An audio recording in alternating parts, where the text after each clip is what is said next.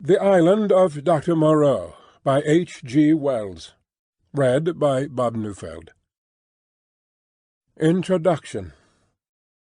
On February 1st, 1887, the Lady Vane was lost by collision with a derelict when about the latitude 10 degrees south and longitude 107 degrees west.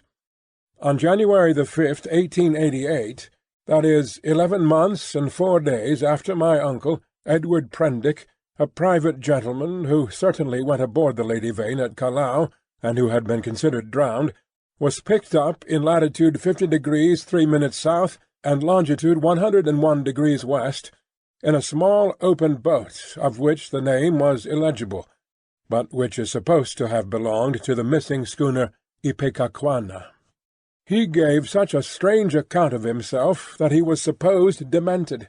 Subsequently, he alleged that his mind was a blank from the moment of his escape from the Lady Vane. His case was discussed among psychologists at the time as a curious instance of the lapse of memory consequent upon physical and mental stress.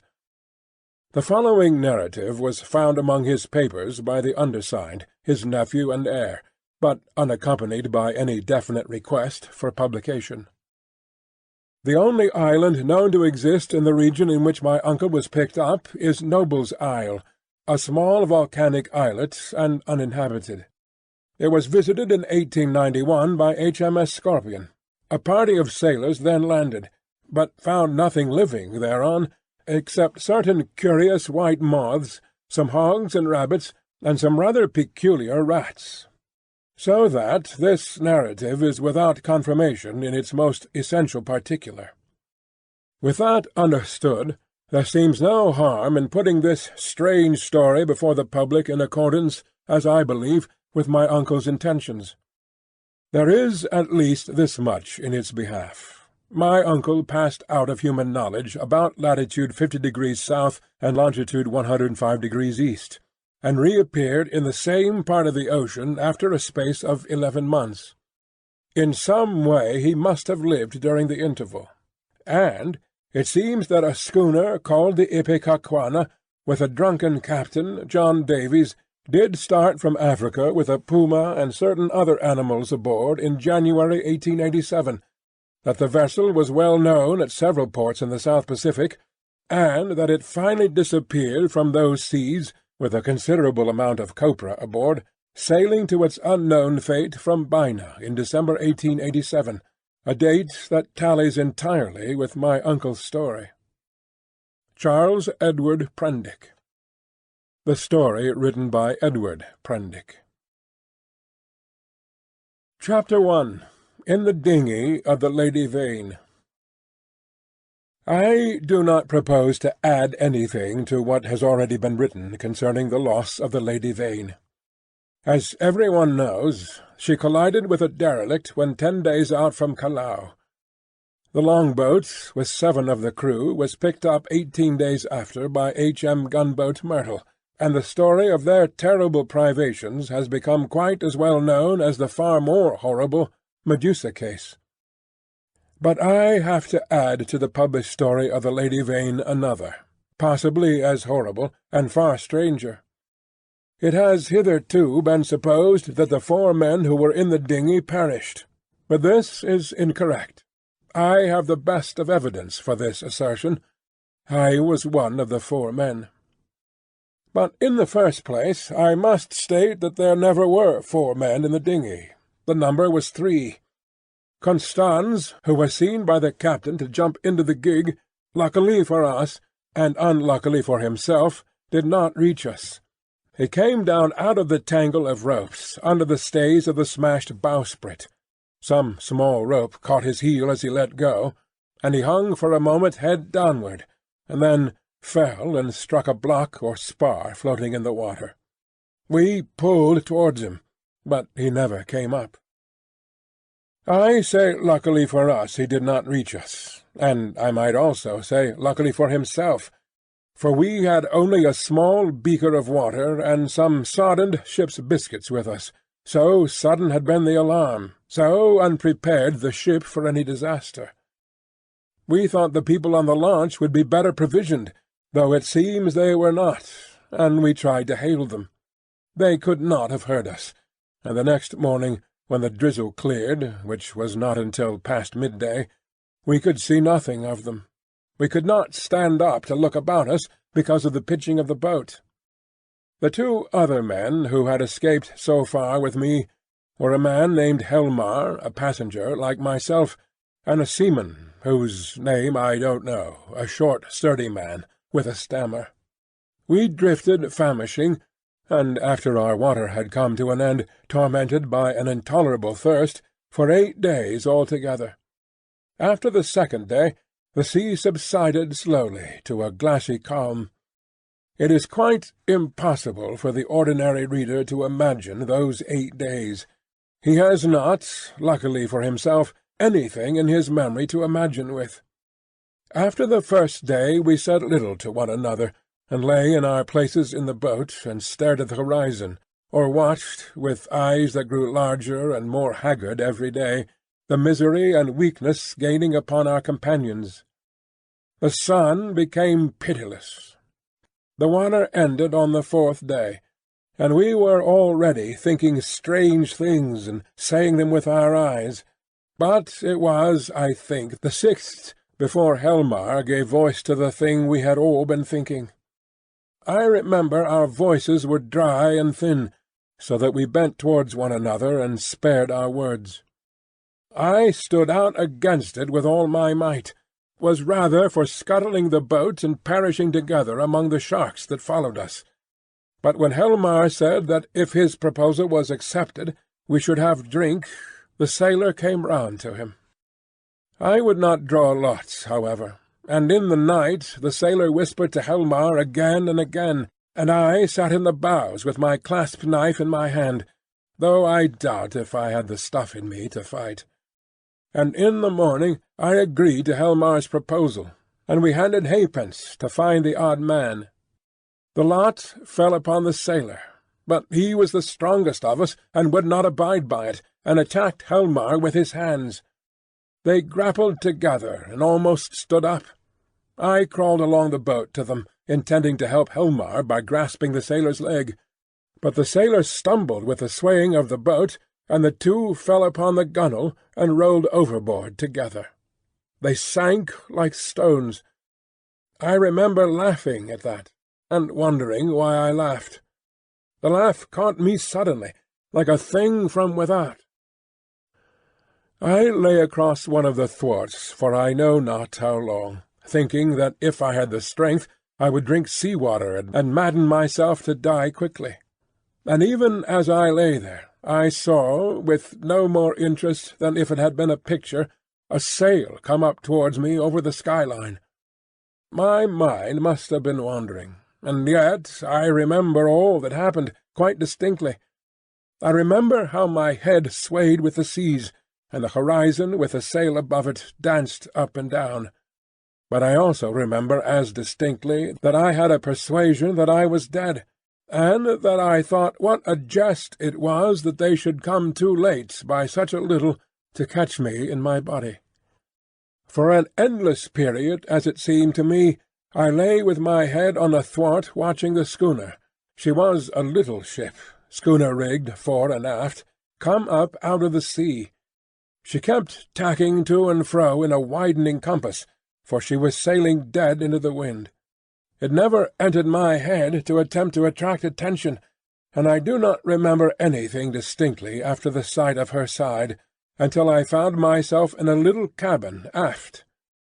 There's a dim half-memory of being lifted up to the gangway, and of a big round countenance, covered with freckles and surrounded with red hair, staring at me over the bulwarks. I also had a discontented impression of a dark face, with extraordinary eyes close to mine. But that I thought was a nightmare, until I met it again. I fancy I recollect some stuff being poured in between my teeth, and that is all. Chapter 2. The Man Who Was Going Nowhere. The cabin in which I found myself was small and rather untidy. A youngish man with flaxen hair, A bristly, straw-coloured moustache and a dropping nether lip was sitting and holding my wrist. For a minute we stared at each other without speaking. He had watery grey eyes, oddly void of expression. Then, just overhead, came a sound like an iron bedstead being knocked about, and the low, angry growling of some large animal. At the same time the man spoke. He repeated his question. "How do you feel now?" I think I said I felt all right. I could not recollect how I had got there. He must have seen the question in my face, for my voice was inaccessible to me. "You were picked up in a boat, starving.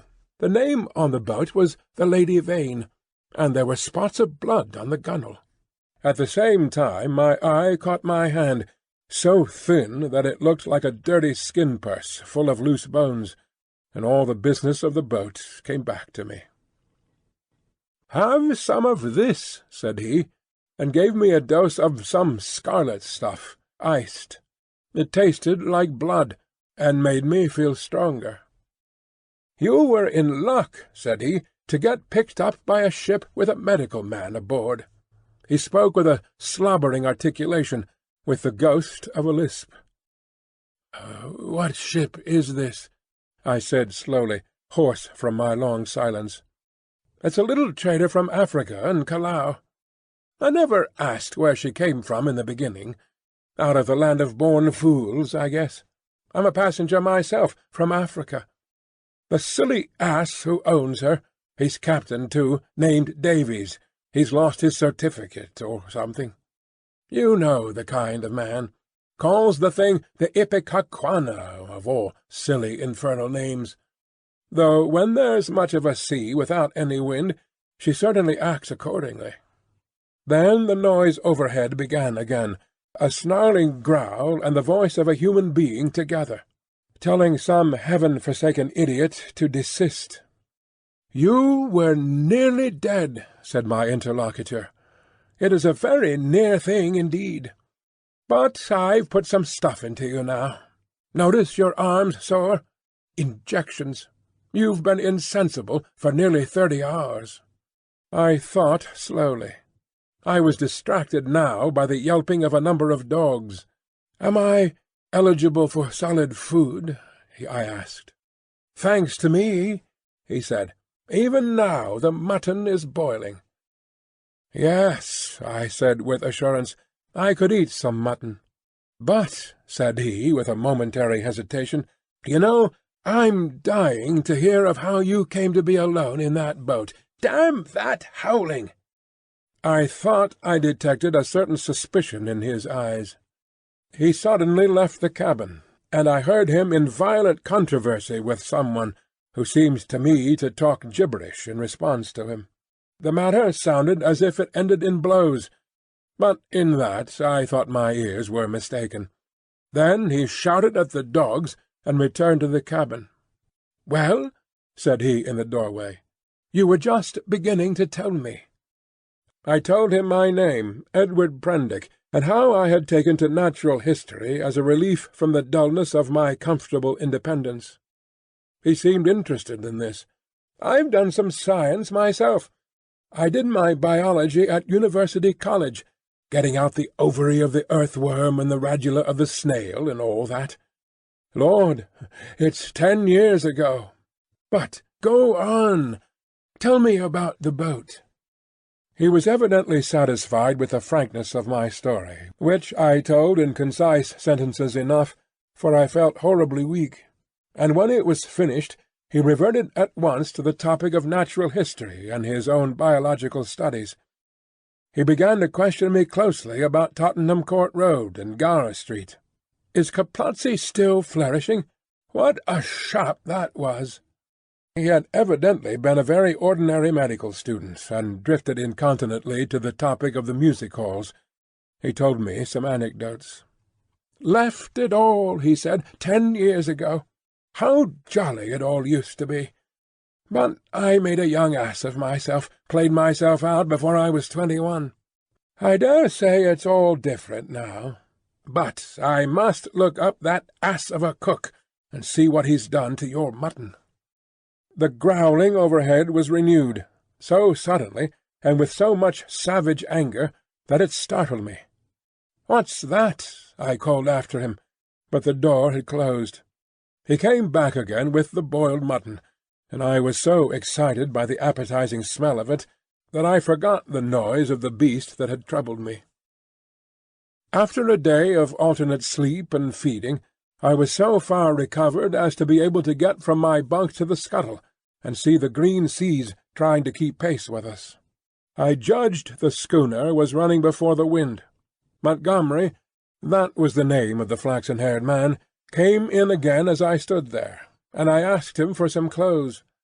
He lent me some duck things of his own, for those I had worn in the boat had been thrown overboard. They were rather loose for me, for he was large and long in his limbs. He told me casually that the captain was 3 parts drunk in his own cabin. As I assumed the clothes, I began asking him some questions about the destination of the ship. He said the ship was bound to Hawaii, but that it had to land him first. "Where?" said I. "It's an island where I live. So far as I know, it hasn't got a name." He stared at me with his nether lip dropping, and looked so wilfully stupid of a sudden that it came into my head that he desired to avoid my question. I had the discretion to ask no more. Chapter 3. The Strange Face.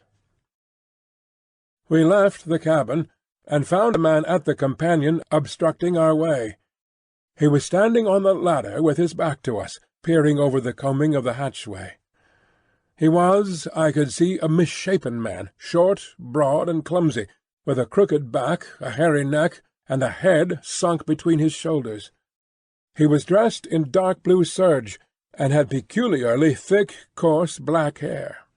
I heard the unseen dogs growl furiously, and forthwith he ducked back, coming into contact with the hand I put out to fend him off from myself. He turned with animal swiftness.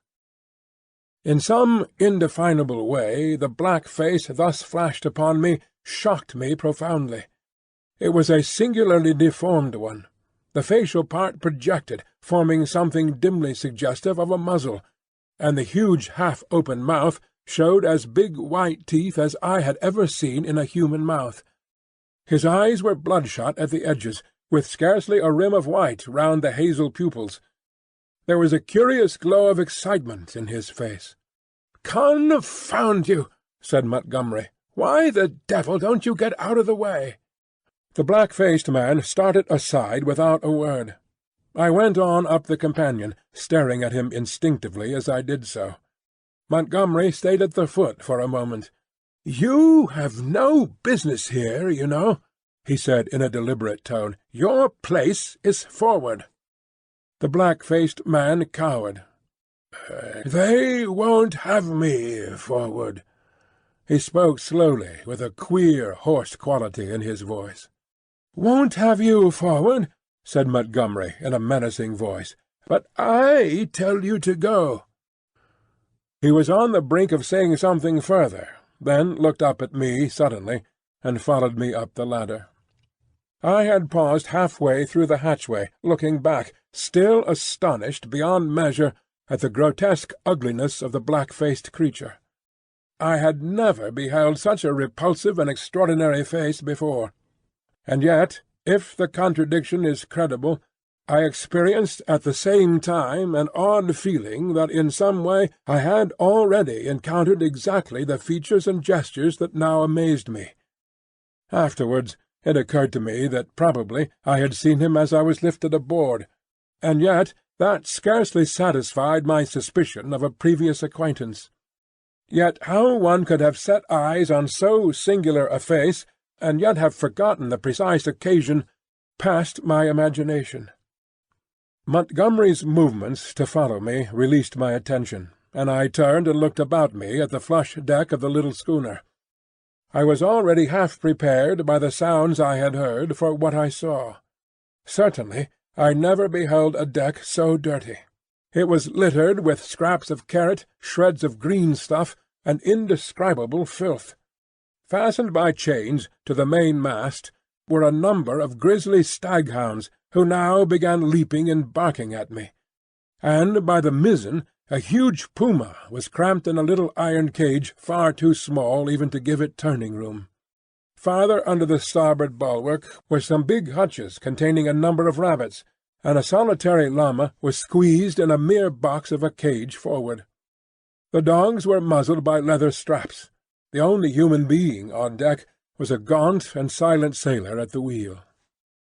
The patched and dirty spankers were tense before the wind, and up aloft the little ship seemed carrying every sail she had. The sky was clear, the sun midway down the western sky. Long waves, capped by the breeze with froth, were running with us. We went past the steersman to the taffrail, saw the water come foaming under the stern, and the bubbles go dancing and vanishing in her wake. I turned and surveyed the unsavoury length of the ship. "Is this an ocean menagerie?" said I. "Looks like it," said Montgomery. "What are these beasts for? Merchandise? Curios? Does the captain think he is going to sell them somewhere in the South Seas?" "It looks like it, doesn't it?" said Montgomery, and turned towards the wake again. Suddenly we heard a yelp and a volley of furious blasphemy from the companion hatchway, and the deformed man with the black face came up hurriedly. He was immediately followed by a heavy red-haired man in a white cap. At the sight of the former, the staghounds, who had all tired of barking at me by this time, became furiously excited, howling and leaping against their chains. The black hesitated before them, and this gave the red-haired man time to come up with him and deliver a tremendous blow between the shoulder-blades. The poor devil went down like a felled ox, and rolled in the dirt among the furiously excited dogs. It was lucky for him that they were muzzled. The red-haired man gave a yelp of exultation, and stood staggering, and, as it seemed to me, in serious danger of either going backwards down the companion hatchway or forwards upon his victim. So soon as the second man had appeared, Montgomery had started forward. "Steady on there!" he cried, in a tone of remonstrance. A couple of sailors appeared on the forecastle. The black-faced man, howling in a singular voice, rolled about under the feet of the dogs. No one attempted to help him. The brutes did their best to worry him, butting their muzzles at him. There was a quick dance of their little grey-figured bodies over the clumsy prostrate figure. The sailors forward shouted, as though it was admirable sport. Montgomery gave an angry exclamation and went striding down the deck, and I followed him. The black-faced man scrambled up and staggered forward, going and leaning over the bulwark by the main shrouds, where he remained, panting and glaring over his shoulder at the dogs. The red-haired man laughed a satisfied laugh. "Look here, Captain," said Montgomery, with his lisp a little accentuated, gripping the elbows of the red-haired man, "this won't do." I stood behind Montgomery. The captain came half round and regarded him with the dull and solemn eyes of a drunken man. "What won't do?" he said, and added, after looking sleepily into Montgomery's face for a minute, "Blasted sawbones!"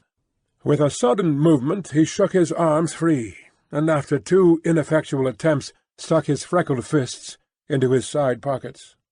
"That man's a passenger," said Montgomery. "I'd advise you to keep your hands off him."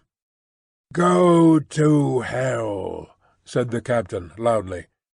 He suddenly turned and staggered towards the side. "Do what I like on my own ship," he said. I think Montgomery might have left him then, seeing the brute was drunk. But he only turned a shade paler and followed the captain to the bulwarks. "Look you here, Captain," he said. "That man of mine is not to be ill-treated. He has been hazed ever since he came aboard." For a minute alcoholic fumes kept the captain speechless. "Blasted sawbones!" was all he considered necessary. I could see that Montgomery had one of those slow, pertinacious tempers that will warm day after day to a white heat, and never again cool to forgiveness. And I saw, too, that this quarrel had been some time growing. "The man's drunk," said I, perhaps officiously. "You'll do no good." Montgomery gave an ugly twist to his dropping lip. "He's always drunk. Do you think that excuses his assaulting his passengers?" "My ship," began the captain, waving his hand unsteadily towards the cages, "was a clean ship. Look at it now." It was certainly anything but clean. "Crew," continued the captain, "clean, respectable crew. You agreed to take the beasts. I wish I never set eyes on your infernal island. What the devil want beasts for on an island like that? Then, that man of yours. Understood he was a man. He's a lunatic, and he hadn't no business aft. Do you think the whole damned ship belongs to you? Your sailors began to haze the poor devil as soon as he came aboard. That's just what he is. He's a devil, an ugly devil.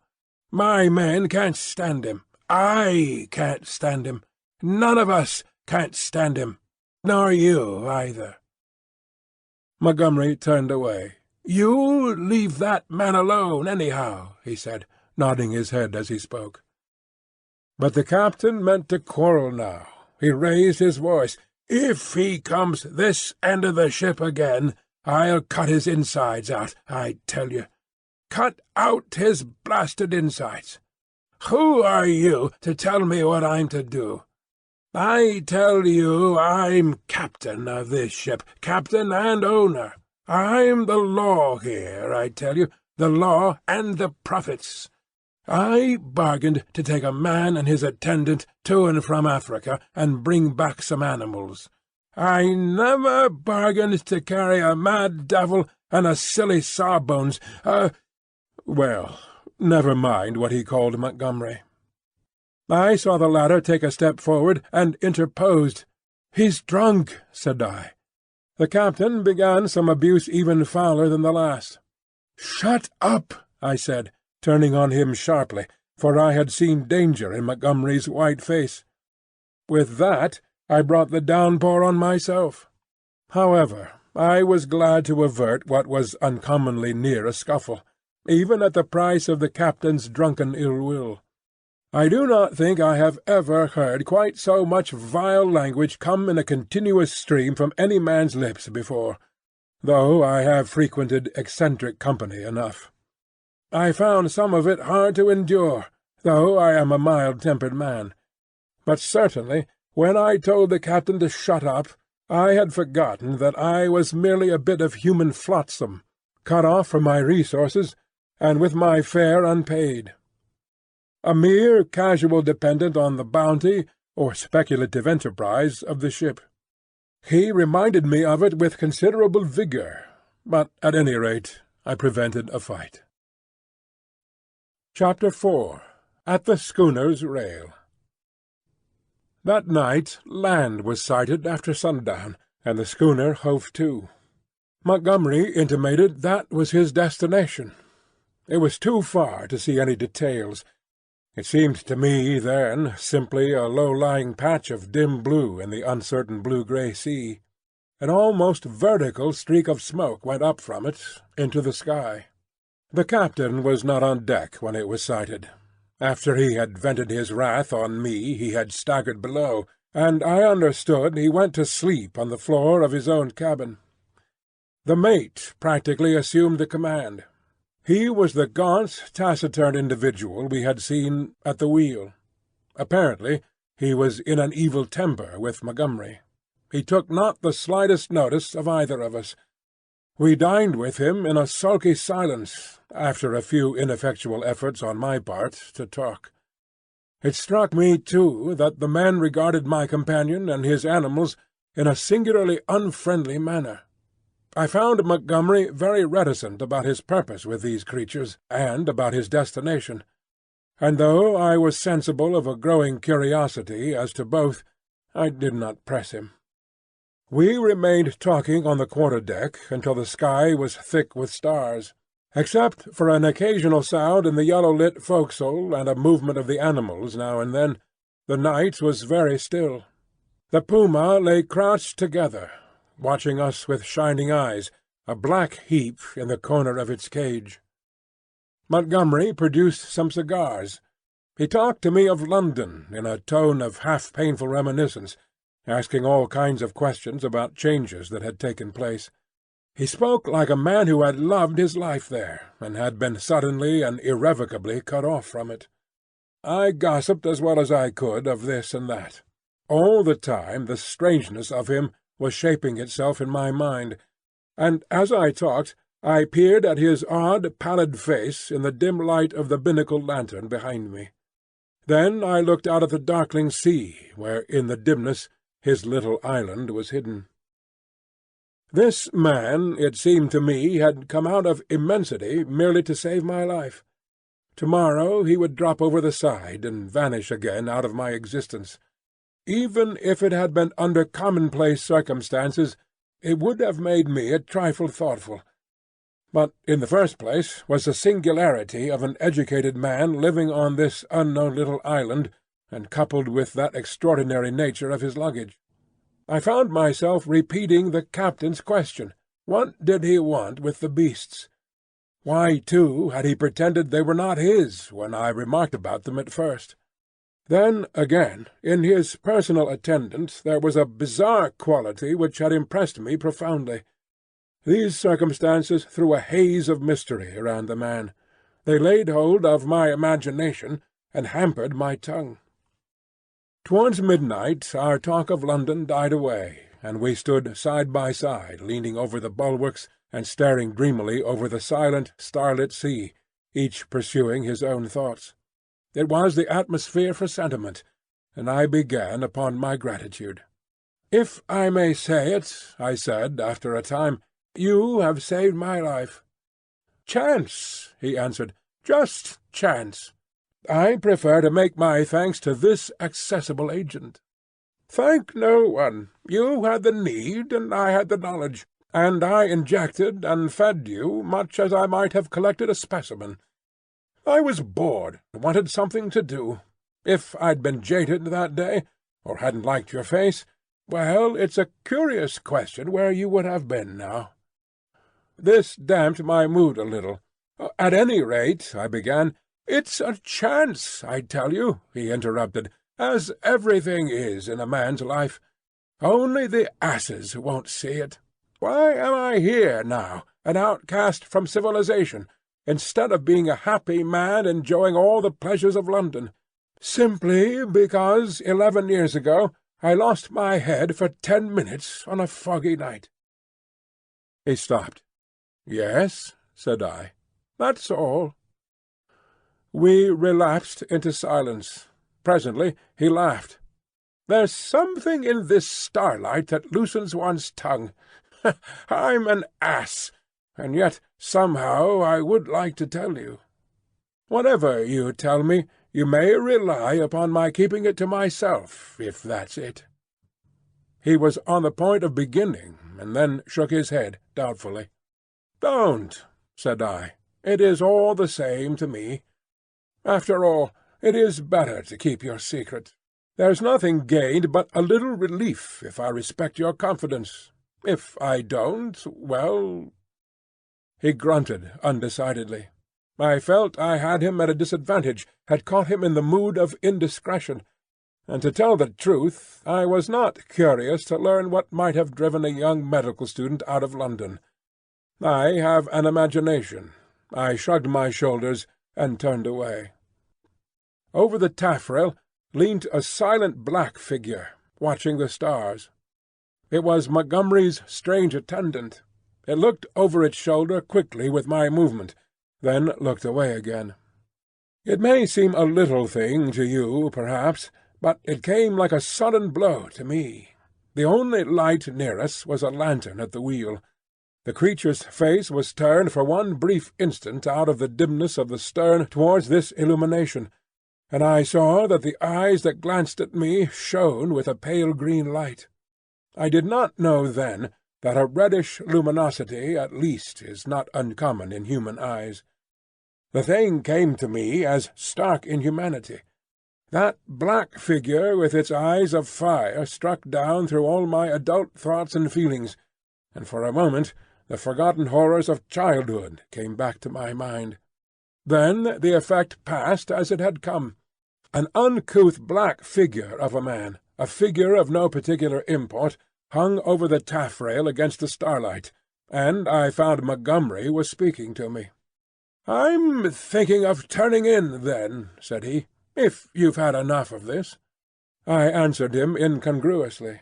We went below, and he wished me good night at the door of my cabin. That night I had some very unpleasant dreams.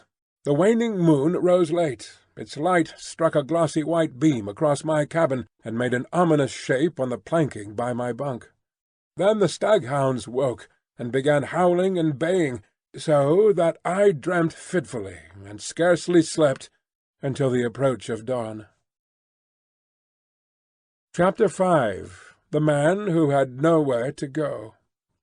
In the early morning—it was the second morning after my recovery, and I believe the fourth after I was picked up—I awoke through an avenue of tumultuous dreams, dreams of guns and howling mobs, and became sensible of a hoarse shouting above me. I rubbed my eyes and lay listening to the noise, doubting for a little while of my whereabouts. Then came a sudden pattering of bare feet, the sound of heavy objects being thrown about, a violent creaking and the rattling of chains.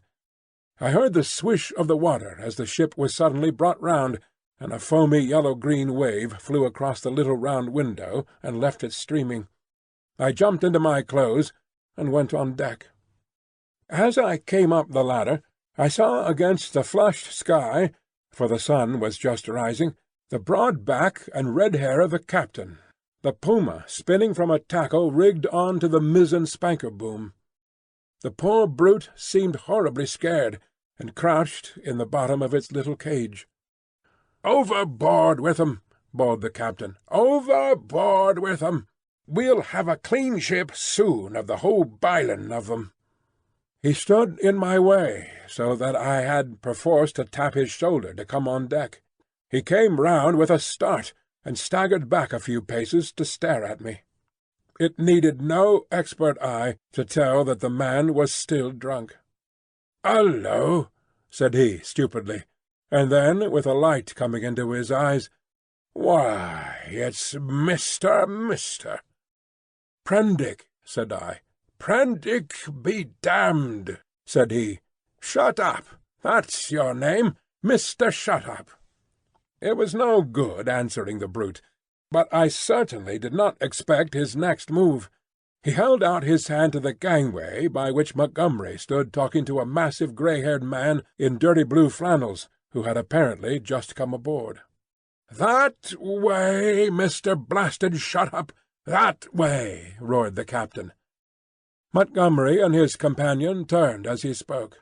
"What do you mean?" I said. "That way, Mr. Blasted Shut Up! That's what I mean!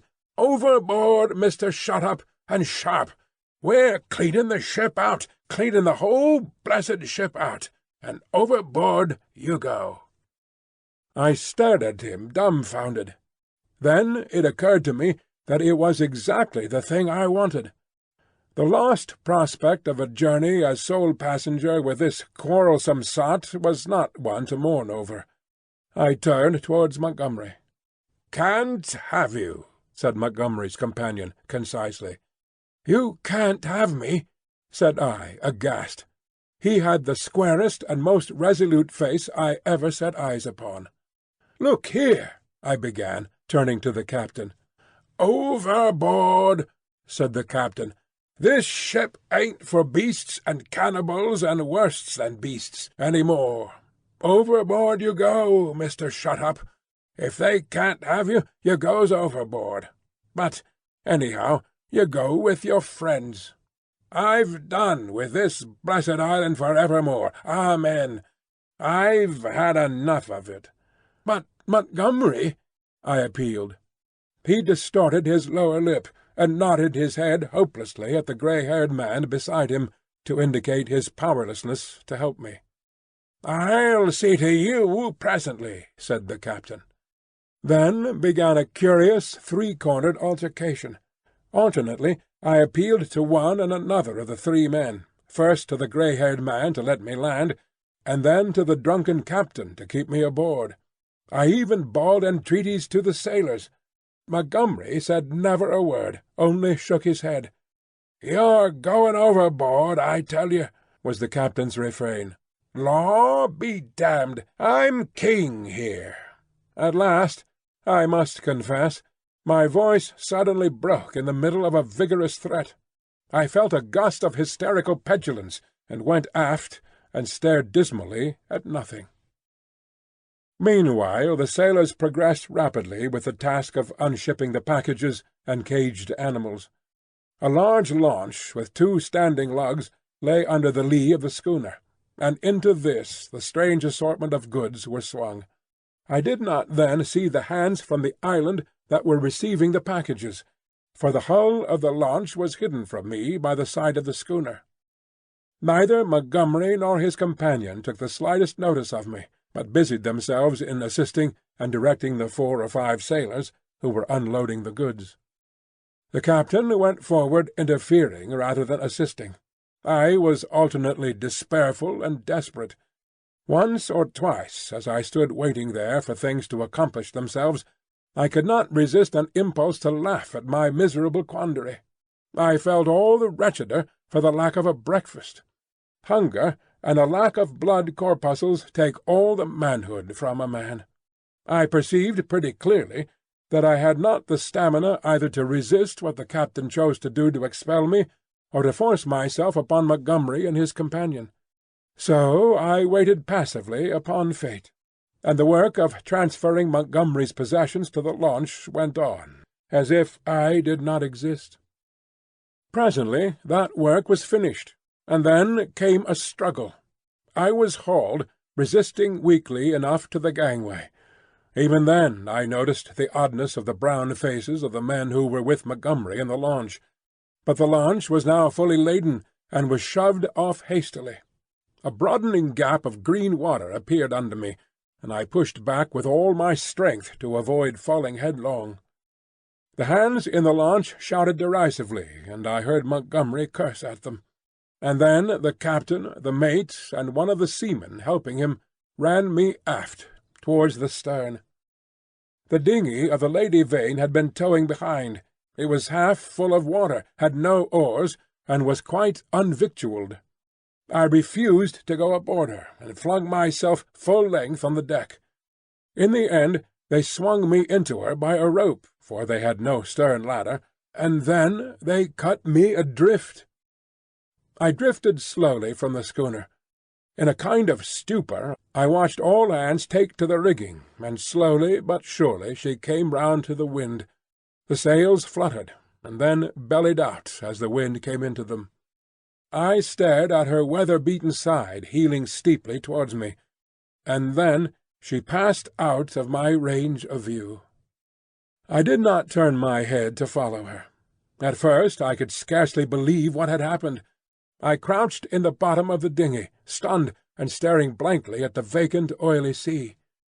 Then I realized that I was in that little hell of mine again, now half swamped, and looking back over the gunwale, I saw the schooner standing away from me, with the red-haired captain mocking at me over the taffrail, and turning towards the island, saw the launch growing smaller as she approached the beach. Abruptly the cruelty of this desertion became clear to me. I had no means of reaching the land unless I should chance to drift there. I was still weak, you must remember, from my exposure in the boat. I was empty and very faint, or I should have had more heart. But as it was, I suddenly began to sob and weep, as I had never done since I was a little child. The tears ran down my face. In a passion of despair I struck with my fists at the water in the bottom of the boat, and kicked savagely at the gunwale. I prayed aloud for God to let me die. Chapter 6. The Evil-Looking Boatmen. But the islanders, seeing that I was really adrift, took pity on me. I drifted very slowly to the eastward, approaching the island slantingly, and presently I saw, with hysterical relief, the launch come round and return towards me. She was heavily laden, and I could make out, as she drew nearer, Montgomery's white-haired, broad-shouldered companion, sitting cramped up with the dogs and several packing-cases in the stern sheets. This individual stared fixedly at me, without moving or speaking. The black-faced cripple was glaring at me as fixedly in the bows near the puma. There were 3 other men besides, 3 strange, brutish-looking fellows, at whom the staghounds were snarling savagely. Montgomery, who was steering, brought the boat by me, and rising, caught and fastened my painter to the tiller to tow me, for there was no room aboard. I had recovered from my hysterical phase by this time, and answered his hail as he approached bravely enough. I told him the dinghy was nearly swamped, and he reached me a piggin. I was jerked back as the rope tightened between the boats. For some time I was busy bailing. It was not until I had got the water under, for the water in the dinghy had been shipped, the boat was perfectly sound, that I had leisure to look at the people in the launch again. The white-haired man, I found, was still regarding me steadfastly, but with an expression, as I now fancied, of some perplexity. When my eyes met his, he looked down at the staghound that sat between his knees. He was a powerfully built man, as I have said, with a fine forehead and rather heavy features, but his eyes had that odd drooping of the skin above the lids which often comes with advancing years, and the fall of his heavy mouth at the corners gave him an expression of pugnacious resolution. He talked to Montgomery in a tone too low for me to hear. From him my eyes travelled to his 3 men, and a strange crew they were. I saw only their faces, yet there was something in their faces, I knew not what, that gave me a queer spasm of disgust. I looked steadily at them, and the impression did not pass, though I failed to see what had occasioned it. They seemed to me then to be brown men, but their limbs were oddly swathed in some thin, dirty white stuff, down even to the fingers and feet. I have never seen men so wrapped up before, and women so only in the East. They wore turbans, too, and thereunder peered out their elfin faces at me, faces with protruding lower jaws and bright eyes. They had lank black hair, almost like horsehair, and seemed, as they sat, to exceed in stature any race of men I have seen. The white-haired man, who I knew was a good 6 feet in height, sat a head below any one of the 3. I found afterwards that really none were taller than myself, but their bodies were abnormally long, and the thigh part of the leg short and curiously twisted. At any rate, they were an amazingly ugly gang, and over the heads of them, under the forward lug, peered the black face of the man whose eyes were luminous in the dark. As I stared at them, they met my gaze, and then first one and then another turned away from my direct stare and looked at me in an odd, furtive manner. It occurred to me that I was perhaps annoying them, and I turned my attention to the island we were approaching. It was low and covered with thick vegetation, chiefly a kind of palm that was new to me.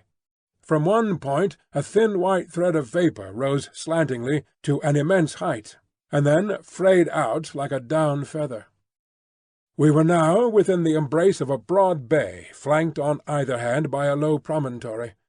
The beach was of dull grey sand, and sloped steeply up to a ridge, perhaps 60 or 70 feet above the sea level, and irregularly set with trees and undergrowth. Half-way up was a square enclosure of some greyish stone, which I found subsequently was built partly of coral and partly of pumiceous lava. 2 thatched roofs peeped from within this enclosure. A man stood awaiting us at the water's edge. I fancied, while we were still far off, that I saw some other and very grotesque-looking creatures scuttle into the bushes upon the slope. But I saw nothing of these as we drew nearer. This man was of a moderate size, and with a black negroid face. He had a large, almost lipless mouth, extraordinary lank arms, long thin feet, and bow legs, and stood with his heavy face thrust forward, staring at us. He was dressed like Montgomery and his white-haired companion, in jacket and trousers of blue serge. As we came still nearer, this individual began to run to and fro on the beach, making the most grotesque movements. At a word of command from Montgomery, the four men in the launch sprang up, and with singularly awkward gestures struck the lugs. Montgomery steered us round and into a narrow little dock excavated in the beach. Then the man on the beach hastened towards us. This dock, as I call it, was really a mere ditch just long enough at this phase of the tide to take the long-boat. I heard the bows ground in the sand, staved the dinghy off the rudder of the big boat with my piggin, and freeing the painter, landed. The three muffled men, with the clumsiest movements, scrambled out upon the sand, and forthwith set to landing the cargo, assisted by the man on the beach. I was struck especially by the curious movements of the legs of the three swathed and bandaged boatmen. Not stiff they were, but distorted in some odd way, almost as if they were jointed in the wrong place. The dogs were still snarling, and strained at their chains after these men as the white-haired man landed with them.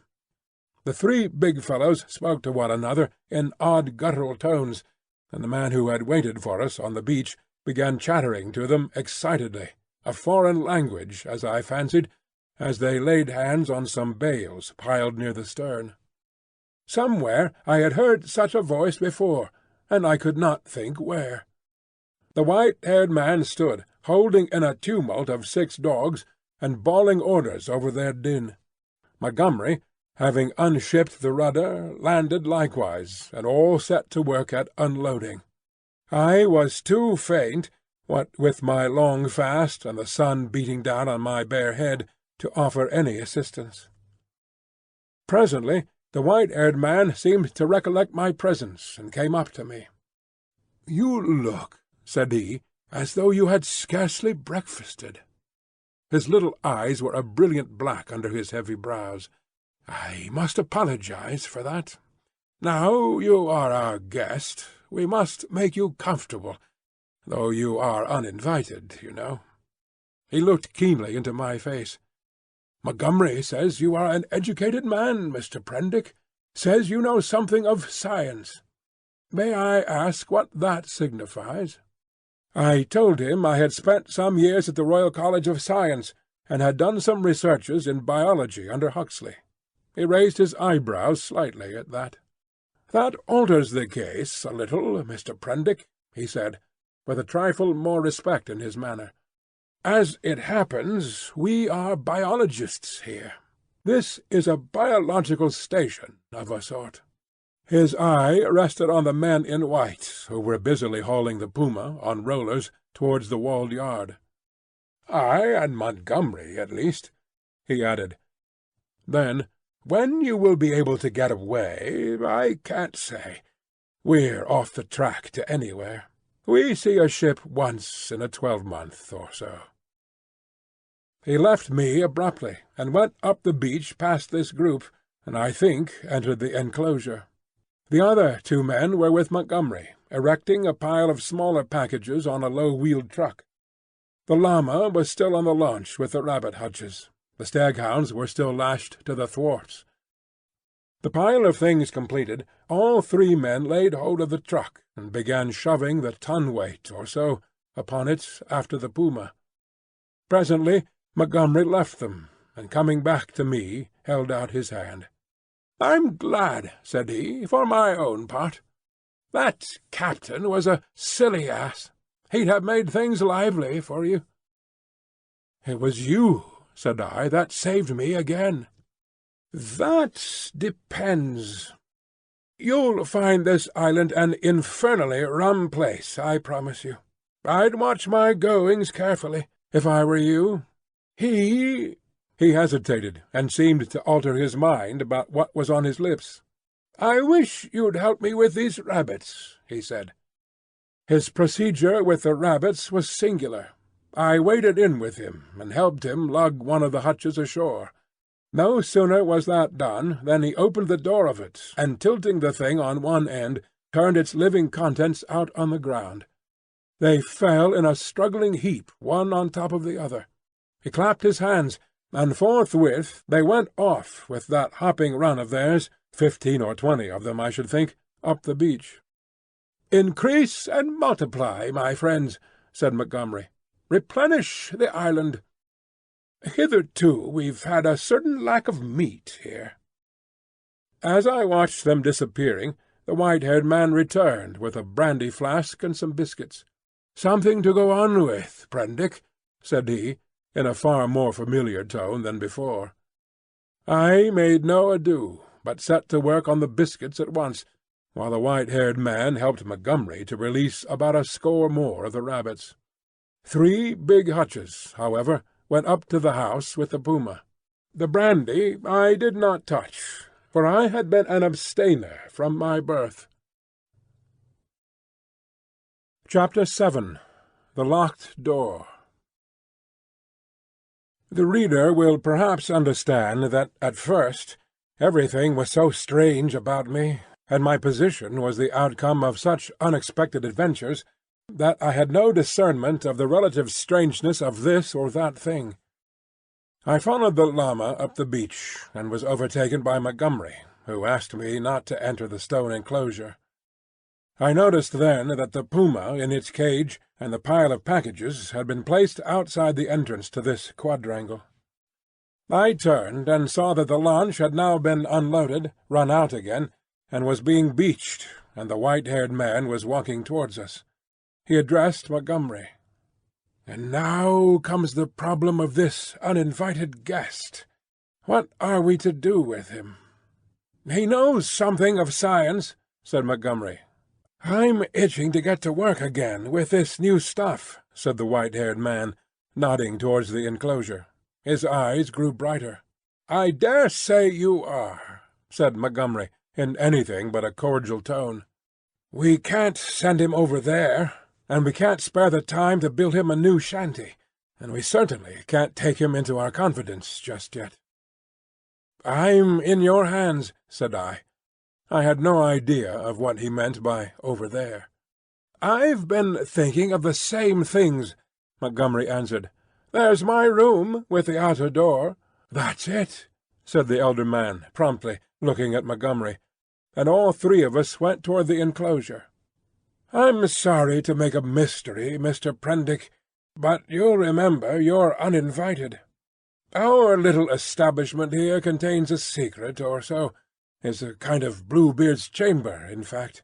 Nothing very dreadful, really, to a sane man, but just now, as we don't know you—" "Decidedly," said I. "I should be a fool to take any offence at any want of confidence." He twisted his heavy mouth into a faint smile. He was one of those saturnine people who smile with the corners of the mouth down, and bowed his acknowledgment of my complaisance. The main entrance to the enclosure was passed. It was a heavy wooden gate, framed in iron and locked, with the cargo of the launch piled outside it, and at the corner we came to a small doorway I had not previously observed. The white-haired man produced a bundle of keys from the pocket of his greasy blue jacket, opened this door, and entered. His keys, and the elaborate locking up of the place, even while it was still under his eye, struck me as peculiar. I followed him, and found myself in a small apartment, plainly but not uncomfortably furnished, and with its inner door, which was slightly ajar, opening into a paved courtyard. This inner door Montgomery at once closed. A hammock was slung across the darker corner of the room, and a small unglazed window, defended by an iron bar, looked out towards the sea. This, the white-haired man told me, was to be my apartment, and the inner door, which, for fear of accidents, he said, he would lock on the other side, was my limit inward. He called my attention to a convenient deck-chair before the window, and to an array of old books, chiefly, I found, surgical works, and editions of the Latin and Greek classics, languages I cannot read with any comfort, on a shelf near the hammock. He left the room by the outer door, as if to avoid opening the inner one again. "We usually have our meals in here," said Montgomery, and then, as if in doubt, went out after the other. "Moreau," I heard him call, and for the moment I do not think I noticed. Then, as I handled the books on the shelf, it came up in consciousness. Where had I heard the name of Moreau before? I sat down before the window, took out the biscuits that still remained to me, and ate them with an excellent appetite. Moreau! Through the window I saw one of those unaccountable men in white, lugging a packing-case along the beach. Presently the window-frame hid him. Then I heard a key inserted and turned in the lock behind me. After a little while I heard through the locked door the noise of the staghounds that had now been brought up from the beach. They were not barking, but sniffing and growling in a curious fashion. I could hear the rapid patter of their feet, and Montgomery's voice soothing them. I was very much impressed by the elaborate secrecy of these two men regarding the contents of the place, and for some time I was thinking of that and of the unaccountable familiarity of the name of Moreau. But so odd is the human memory that I could not then recall that well-known name in its proper connection. From that my thoughts went to the indefinable queerness of the deformed man on the beach. I never saw such a gait, such odd motions as he pulled at the box. I recalled that none of these men had spoken to me, though most of them I had found looking at me at one time or another in a peculiarly furtive manner, quite unlike the frank stare of your unsophisticated savage. Indeed, they had all seemed remarkably taciturn, and when they did speak, endowed with very uncanny voices. What was wrong with them? Then I recalled the eyes of Montgomery's ungainly attendant. Just as I was thinking of him, he came in. He was now dressed in white, and carried a little tray with some coffee and boiled vegetables thereon. I could hardly repress a shuddering recoil as he came, bending amiably, and placed the tray before me on the table. Then astonishment paralyzed me. Under his stringy black locks I saw his ear. It jumped upon me suddenly close to my face. The man had pointed ears, covered with a fine brown fur. "Your breakfast, sir?" he said. I stared at his face without attempting to answer him.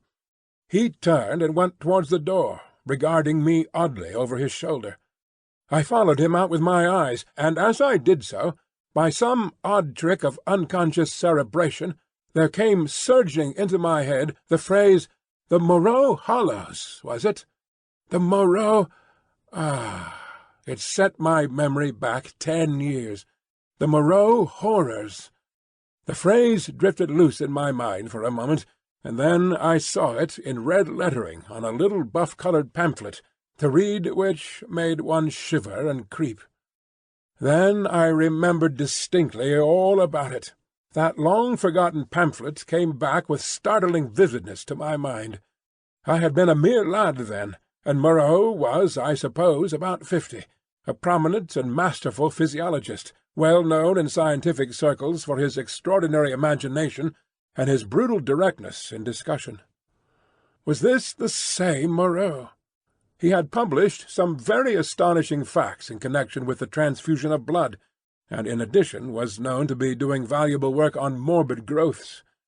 Then suddenly his career was closed. He had to leave England. A journalist obtained access to his laboratory in the capacity of laboratory assistant, with the deliberate intention of making sensational exposure. And by the help of a shocking accident, if it was an accident, his gruesome pamphlet became notorious. On the day of its publication, a wretched dog, flayed and otherwise mutilated, escaped from Moreau's house. It was in the silly season, and a prominent editor, a cousin of the temporary laboratory assistant, appealed to the conscience of the nation. It was not the first time that conscience has turned against the methods of research. The doctor was simply howled out of the country. It may be that he deserved to be, but I still think that the tepid support of his fellow investigators and his desertion by the great body of scientific workers was a shameful thing. Yet some of his experiments, by the journalist's account, were wantonly cruel. He might perhaps have purchased his social peace by abandoning his investigations, but he apparently preferred the latter, as most men would who have once fallen under the overmastering spell of research. He was unmarried, and had indeed nothing but his own interest to consider. I felt convinced that this must be the same man. Everything pointed to it. It dawned upon me to what end the puma and the other animals, which had now been brought with other luggage into the enclosure behind the house, were destined, and a curious faint odour, the halitus of something familiar, an odour that had been in the background of my consciousness hitherto, suddenly came forward into the forefront of my thoughts. It was the antiseptic odour of the dissecting-room. I heard the puma growling through the wall, and one of the dogs yelped as though it had been struck. Yet surely, and especially to another scientific man, there was nothing so horrible in vivisection as to account for this secrecy, and by some odd leap in my thoughts, the pointed ears and luminous eyes of Montgomery's attendant came back again before me with the sharpest definition. I stared before me out at the green sea, frothing under a freshening breeze, and let these and other strange memories of the last few days chase one another through my mind. What could it all mean? A locked enclosure on a lonely island, a notorious vivisector, and these crippled and distorted men. Chapter 8. The Crying of the Puma. Montgomery interrupted my tangle of mystification and suspicion about 1 o'clock, and his grotesque attendant followed him with a tray bearing bread, some herbs and other eatables, a flask of whiskey, a jug of water, and 3 glasses and knives. I glanced askance at this strange creature, and found him watching me with his queer restless eyes. Montgomery said that he would lunch with me, but that Moreau was too preoccupied with some work to come. "Moreau," said I. "I know that name." "The devil you do," said he. "What an ass I was to mention it to you! I might have thought. Anyhow, it will give you an inkling of our mysteries. Whiskey?" "No, thanks. I'm an abstainer." "I wish I'd been. But it's no use locking the door after the steed is stolen. It was that infernal stuff which led to my coming here, that and a foggy night. I thought myself in luck at the time, when Moreau offered to get me off. It's queer. Montgomery," said I suddenly, as the outer door closed, "why has your man pointed ears?" "Damn!" he said, after his first mouthful of food. He stared at me for a moment, and then repeated, "Pointed ears?" "Little points to them," said I, as calmly as possible, with a catch in my breath. "And a fine black fur at the edges." He helped himself to whiskey and water with great deliberation. "I was under the impression that his hair covered his ears." "I saw them as he stooped by me to put that coffee you sent to me on the table. And his eyes shine in the dark." By this time Montgomery had recovered from the surprise of my question. "I always thought," he said deliberately, with a certain accentuation of his flavouring of lisp, "that there was something the matter with his ears, from the way he covered them. What were they like?" I was persuaded from his manner that this ignorance was a pretence. Still, I could hardly tell the man that I thought him a liar. "Pointed," I said. "Rather small and furry, distinctly furry. But the whole man is one of the strangest beings I ever set eyes on." A sharp, hoarse cry of animal pain came from the enclosure behind us. Its depth and volume testified to the puma. I saw Montgomery wince. "Yes," he said. "Where did you pick up the creature?" "San Francisco. He's an ugly brute, I admit. Half-witted, you know.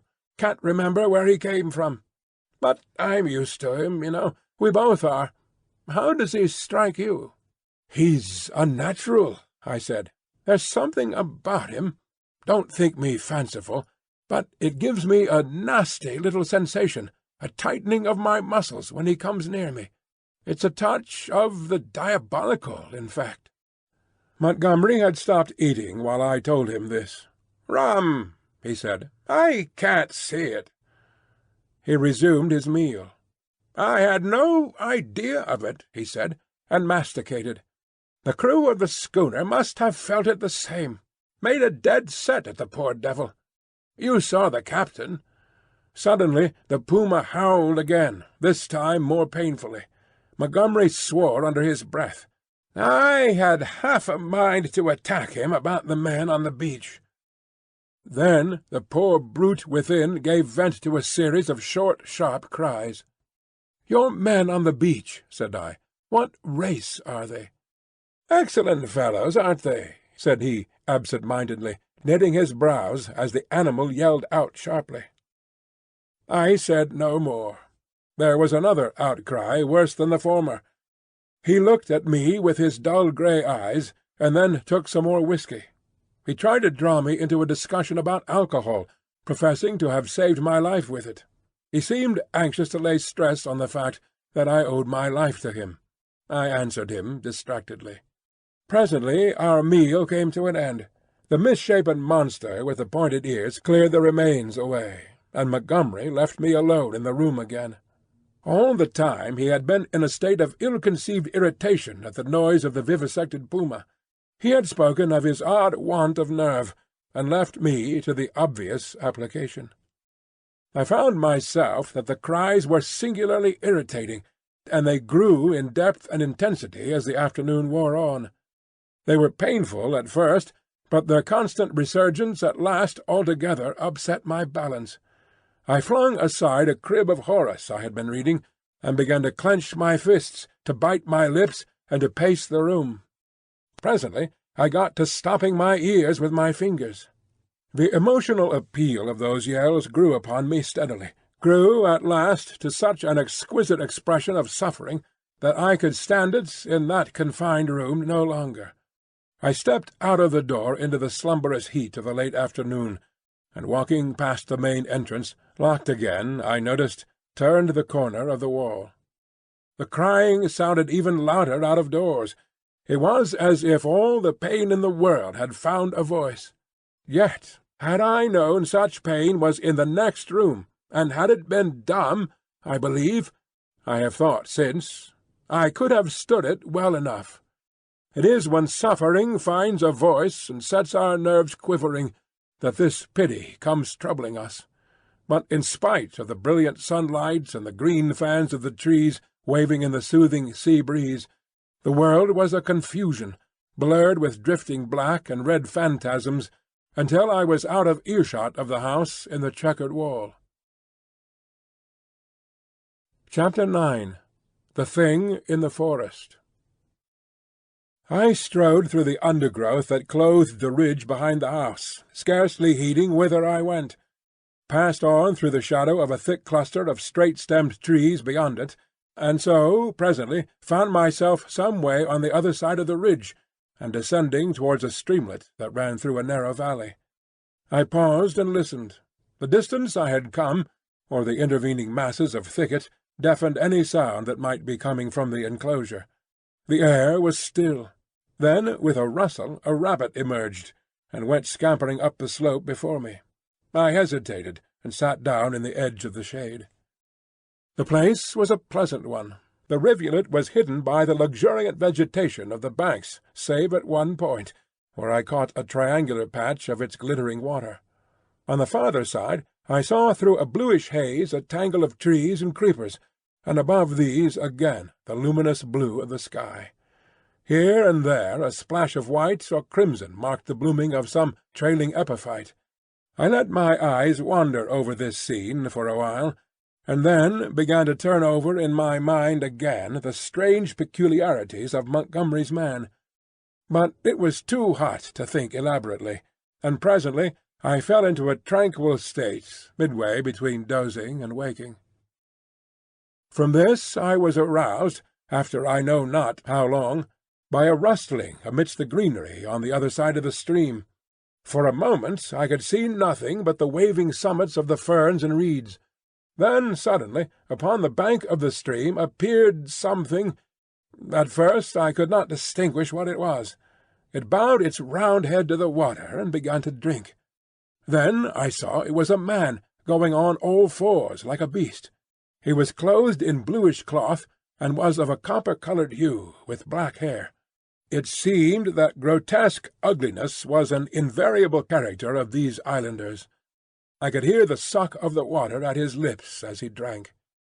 I leaned forward to see him better, and a piece of lava, detached by my hand, went pattering down the slope. He looked up guiltily, and his eyes met mine. Forthwith he scrambled to his feet, and stood wiping his clumsy hand across his body and regarding me. His legs were scarcely half the length of his body. So, staring one another out of countenance, we remained for perhaps the space of a minute. Then, stopping to look back once or twice, he slunk off among the bushes to the right of me, and I heard the swish of the fronds grow faint in the distance and die away. Long after he had disappeared, I remained sitting up, staring in the direction of his retreat. My drowsy tranquillity had gone. I was startled by a noise behind me, and turning suddenly saw the flapping white tail of a rabbit vanishing up the slope. I jumped to my feet. The apparition of this grotesque, half-bestial character had suddenly populated the stillness of the afternoon for me. I looked around me rather nervously, and regretted that I was unarmed. Then I thought that the man I had just seen had been clothed in bluish cloth, had not been naked as a savage would have been, and I tried to persuade myself from that fact that he was, after all, probably a peaceful character, that the dull ferocity of his countenance belied him. Yet I was greatly disturbed at the apparition. I walked to the left along the slope, turning my head about and peering this way and that among the straight stems of the trees.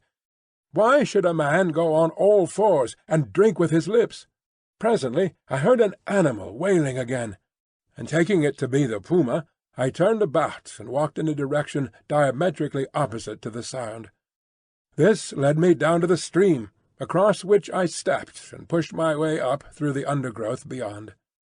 I was startled by a great patch of vivid scarlet on the ground, and going up to it, found it to be a peculiar fungus, branched and corrugated like a foliaceous lichen, but deliquescing into slime at the touch.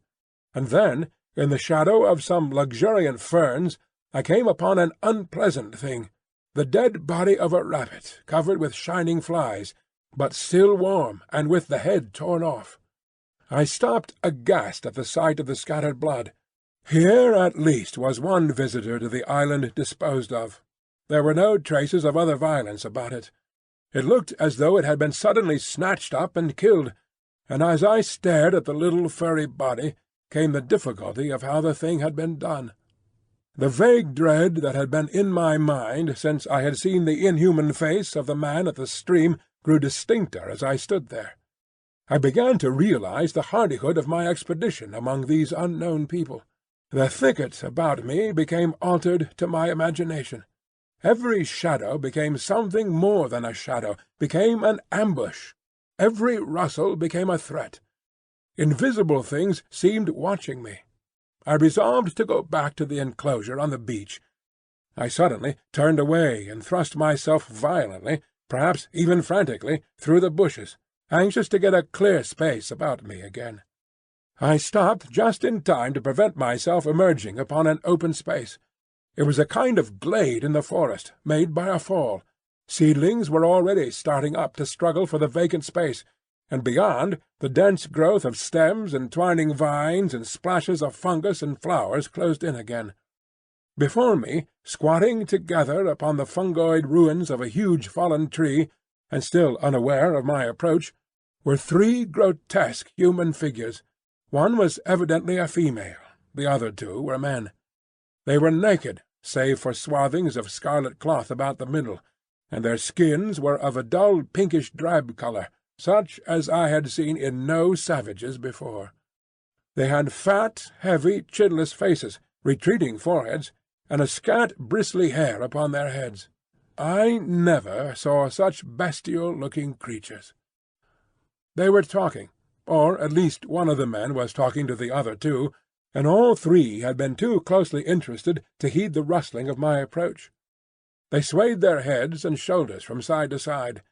The speaker's words came thick and sloppy, and though I could hear him distinctly, I could not distinguish what he said. He seemed to me to be reciting some complicated gibberish. Presently his articulation became shriller, and spreading his hands, he rose to his feet. At that the others began to gibber in unison, also rising to their feet, spreading their hands and swaying their bodies in rhythm with their chant. I noticed then the abnormal shortness of their legs and their lank, clumsy feet. All three began slowly to circle around, raising and stamping their feet and waving their arms. A kind of tune crept into their rhythmic recitation, and a refrain, "Alula" or "Balula" it sounded like. Their eyes began to sparkle, and their ugly faces to brighten, with an expression of strange pleasure. Saliva dripped from their lipless mouths. Suddenly, as I watched their grotesque and unaccountable gestures, I perceived clearly for the first time what it was that had offended me, what had given me the two inconsistent and conflicting impressions of utter strangeness, and yet of the strangest familiarity. The three creatures engaged in this mysterious rite were human in shape, and yet human beings with the strangest air about them of some familiar animal. Each of these creatures, despite its human form, its rag of clothing, and the rough humanity of its bodily form, had woven into it, into its movements, into the expression of its countenance, into its whole presence, some now irresistible suggestion of a hog, a swinish taint, the unmistakable mark of the beast. I stood overcome by this amazing realization, and then the most horrible questionings came rushing into my mind. They began leaping in the air, first one and then the other, whooping and grunting. Then one slipped, and for a moment was on all fours, to recover indeed forthwith. But that transitory gleam of the true animalism of these monsters was enough. I turned as noiselessly as possible, and became every now and then rigid with the fear of being discovered, as a branch cracked or a leaf rustled. I pushed back into the bushes.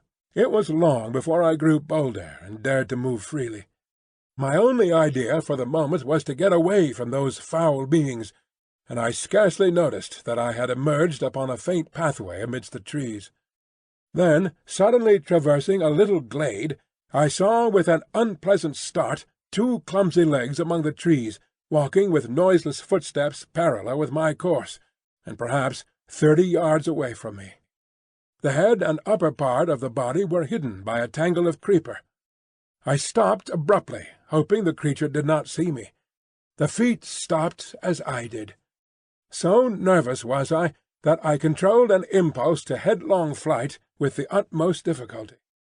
Then, looking hard, I distinguished through the interlacing network the head and the body of the brute I had seen drinking. He moved his head. There was an emerald flash in his eyes as he glanced at me from the shadow of the trees, a half-luminous colour that vanished as he turned his head again. He was motionless for a moment, and then, with a noiseless tread, began running through the green confusion. In another moment he had vanished behind some bushes. I could not see him, but I felt that he had stopped and was watching me again. What on earth was he, man or beast? What did he want with me? I had no weapon, not even a stick. Flight would be madness. At any rate, the thing, whatever it was, lacked the courage to attack me. Setting my teeth hard, I walked straight towards him. I was anxious not to show the fear that seemed chilling my backbone. I pushed through a tangle of tall white-flowered bushes, and saw him 20 paces beyond, looking over his shoulder at me and hesitating. I advanced a step or two, looking steadfastly into his eyes. "Who are you?" said I. He tried to meet my gaze. "No," he said suddenly, and turning, went bounding away from me through the undergrowth. Then he turned and stared at me again. His eyes shone brightly out of the dusk under the trees. My heart was in my mouth, but I felt my only chance was bluff, and walked steadily towards him. He turned again, vanished into the dusk. Once more I thought I caught the glint of his eyes, and that was all. For the first time I realized how the lateness of the hour might affect me. The sun had set some minutes since. The swift dusk of the tropics was already fading out of the eastern sky, and a pioneer moth fluttered silently by my head. Unless I would spend the night among the unknown dangers of the mysterious forest, I must hasten back to the enclosure. The thought of a return to that pain-haunted refuge was extremely disagreeable, but still more so was the idea of being overtaken in the open by darkness and all that darkness might conceal. I gave one more look into the blue shadows that had swallowed up this odd creature, and then retraced my way down the slope towards the stream, going, as I judged, in the direction from which I had come. I walked eagerly, my mind confused with many things, and presently found myself in a level place among scattered trees. The colourless clearness that comes after the sunset flush was darkling. The blue sky above grew momentarily deeper, and the little stars, one by one, pierced the attenuated light. The interspaces of the trees, the gaps in the further vegetation that had been hazy blue in the daylight, grew black and mysterious. I pushed on. The colour vanished from the world. The tree-tops rose against the luminous blue sky in inky silhouette, and all below that outline melted into one formless blackness. Presently the trees grew thinner, and the shrubby undergrowth more abundant. Then there was a desolate space covered with a white sand, and then another expanse of tangled bushes. I did not remember crossing the sand opening before. I began to be tormented by a faint rustling upon my right hand. I thought at first it was fancy, for whenever I stopped there was silence, save for the evening breeze in the tree-tops. Then, when I turned to hurry on again, there was an echo to my footsteps. I turned away from the thickets, keeping to the more open ground, and endeavouring, by sudden turns, now and then, to surprise something in the act of creeping upon me. I saw nothing, and nevertheless my sense of another presence grew steadily. I increased my pace, and after some time came to a slight ridge, crossed it, and turned sharply, regarding it steadfastly from the further side. It came out black and clear-cut against the darkling sky, and presently a shapeless lump heaved up momentarily against the skyline and vanished again. I felt assured now that my tawny-faced antagonist was stalking me once more, and coupled with that was another unpleasant realization that I had lost my way. For a time I hurried on, hopelessly perplexed, and pursued by that stealthy approach. Whatever it was, the thing either lacked the courage to attack me, or it was waiting to take me at some disadvantage. I kept studiously to the open. At times I would turn and listen, and presently I had half persuaded myself that my pursuer had abandoned the chase, or was a mere creation of my disordered imagination. Then I heard the sound of the sea. I quickened my footsteps almost into a run, and immediately there was a stumble in my rear. I turned suddenly and stared at the uncertain trees behind me. One black shadow seemed to leap into another. I listened, rigid, and heard nothing but the creep of the blood in my ears. I thought that my nerves were unstrung and that my imagination was tricking me, and turned resolutely towards the sound of the sea again. In a minute or so the trees grew thinner, and I emerged upon a bare, low headland running out into the sombre water. The night was calm and clear, and the reflection of the growing multitude of the stars shivered in the tranquil heaving of the sea. Some way out, the wash upon an irregular band of reef shone with a pallid light of its own. Westward I saw the zodiacal light mingling with the yellow brilliance of the evening star. The coast fell away from me to the east, and westward it was hidden by the shoulder of the cape. Then I recalled the fact that Moreau's beach lay to the west. A twig snapped behind me, and there was a rustle. I turned and stood facing the dark trees. I could see nothing, or else I could see too much. Every dark form in the dimness had its ominous quality, its peculiar suggestion of alert watchfulness. So I stood for perhaps a minute, and then, with an eye to the trees still, turned westward to cross the headland, and as I moved, one among the lurking shadows moved to follow me. My heart beat quickly. Presently the broad sweep of a bay to the westward became visible, and I halted again. The noiseless shadow halted a dozen yards from me. A little point of light shone on the further bend of the curve, and the grey sweep of the sandy beach lay faint under the starlight. Perhaps 2 miles away was that little point of light. To get to the beach I should have to go through the trees where the shadows lurked, and down a bushy slope. I could see the thing rather more distinctly now. It was no animal, for it stood erect. At that I opened my mouth to speak, and found a hoarse phlegm choked my voice. I tried again, and shouted, "Who is there?" There was no answer. I advanced a step. The thing did not move, only gathered itself together. My foot struck a stone. That gave me an idea. Without taking my eyes off the black form before me, I stooped and picked up this lump of rock. But at my motion the thing turned abruptly, as a dog might have done, and slunk obliquely into the further darkness. Then I recalled a schoolboy expedient against big dogs, and twisted the rock into my handkerchief, and gave this a turn round my wrist.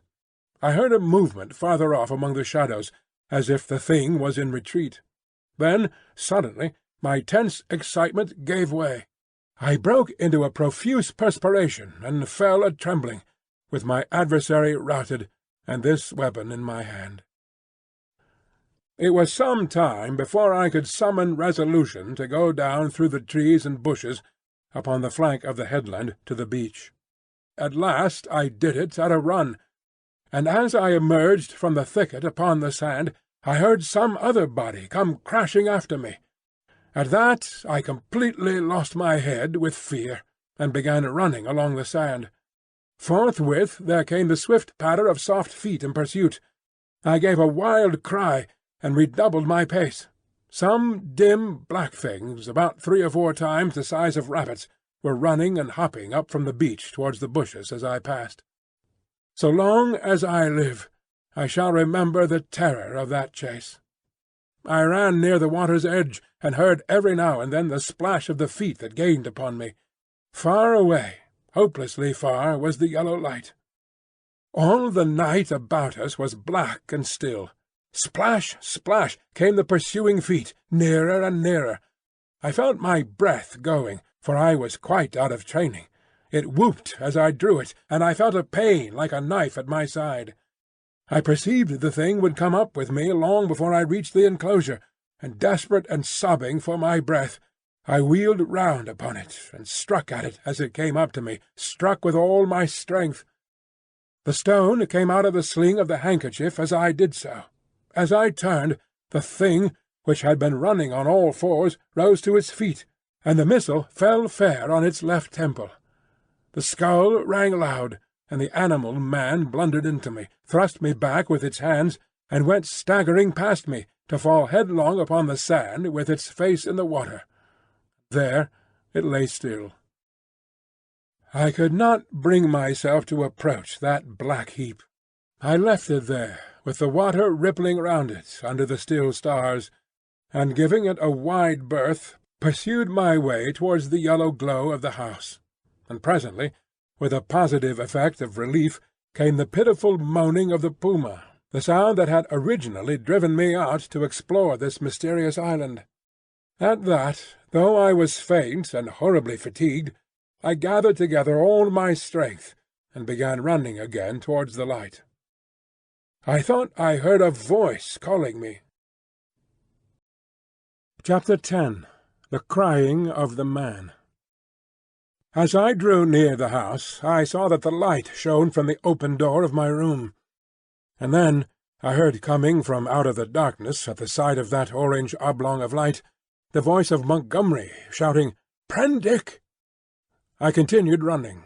Presently I heard him again. I replied by a feeble "hello," and in another moment had staggered up to him. "Where have you been?" said he, holding me at arm's length so that the light from the door fell on my face. We have both been so busy that we forgot you until about half an hour ago." He led me into the room and sat me down in the deck chair. For a while I was blinded by the light. "We did not think you would start to explore this island of ours without telling us," he said. And then, "I was afraid. But what? Hello?" My last remaining strength slipped from me, and my head fell forward on my chest. I think he found a certain satisfaction in giving me brandy. "For God's sake," said I, "fasten that door." "You've been meeting some of our curiosities, eh?" said he. He locked the door and turned to me again. He asked me no questions, but gave me some brandy and water and pressed me to eat. I was in a state of collapse. He said something vague about his forgetting to warn me, and asked me briefly when I left the house and what I had seen. I answered him as briefly, in fragmentary sentences. "Tell me what it all means," said I, in a state bordering on hysterics.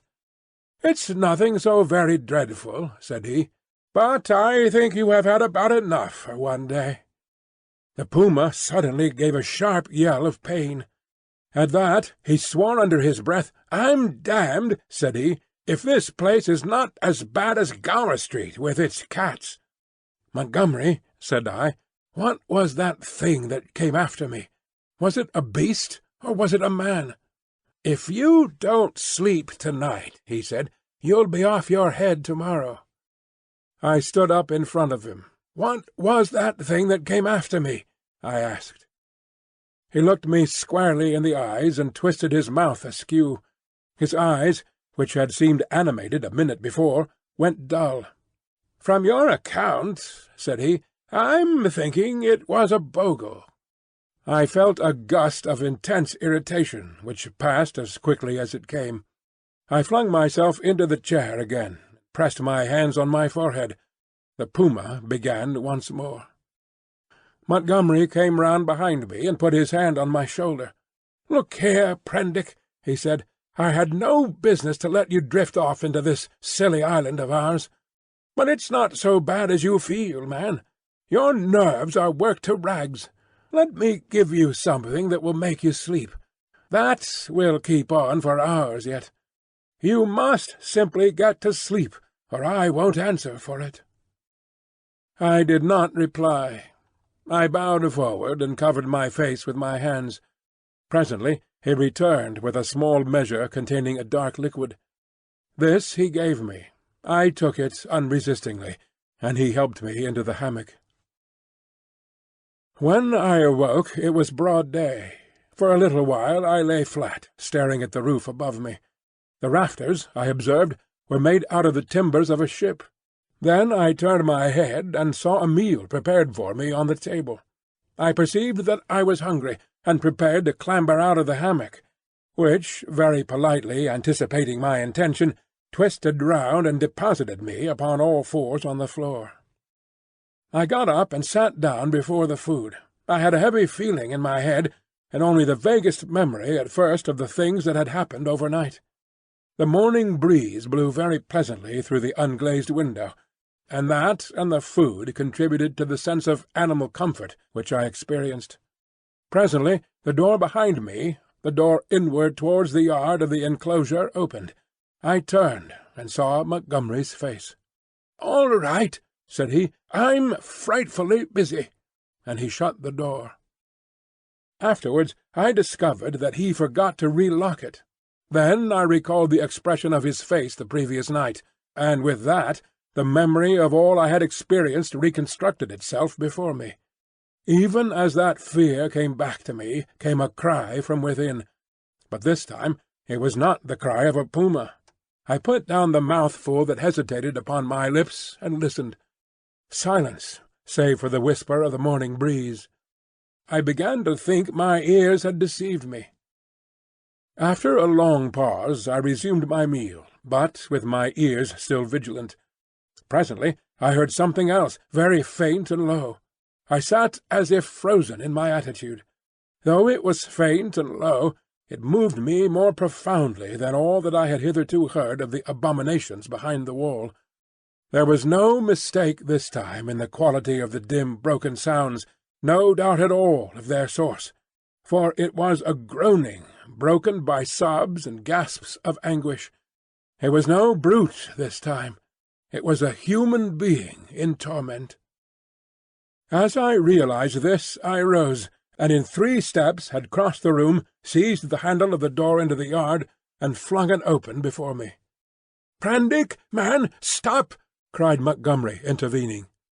A startled deerhound yelped and snarled. There was blood, I saw, in the sink, brown and some scarlet, and I smelt the peculiar smell of carbolic acid. Then, through an open doorway beyond, in the dim light of the shadow, I saw something bound painfully upon a framework, scarred, red, and bandaged, and then, blotting this out, appeared the face of old Moreau, white and terrible.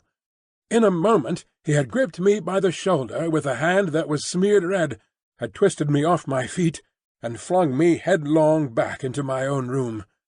He lifted me as though I was a little child. I fell at full length upon the floor, and the door slammed and shut out the passionate intensity of his face. Then I heard the key turn in the lock, and Montgomery's voice in expostulation. "Ruined the work of a lifetime," I heard Moreau say. "He does not understand," said Montgomery, and other things that were inaudible. "I can't spare the time yet," said Moreau. The rest I did not hear. I picked myself up and stood trembling, my mind a chaos of the most horrible misgivings. Could it be possible, I thought, that such a thing as the vivisection of men was carried on here? The question shot like lightning across a tumultuous sky, and suddenly the clouded horror of my mind condensed into a vivid realization of my own danger. Chapter 11. The Hunting of the Man. It came before my mind with an unreasonable hope of escape that the outer door of my room was still open to me. I was convinced now, absolutely assured, that Moreau had been vivisecting a human being. All the time since I had heard his name, I had been trying to link in my mind in some way the grotesque animalism of the islanders with his abominations. And now I thought I saw it all. The memory of his work on the transfusion of blood recurred to me. These creatures I had seen were the victims of some hideous experiment. These sickening scoundrels had merely intended to keep me back, to fool me with their display of confidence, and presently to fall upon me with a fate more horrible than death, with torture, and after torture the most hideous degradation it is possible to conceive, to send me off a lost soul, a beast, to the rest of their comus route. I looked round for some weapon. Nothing. Then, with an inspiration, I turned over the deck chair, put my foot on the side of it, and tore away the side rail. It happened that a nail came away with the wood, and, projecting, gave a touch of danger to an otherwise petty weapon.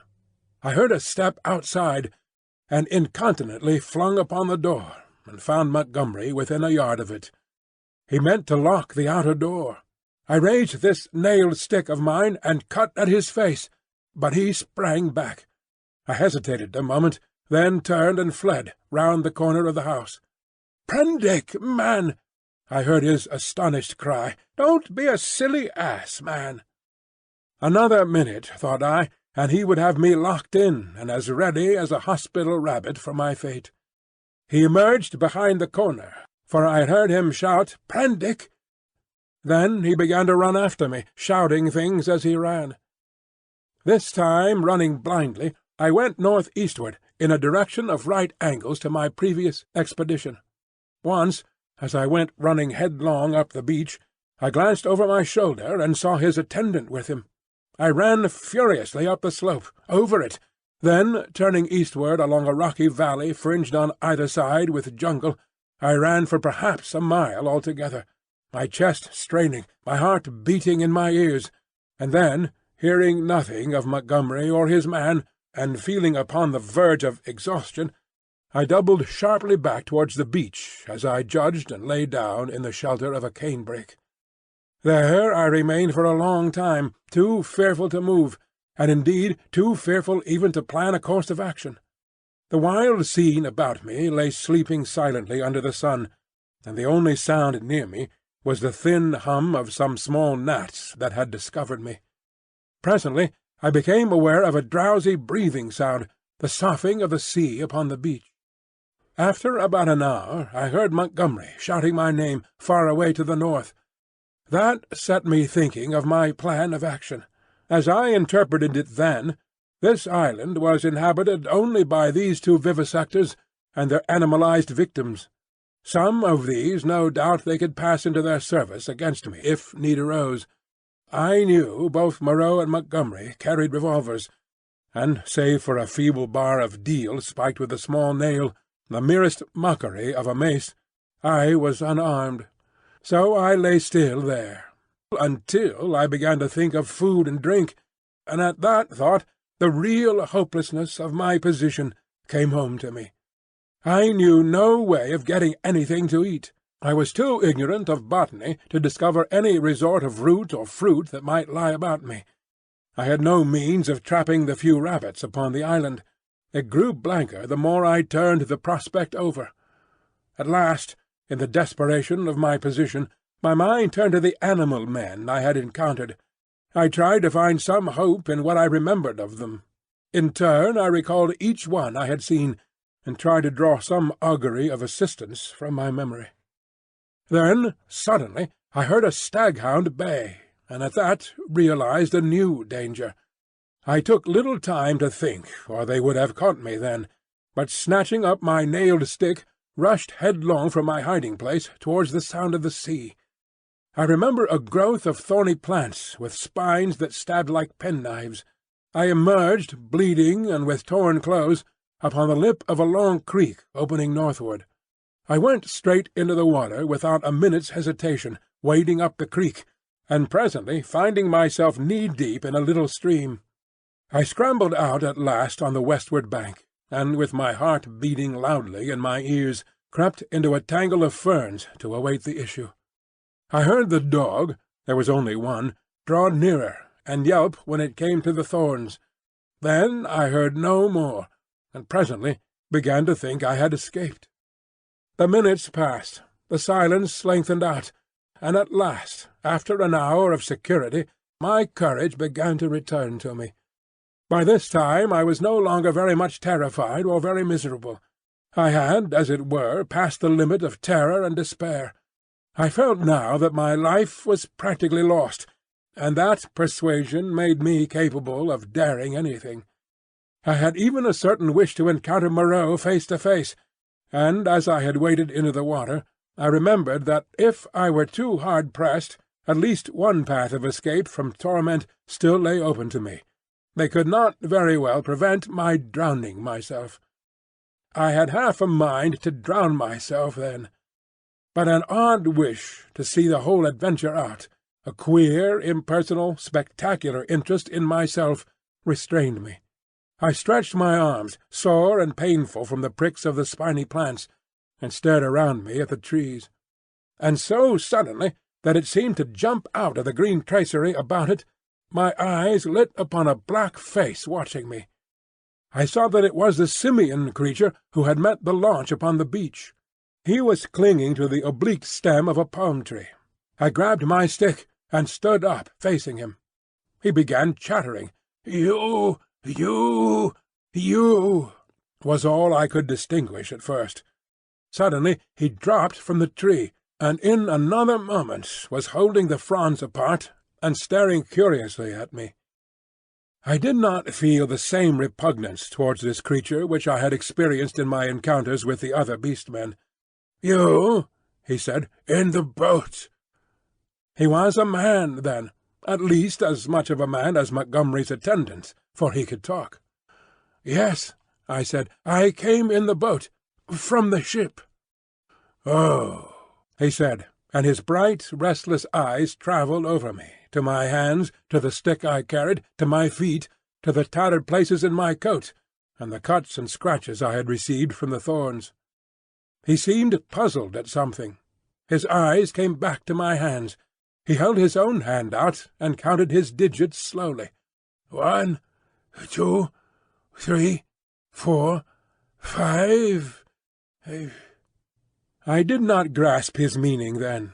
Afterwards I was to find that a great proportion of these beast people had malformed hands, lacking sometimes even 3 digits.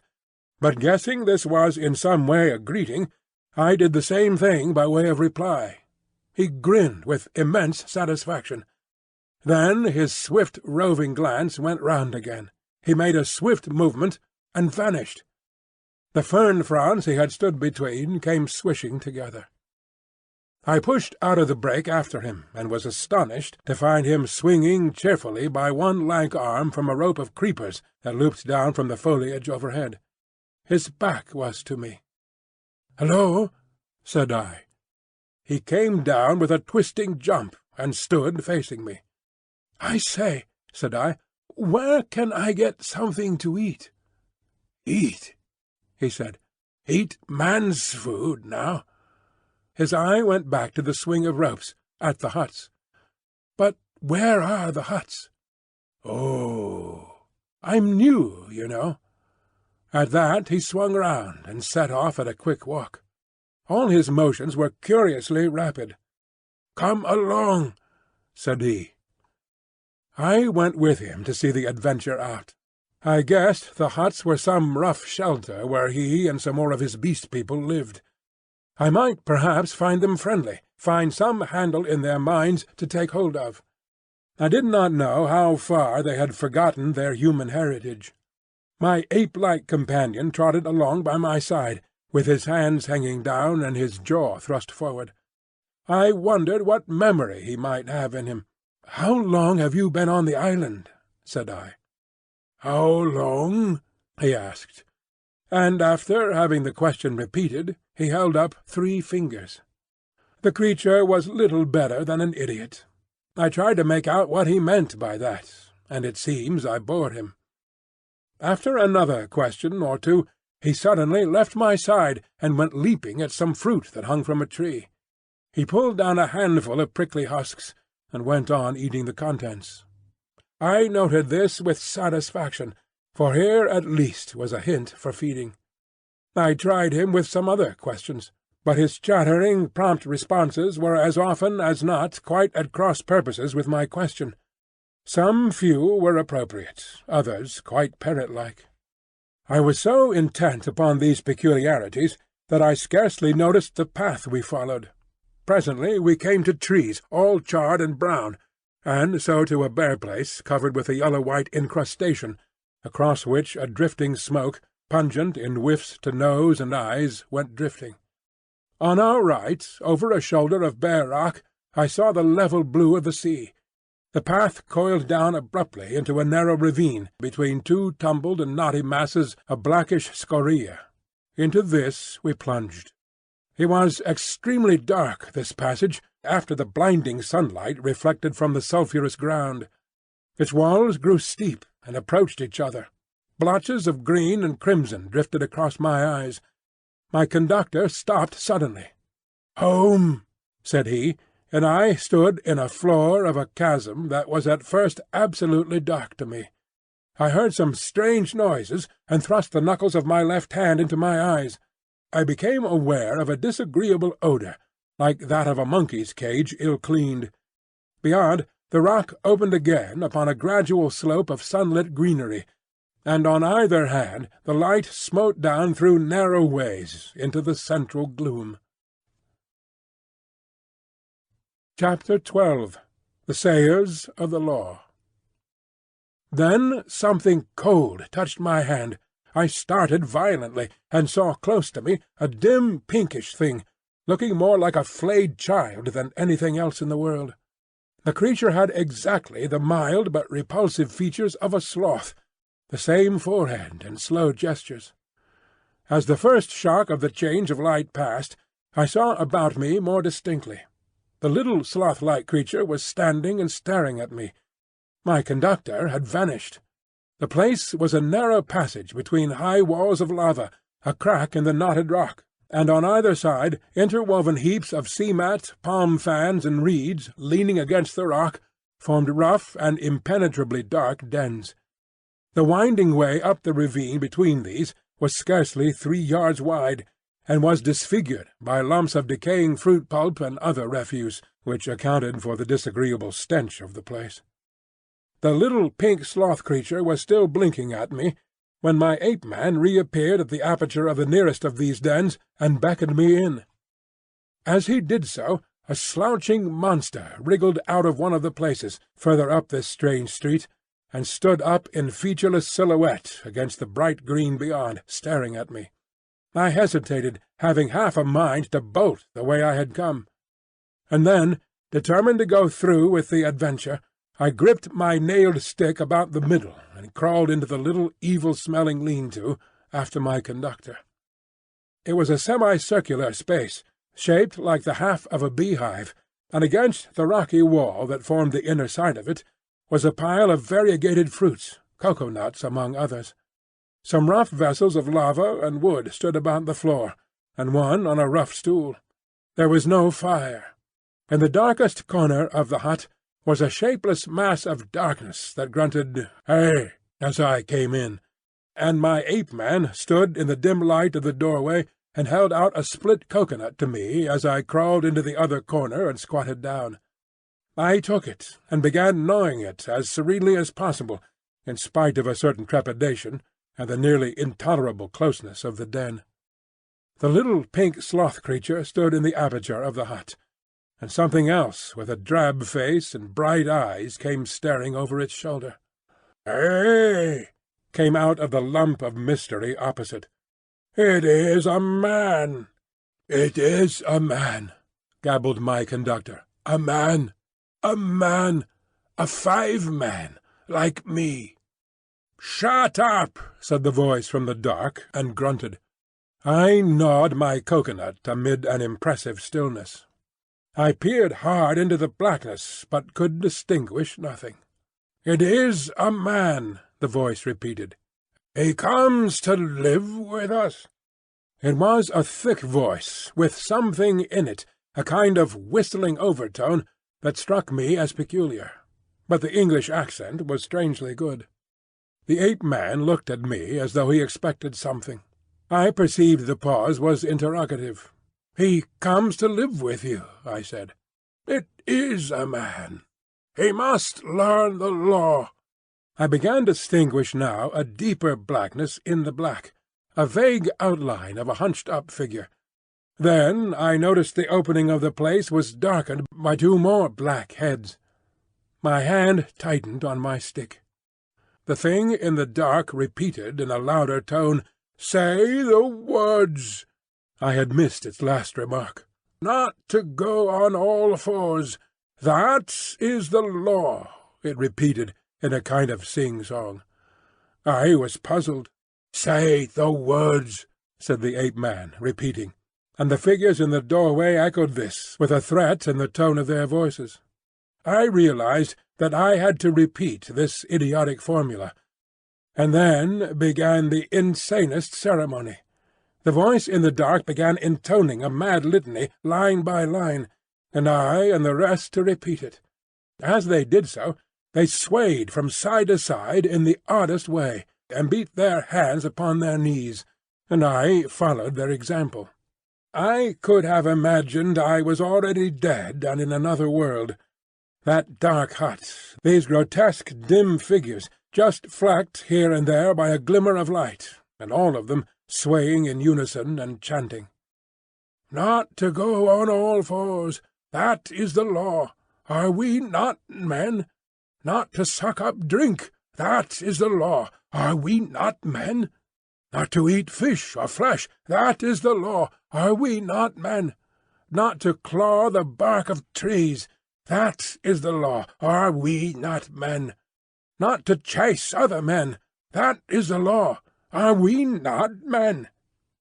And so, from the prohibition of these acts of folly, on to the prohibition of what I thought then were the maddest, most impossible, and most indecent things one could well imagine. A kind of rhythmic fervour fell on all of us. We gabbed and swayed faster and faster, repeating this amazing law. Superficially, the contagion of these brutes was upon me, but deep down within me the laughter and disgust struggled together. We ran through a long list of prohibitions, and then the chant swung round to a new formula. "His is the house of pain. His is the hand that makes. His is the hand that wounds. His is the hand that heals." And so on for another long series, mostly quite incomprehensible gibberish to me about him, whoever he might be. I could have fancied it was a dream, but never before have I heard chanting in a dream. "His is the lightning flash," we sang. "His is the deep salt sea." A horrible fancy came into my head that Moreau, after animalizing these men, had infected their dwarfed brains with a kind of deification of himself. However, I was too keenly aware of white teeth and strong claws about me to stop my chanting on that account. "His are the stars in the sky." At last that song ended. I saw the ape-man's face shining with perspiration, and my eyes being now accustomed to the darkness, I saw more distinctly the figure in the corner from which the voice came. It was the size of a man, but it seemed covered with a dull grey hair, almost like a Skye terrier. What was it? What were they all? Imagine yourself surrounded by all the most horrible cripples and maniacs it is possible to conceive, and you may understand a little of my feelings with these grotesque caricatures of humanity about me.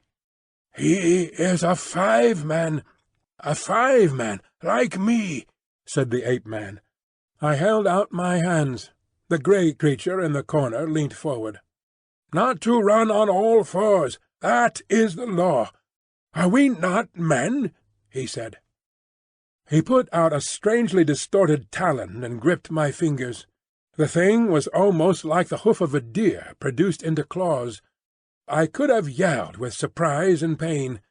His face came forward and peered at my nails, came forward into the light of the opening of the hut, and I saw with a quivering disgust that it was like the face of neither man nor beast, but a mere shock of grey hair, with 3 shadowy overarchings to mark the eyes and mouth.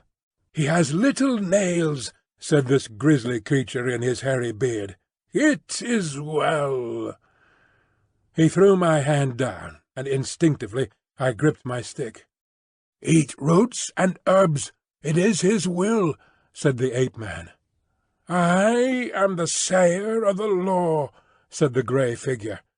"Here come all that be new to learn the law. I sit in the darkness and say the law." "It is even so," said one of the beasts in the doorway. "Evil are the punishments of those who break the law. None escape." "None escape," said the beast-folk, glancing furtively at one another. "None," said the ape-man. "None escape. See, I did a little thing, a wrong thing, once. I jabbered, stopped talking. None could understand. I am burnt, branded in the hand. He is great, he is good."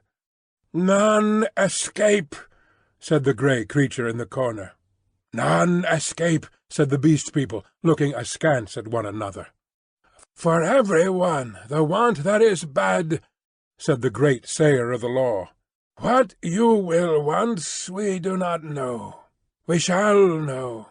Some want to follow things that move, to watch and slink and wait and spring, to kill and bite, bite deep and rich, sucking the blood.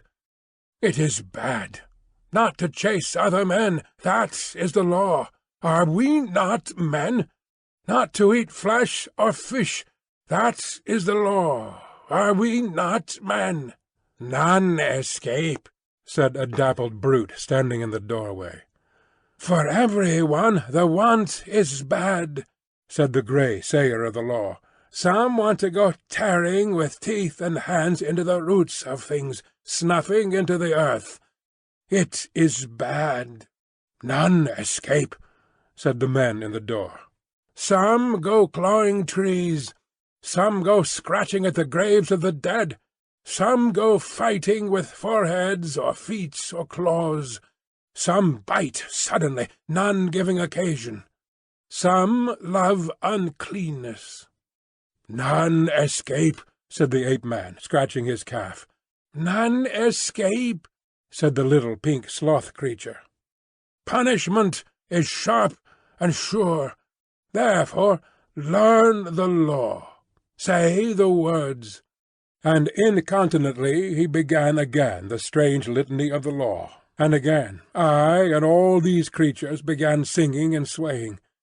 My head reeled with this jabbering and the close stench of the place, but I kept on, trusting to find presently some chance of a new development. "Not to go on all fours. That is the law. Are we not men?" We were making such a noise that I noticed nothing of a tumult outside until someone, who I think was one of the two swine-men I had seen, thrust his head over the little pink sloth creature and shouted something excitedly, something that I did not catch. Incontinently those at the opening of the hut vanished. My ape-man rushed out. The thing that had sat in the dark followed him. I only observed that it was big and clumsy, and covered with silvery hair, and I was left alone. Then, before I reached the aperture, I heard the yelp of a staghound. In another moment I was standing outside the hovel, my chair-rail in my hand, every muscle of me quivering. Before me were the clumsy backs of perhaps a score of these beast-people, their misshapen heads half hidden by their shoulder-blades. They were gesticulating excitedly. Other half-animal faces glared interrogation out of the hovels. Looking in the direction in which they faced, I saw, coming through the haze under the trees beyond the end of the passage of dens, the dark figure and awful white face of Moreau. He was holding the leaping staghound back, and close behind him came Montgomery, revolver in hand. For a moment I stood horror-struck. I turned and saw the passage behind me blocked by another heavy brute, with a huge grey face and twinkling little eyes, advancing towards me. I turned and saw the passage behind me blocked by another heavy brute, with a huge grey face and twinkling little eyes, advancing towards me. I looked round and saw to the right of me, and a half-dozen yards in front of me, a narrow gap in the wall of rock, through which a ray of light slanted into the shadows. "Stop!" cried Moreau as I strode towards him, and then, "Hold him!" At that, first one face turned towards me, and then others. Their bestial minds were happily slow. I dashed my shoulder into a clumsy monster who was turning to see what Moreau meant, and flung him forward into another. I felt his hands fly round, clutching at me and missing me. The little pink sloth creature dashed at me, and I gashed down its ugly face with the nail in my stick, and in another minute was scrambling up a steep side pathway, a kind of sloping chimney, out of the ravine. I heard a howl behind me, and cries of "Catch him! Hold him!" and the grey-faced creature appeared behind me and jammed his huge bulk into the cleft. "Go on!" they howled. I clambered up the narrow cleft in the rock, and came out upon the sulphur on the west side of the village of the Beast-Men. That gap was altogether fortunate for me, for the narrow chimney, slanting obliquely upward, must have impeded the nearer pursuers. I ran over the white space and down a steep slope, through a scattered growth of trees, and came to a low-lying stretch of tall reeds, through which I pushed into a dark, thick undergrowth that was black and succulent underfoot. As I plunged into the reeds, my foremost pursuers emerged from the gap. I broke my way through this undergrowth for some minutes. The air behind me and about me was soon full of threatening cries. I heard the tumult of my pursuers in the gap up the slope, then the crashing of the reeds, and every now and then the crackling crash of a branch. Some of the creatures roared like excited beasts of prey. The staghound yelped to the left. I heard Moreau and Montgomery shouting in the same direction. I turned sharply to the right. It seemed to me even then that I heard Montgomery shouting for me to run for my life. Presently the ground gave rich and oozy under my feet. But I was desperate and went headlong into it, struggled through knee-deep, and so came to a winding path among tall canes. The noise of my pursuers passed away to my left. In one place 3 strange, peak-hopping animals, about the size of cats, bolted before my footsteps. This pathway ran uphill, across another open space covered with white incrustation, and plunged into a canebrake again. Then suddenly it turned parallel with the edge of a steep-walled gap, which came without warning, like the ha-ha of an English park, turned with an unexpected abruptness. I was still running with all my might, and I never saw this drop until I was flying headlong through the air. I fell on my forearms and head among thorns, and rose with a torn ear and bleeding face. I had fallen into a precipitous ravine, rocky and thorny, full of a hazy mist which drifted about me in wisps, and with a narrow streamlet from which this mist came meandering down the centre. I was astonished at this thin fog in the full blaze of daylight, but I had no time to stand wondering then. I turned to my right, downstream, hoping to come to the sea in that direction, and so have my way open to drown myself. It was only later I found that I had dropped my nailed stick in my fall. Presently the ravine grew narrower for a space, and carelessly I stepped into the stream. I jumped out again pretty quickly, for the water was almost boiling. I noticed, too, there was a thin sulphurous scum drifting upon its coiling water. Almost immediately came a turn in the ravine and the indistinct blue horizon. The nearer sea was flashing the sun from a myriad facets.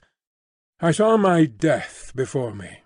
But I was hot and panting, with the warm blood oozing out on my face and running pleasantly through my veins. I felt more than a touch of exultation, too, at having distanced my pursuers. It was not in me then to go out and drown myself yet. I stared back the way I had come. I listened. Save for the hum of the gnats and the chirp of some small insects that hopped among the thorns, the air was absolutely still. Then came the yelp of a dog, very faint, and a chattering and gibbering, the snap of a whip, and voices. They grew louder, then fainter again. The noise receded up the stream and faded away. For a while the chase was over, but I knew now how much hope of help for me lay in the Beast People. Chapter 13. A Parley. I turned again and went on down towards the sea. I found the hot stream broadened out to a shallow, weedy sand, in which an abundance of crabs and long-bodied, many-legged creatures started from my footfall. I walked to the very edge of the salt water, and then I felt I was safe. I turned and stared, arms akimbo, at the thick green behind me, into which the steamy ravine cut like a smoking gash. But, as I say, I was too full of excitement and, a true saying, though those who have never known danger may doubt it, too desperate to die. Then it came into my head that there was one chance before me yet. While Moreau and Montgomery and their bestial rabble chased me through the island, might I not go round the beach until I came to their enclosure, make a flank march upon them, in fact, and then, with a rock lugged out of their loosely built wall, perhaps smash in the lock of the smaller door, and see what I could find, knife, pistol, or what not, to fight them with when they returned. It was, at any rate, something to try. So I turned to the westward, and walked along by the water's edge. The setting sun flashed his blinding heat into my eyes. The slight Pacific tide was running in with a gentle ripple. Presently the shore fell away southward, and the sun came round upon my right hand. Then suddenly, far in front of me, I saw first one and then several figures emerging from the bushes, Moreau with his grey staghound, then Montgomery, and 2 others. At that I stopped. They saw me, and began gesticulating and advancing. I stood watching them approach. The two beast-men came running forward to cut me off from the undergrowth, inland. Montgomery came, running also, but straight towards me. Moreau followed slower with his dog. At last I roused myself from my inaction, and turning seaward, walked straight into the water. The water was very shallow at first. I was 30 yards out before the waves reached my waist. Dimly I could see the intertidal creatures darting away from my feet. "What are you doing, man?" cried Montgomery. I turned, standing waist-deep, and stared at them. Montgomery stood panting at the margin of the water. His face was bright red with exertion, his long flaxen hair blown about his head, and his dropping nether lip showed his irregular teeth. Moreau was just coming up, his face pale and firm, and the dog at his hand barked at me. Both men had heavy whips. Farther up the beach stared the beast-men. "What am I doing? I'm going to drown myself," said I. Montgomery and Moreau looked at each other. "Why?" asked Moreau. "Because that is better than being tortured by you." "I told you so," said Montgomery, and Moreau said something in a low tone. "What makes you think I shall torture you?" asked Moreau. "What I saw," I said, "and those yonder." "Hush!" said Moreau, and held up his hand. "I will not," said I. "They were men. What are they now? I, at least, will not be like them." I looked past my interlocutors. Up the beach were Emling, Montgomery's attendant, and one of the white-swathed brutes from the boat. Farther up, in the shadow of the trees, I saw my little ape-man, and behind him some other dim figures. "Who are these creatures?" said I, pointing to them and raising my voice more and more that it might reach them. "They were men, men like yourselves, whom you have infected with some bestial taint, men whom you have enslaved, and whom you still fear." "You who listen!" I cried, pointing now to Moreau and shouting past him to the beast-men. "You who listen! Do you not see these men still fear you, go in dread of you?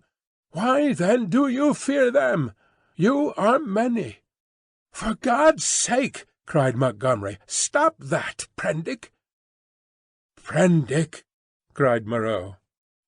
They both shouted together as if to drown my voice, and behind them lowered the staring faces of the beast-men, wondering, their deformed hands hanging down, their shoulders hunched up.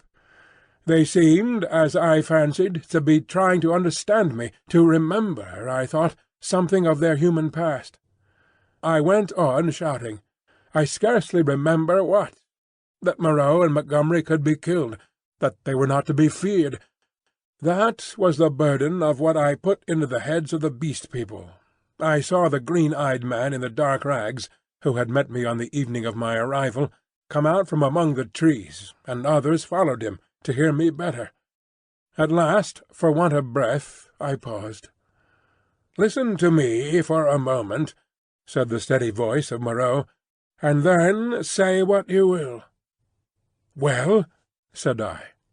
He coughed, thought, then shouted, "Latin, Prendick! Bad Latin, schoolboy Latin, but try and understand. He non sunt homines, sunt animalia, qui nos habemus vivisected. A humanizing process. I will explain. Come ashore." I laughed. "A pretty story," said I. "They talk, build houses. They were men. It's likely I'll come ashore. The water just beyond where you stand is deep and full of sharks." "That's my way," said I, "short and sharp, presently. Wait a minute." He took something out of his pocket that flashed back the sun, and dropped the object at his feet. "That's a loaded revolver," said he. "Montgomery here will do the same. Now, we are going up the beach until you are satisfied the distance is safe. Then come and take the revolvers." "Not I. You have a third between you." I want you to think over things, Prendick. In the first place, I never asked you to come upon this island. If we vivisected men, we should import men, not beasts. In the next, we had you drugged last night, had we wanted to work you any mischief. And in the next, now your first panic is over and you can think a little, is Montgomery here quite up to the character you give him? We have chased you for your good, because this island is full of inimical phenomena. Besides, why should we want to shoot you when you have just offered to drown yourself? Why did you set your people onto me when I was in the hut? We felt sure of catching you and bringing you out of danger. Afterwards we drew away from the scent for your good. I mused. It seemed just possible. Then I remembered something again. "But I saw," said I, "in the enclosure. That was a puma." "Look here, Prendick," said Montgomery, "you're a silly ass. Come out of the water and take these revolvers and talk. We can't do anything more than we could do now. I will confess that then, and indeed always, I distrusted and dreaded Moreau. But Montgomery was a man I felt I understood." "Go up the beach," said I after thinking, and added, "holding your hands up." "Can't do that," said Montgomery, with an explanatory nod over his shoulder. "Undignified." "Go up to the trees, then," said I, "as you please." "It's a damned silly ceremony," said Montgomery. Both turned and faced the 6 or 7 grotesque creatures who stood there in the sunlight, solid, casting shadows, moving, and yet so incredibly unreal. Montgomery cracked his whip at them, and forthwith they all turned and fled helter-skelter into the trees, and when Montgomery and Moreau were at a distance I judged sufficient, I waded ashore, and picked up and examined the revolvers. To satisfy myself against the subtlest trickery, I discharged one at a round lump of lava, and had the satisfaction of seeing the stone pulverized and the beach splashed with lead. Still I hesitated for a moment. "I'll take the risk," said I, "at last," and with a revolver in each hand I walked up the beach towards them. "That's better," said Moreau without affectation. "As it is, you have wasted the best part of my day with your confounded imagination." And with a touch of contempt which humiliated me, he and Montgomery turned and went on in silence before me. The knot of beast-men, still wondering, stood back among the trees. I passed them as serenely as possible. One started to follow me, but retreated again when Montgomery cracked his whip. The rest stood silent, watching. They may once have been animals, but I never before saw an animal trying to think. Chapter 14. Dr. Moreau Explains. "And now, Prendick, I will explain," said Dr. Moreau so soon as we had eaten and drunk. "I must confess that you are the most dictatorial guest I ever entertained. I warn you that this is the last I shall do to oblige you. The next thing you threaten to commit suicide about, I shan't do, even at some personal inconvenience." He sat in my deck-chair, a cigar half consumed in his white, dexterous-looking fingers. The light of the swinging lamp fell on his white hair. He stared through the little window out at the starlight. I sat as far away from him as possible, the table between us, and the revolvers to hand. Montgomery was not present.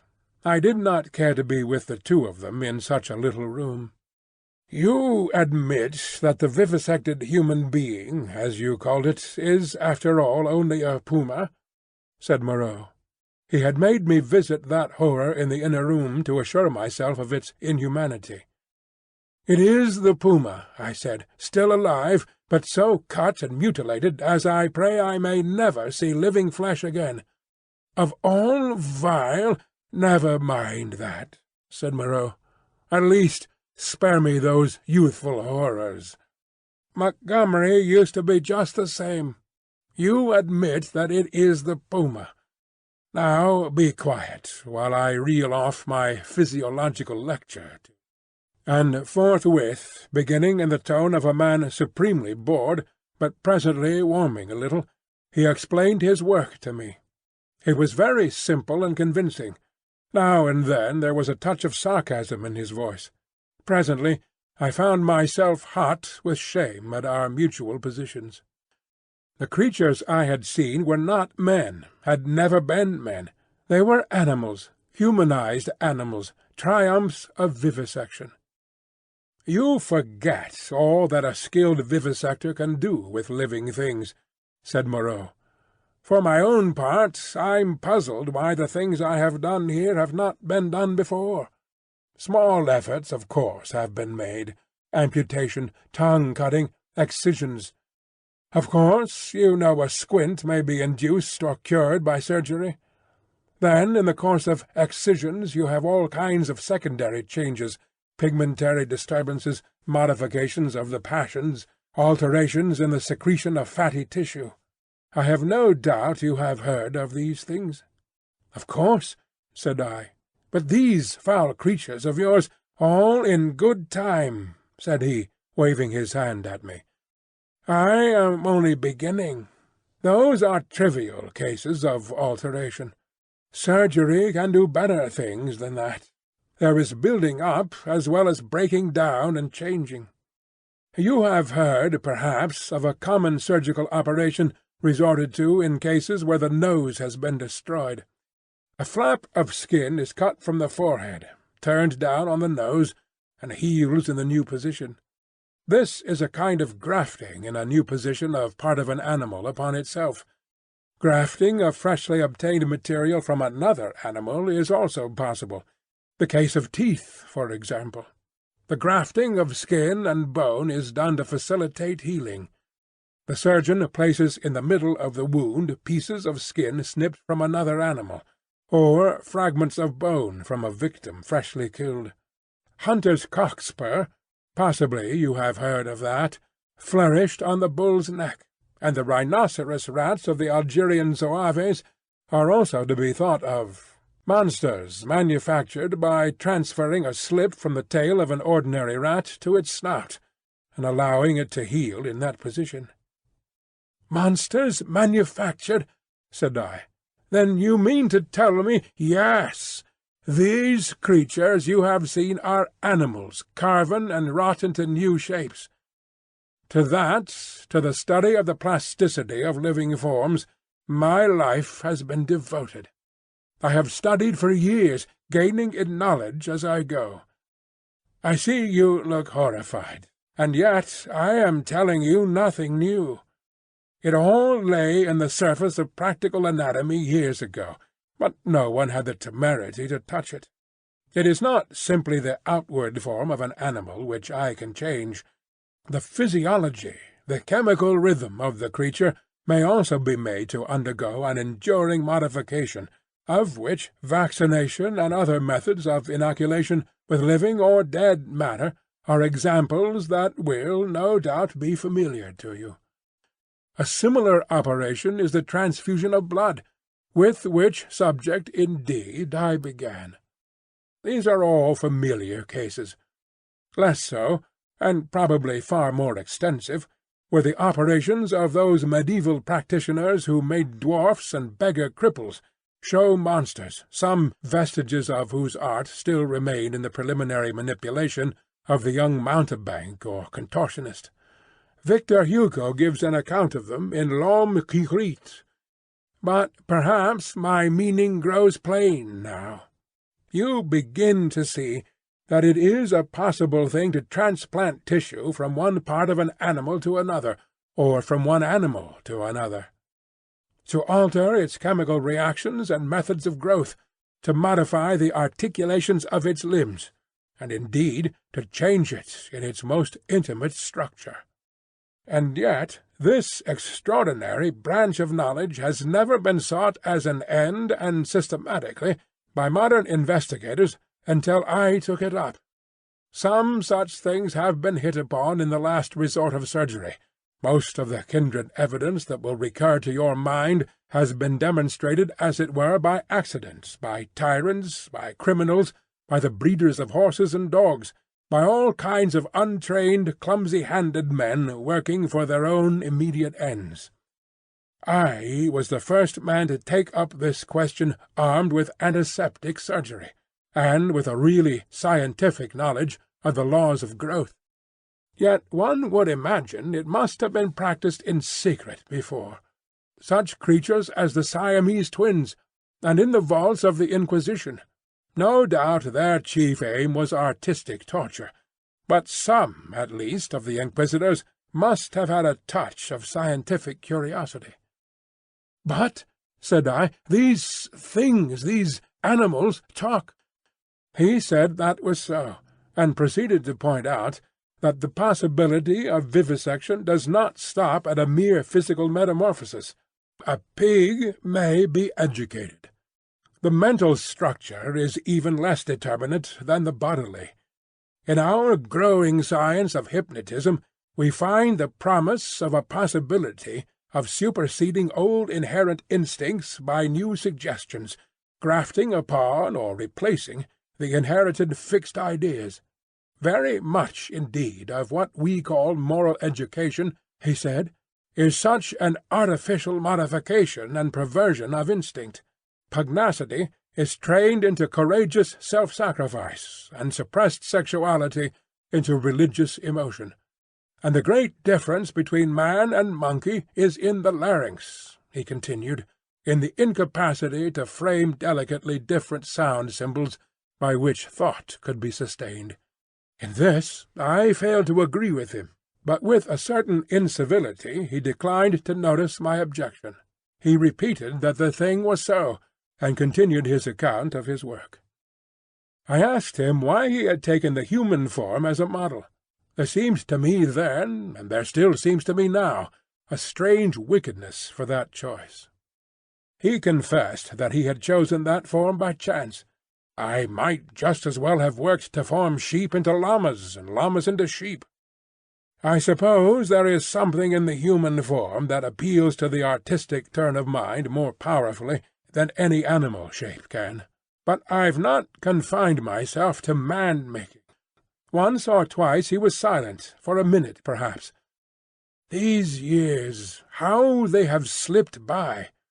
And here I have wasted a day saving your life, and am now wasting an hour explaining myself.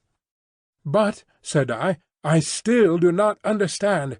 Where is your justification for inflicting all this pain? The only thing that could excuse vivisection to me would be some application—" "Precisely," said he. "But, you see, I am differently constituted. We are on different platforms.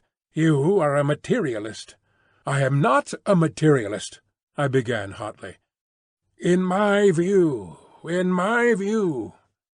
For it is just this question of pain that parts us. So long as visible or audible pain turns you sick, so long as your own pains drive you, so long as pain underlies your propositions about sin, so long, I tell you, you are an animal, thinking a little less obscurely what an animal feels. This pain—" I gave an impatient shrug at such sophistry. "Oh, but it is such a little thing. A mind truly opened to what science has to teach must see that it is a little thing. It may be that, save in this little planet, this speck of cosmic dust, invisible long before the nearest star could be attained, it may be, I say, that nowhere else does this thing called pain occur. But the laws we feel our way towards, why, even on this earth, even among living things, what pain is there?" As he spoke he drew a little penknife from his pocket, opened the smaller blade, and moved his chair so that I could see his thigh. Then, choosing the place deliberately, he drove the blade into his leg and withdrew it. "No doubt," he said, "you have seen that before. It does not hurt a pin-prick. But what does it show? The capacity for pain is not needed in the muscle, and it is not placed there, is but little needed in the skin, and only here and there over the thigh is a spot capable of feeling pain. Pain is simply our intrinsic medical adviser to warn us and stimulate us.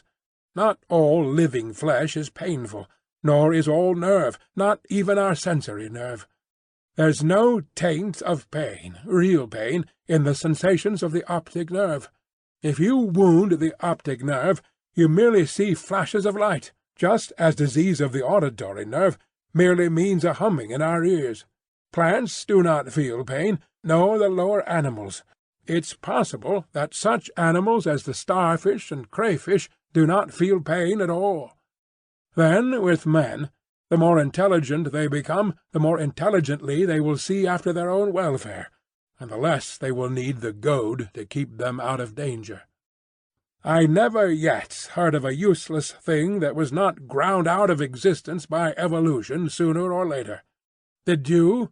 And pain gets needless. Then I am a religious man, Prendick, as every sane man must be.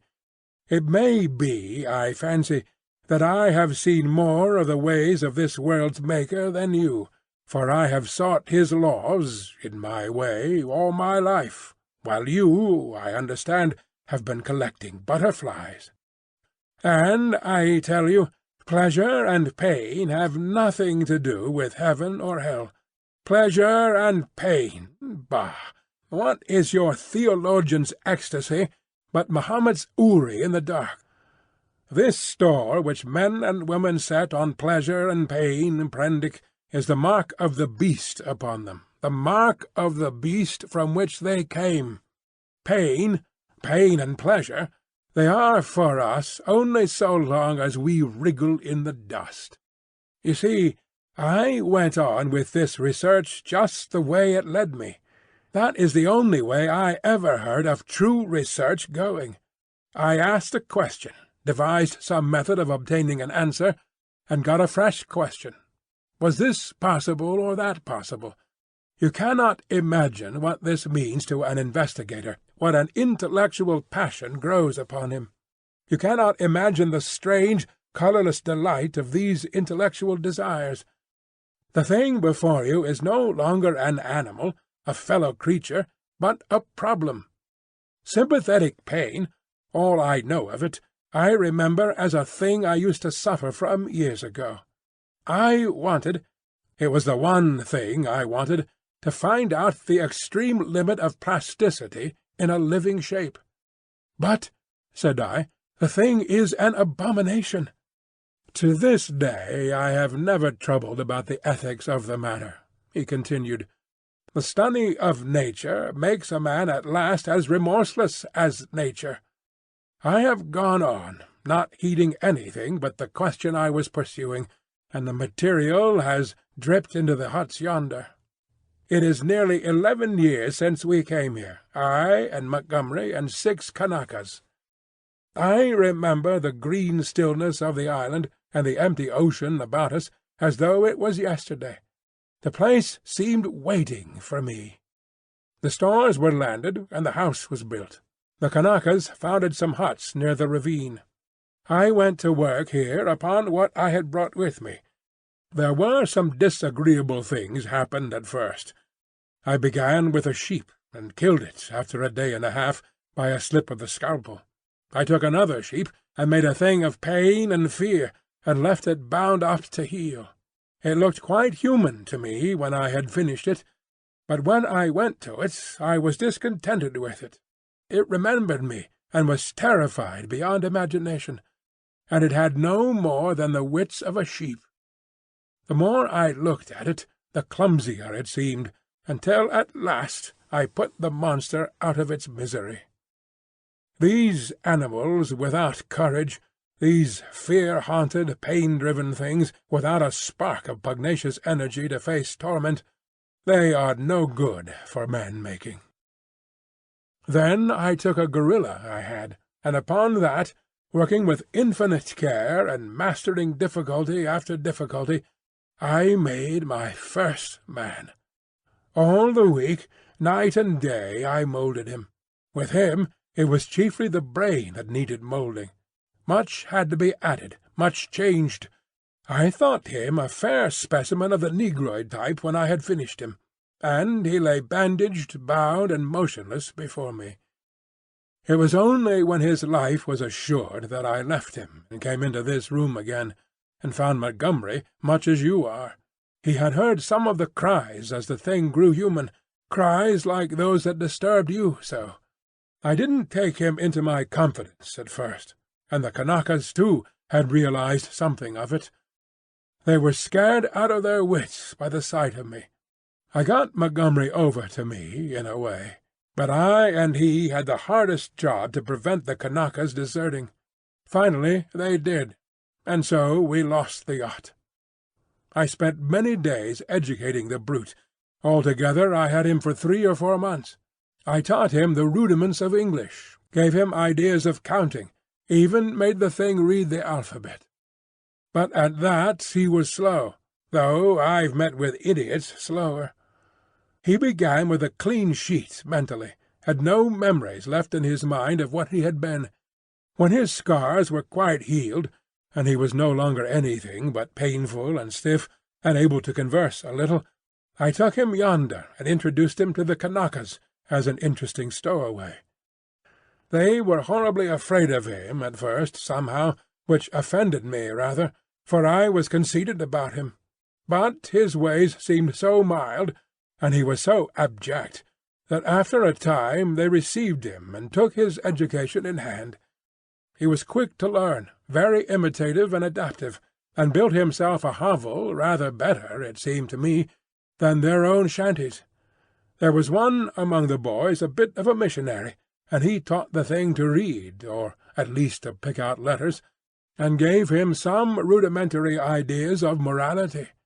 But it seems the beast's habits were not all that is desirable. I rested from work for some days after this, and was in a mind to write an account of the whole affair, to wake up English physiology. Then I came upon the creature squatting up in a tree, and gibbering at 2 of the Kanakas who had been teasing him. I threatened him, told him the inhumanity of such a proceeding, aroused his sense of shame, and came home resolved to do better before I took my work back to England. I have been doing better, but somehow the things drift back again. The stubborn beast-flesh grows day by day back again. But I mean to do better things still. I mean to conquer that. This puma— But that's the story. All the Kanaka boys are dead now. One fell overboard of the launch, and one died of a wounded heel that he poisoned in some way with plant juice. 3 went away in the yacht, and I suppose, and hope, were drowned. The other one was killed. Well, I have replaced them. Montgomery went on much as you are disposed to do at first, and then— "What became of the other one?" said I, sharply. "The other Kanaka who was killed?" "The fact is, after I had made a number of human creatures, I made a thing." He hesitated. "Yes," said I. "It was killed." "I don't understand," said I. "Do you mean to say—" "It killed the Kanakais. It killed several other things that it caught. We chased it for a couple of days.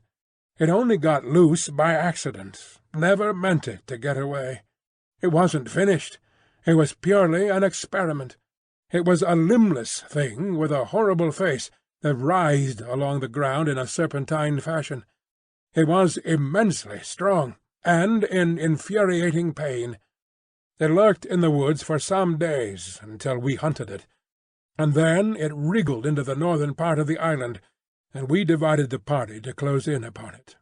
Montgomery insisted upon coming with me. The man had a rifle, and when his body was found, one of the barrels was curved into the shape of an S, and very nearly bitten through. Montgomery shot the thing. After that I stuck to the ideal of humanity, except for little things. He became silent.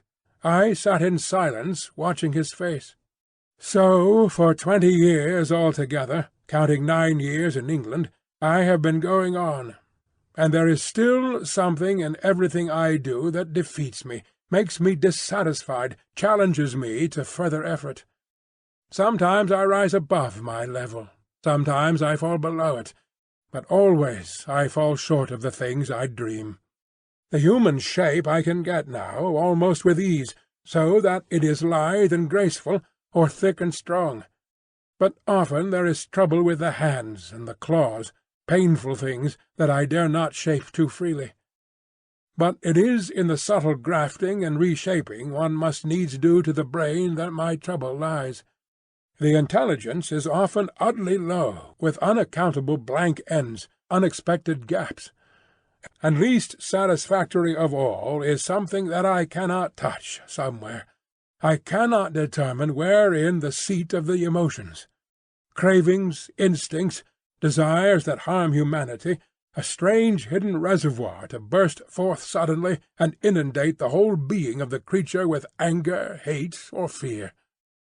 These creatures of mine seemed strange and uncanny to you so soon as you began to observe them. But to me, just after I make them, they seem to be indisputably human beings. It's afterwards, as I observe them, that the persuasion fades. First one animal trait, then another, creeps to the surface and stares out at me. But I will conquer yet. Each time I dip a living creature into the bath of burning pain, I say, this time I will burn out all the animal. This time I will make a rational creature of my own. After all, what is 10 years? Men have been 100,000 in the making, he thought darkly. But I am drawing near the fastness. This puma of mine— After a silence, and they revert. As soon as my hand is taken from them, the beast begins to creep back, begins to assert itself again. Another long silence. "Then you take the things you make into those dens?" said I. "They go. I turn them out when I begin to feel the beast in them. Presently they wander there. They all dread this house and me. There is a kind of travesty of humanity over there. Montgomery knows about it, for he interferes in their affairs. He has trained 1 or 2 of them to our service. He's ashamed of it, but I believe he half likes some of those beasts. It's his business, not mine. They only sicken me with a sense of failure. I take no interest in them. I fancy they follow in the lines the Kanaka missionary marked out, and have a kind of mockery of a rational life, poor beasts. There's something they call the law, sing hymns about all thine. They build themselves their dens, gather fruits, and pull herbs, marry even. But I can see through it all, see into their very souls, and see there nothing but the souls of beasts, beasts that perish, anger and the lusts to live and gratify themselves. Yet they're odd, complex, like everything else alive. There is a kind of upward striving in them, part vanity, part waste sexual emotion, part waste curiosity. It only mocks me. I have some hope of this puma. I have worked hard at her head and brain. And now, said he, standing up after a long gap of silence, during which we had each pursued our own thoughts, what do you think? Are you in fear of me still? I looked at him, and saw but a white-faced, white-haired man with calm eyes. Save for his serenity, the touch almost of beauty that resulted from his set tranquillity and his magnificent build, he might have passed muster among 100 other comfortable old gentlemen. Then I shivered. By way of answer to his second question, I handed him a revolver with either hand. "Keep them," he said, and snatched at a yawn. He stood up, stared at me for a moment, and smiled. "You have had 2 eventful days," said he. "I should advise some sleep. I'm glad it's all clear. Good night." He thought me over for a moment, then went out by the inner door. I immediately turned the key in the outer one. I sat down again, sat for a time in a kind of stagnant mood, so weary emotionally, mentally, and physically, that I could not think beyond the point at which he had left me. The black window stared at me like an eye. At last, with an effort, I put out the light and got into the hammock. Very soon I was asleep. Chapter 15. Concerning the Beast Folk. I woke early. Moreau's explanation stood before my mind, clear and definite, from the moment of my awakening. I got out of the hammock and went to the door to assure myself that the key was turned. Then I tried the window bar and found it firmly fixed. That these man-like creatures were in truth only bestial monsters, mere grotesque travesties of men, filled me with a vague uncertainty of their possibilities which was far worse than any definite fear. A tapping came at the door, and I heard the glutinous accents of M'ling speaking. I pocketed one of the revolvers, keeping one hand upon it, and opened to him. "Good morning, sir," he said, bringing in addition to the customary herb breakfast, an ill-cooked rabbit. Montgomery followed him. His roving eye caught the position of my arm, and he smiled askew. The puma was resting to heal that day, but Moreau, who was singularly solitary in his habits, did not join us. I talked with Montgomery to clear my ideas of the way in which the beast folk lived. In particular, I was urgent to know how these inhuman monsters were kept from falling upon Moreau and Montgomery, and from rending one another. He explained to me that the comparative safety of Moreau and himself was due to the limited mental scope of these monsters. In spite of their increased intelligence and the tendency of their animal instincts to reawaken, they had certain fixed ideas implanted by Moreau in their minds, which absolutely bounded their imaginations. They were really hypnotized, had been told that certain things were impossible, and that certain things were not to be done, and these prohibitions were woven into the texture of their minds beyond any possibility of disobedience or dispute. Certain matters, however, in which old instinct was at war with Moreau's convenience, were in a less stable condition. A series of propositions, called the law, I had already heard them recited, battled in their minds with the deep-seated, ever-rebellious cravings of their animal natures. This law they were ever repeating, I found, and ever breaking. Both Montgomery and Moreau displayed particular solicitude to keep them ignorant of the taste of blood. They feared the inevitable suggestions of that flavour. Montgomery told me that the law, especially among the feline beast people, became oddly weakened about nightfall, that then the animal was at its strongest, that a spirit of adventure sprang up in them at the dusk, when they would dare things they never seemed to dream about by day. To that I owed my stalking by the Leopard Man, on the night of my arrival. But during these earlier days of my stay they broke the law only furtively and after dark. In the daylight there was a general atmosphere of respect for its multifarious prohibitions.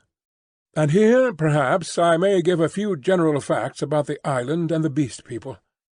The island, which is of irregular outline and lay low upon the wide sea, had a total area, I suppose, of 7 or 8 square miles. It was volcanic in origin, and was now fringed on 3 sides by coral reefs. Some fumaroles to the northward and a hot spring were the only vestiges of the forces that had long since originated it. Now and then a faint quiver of earthquake would be sensible, and sometimes the ascent of the spire of smoke would be rendered tumultuous by gusts of steam, but that was all.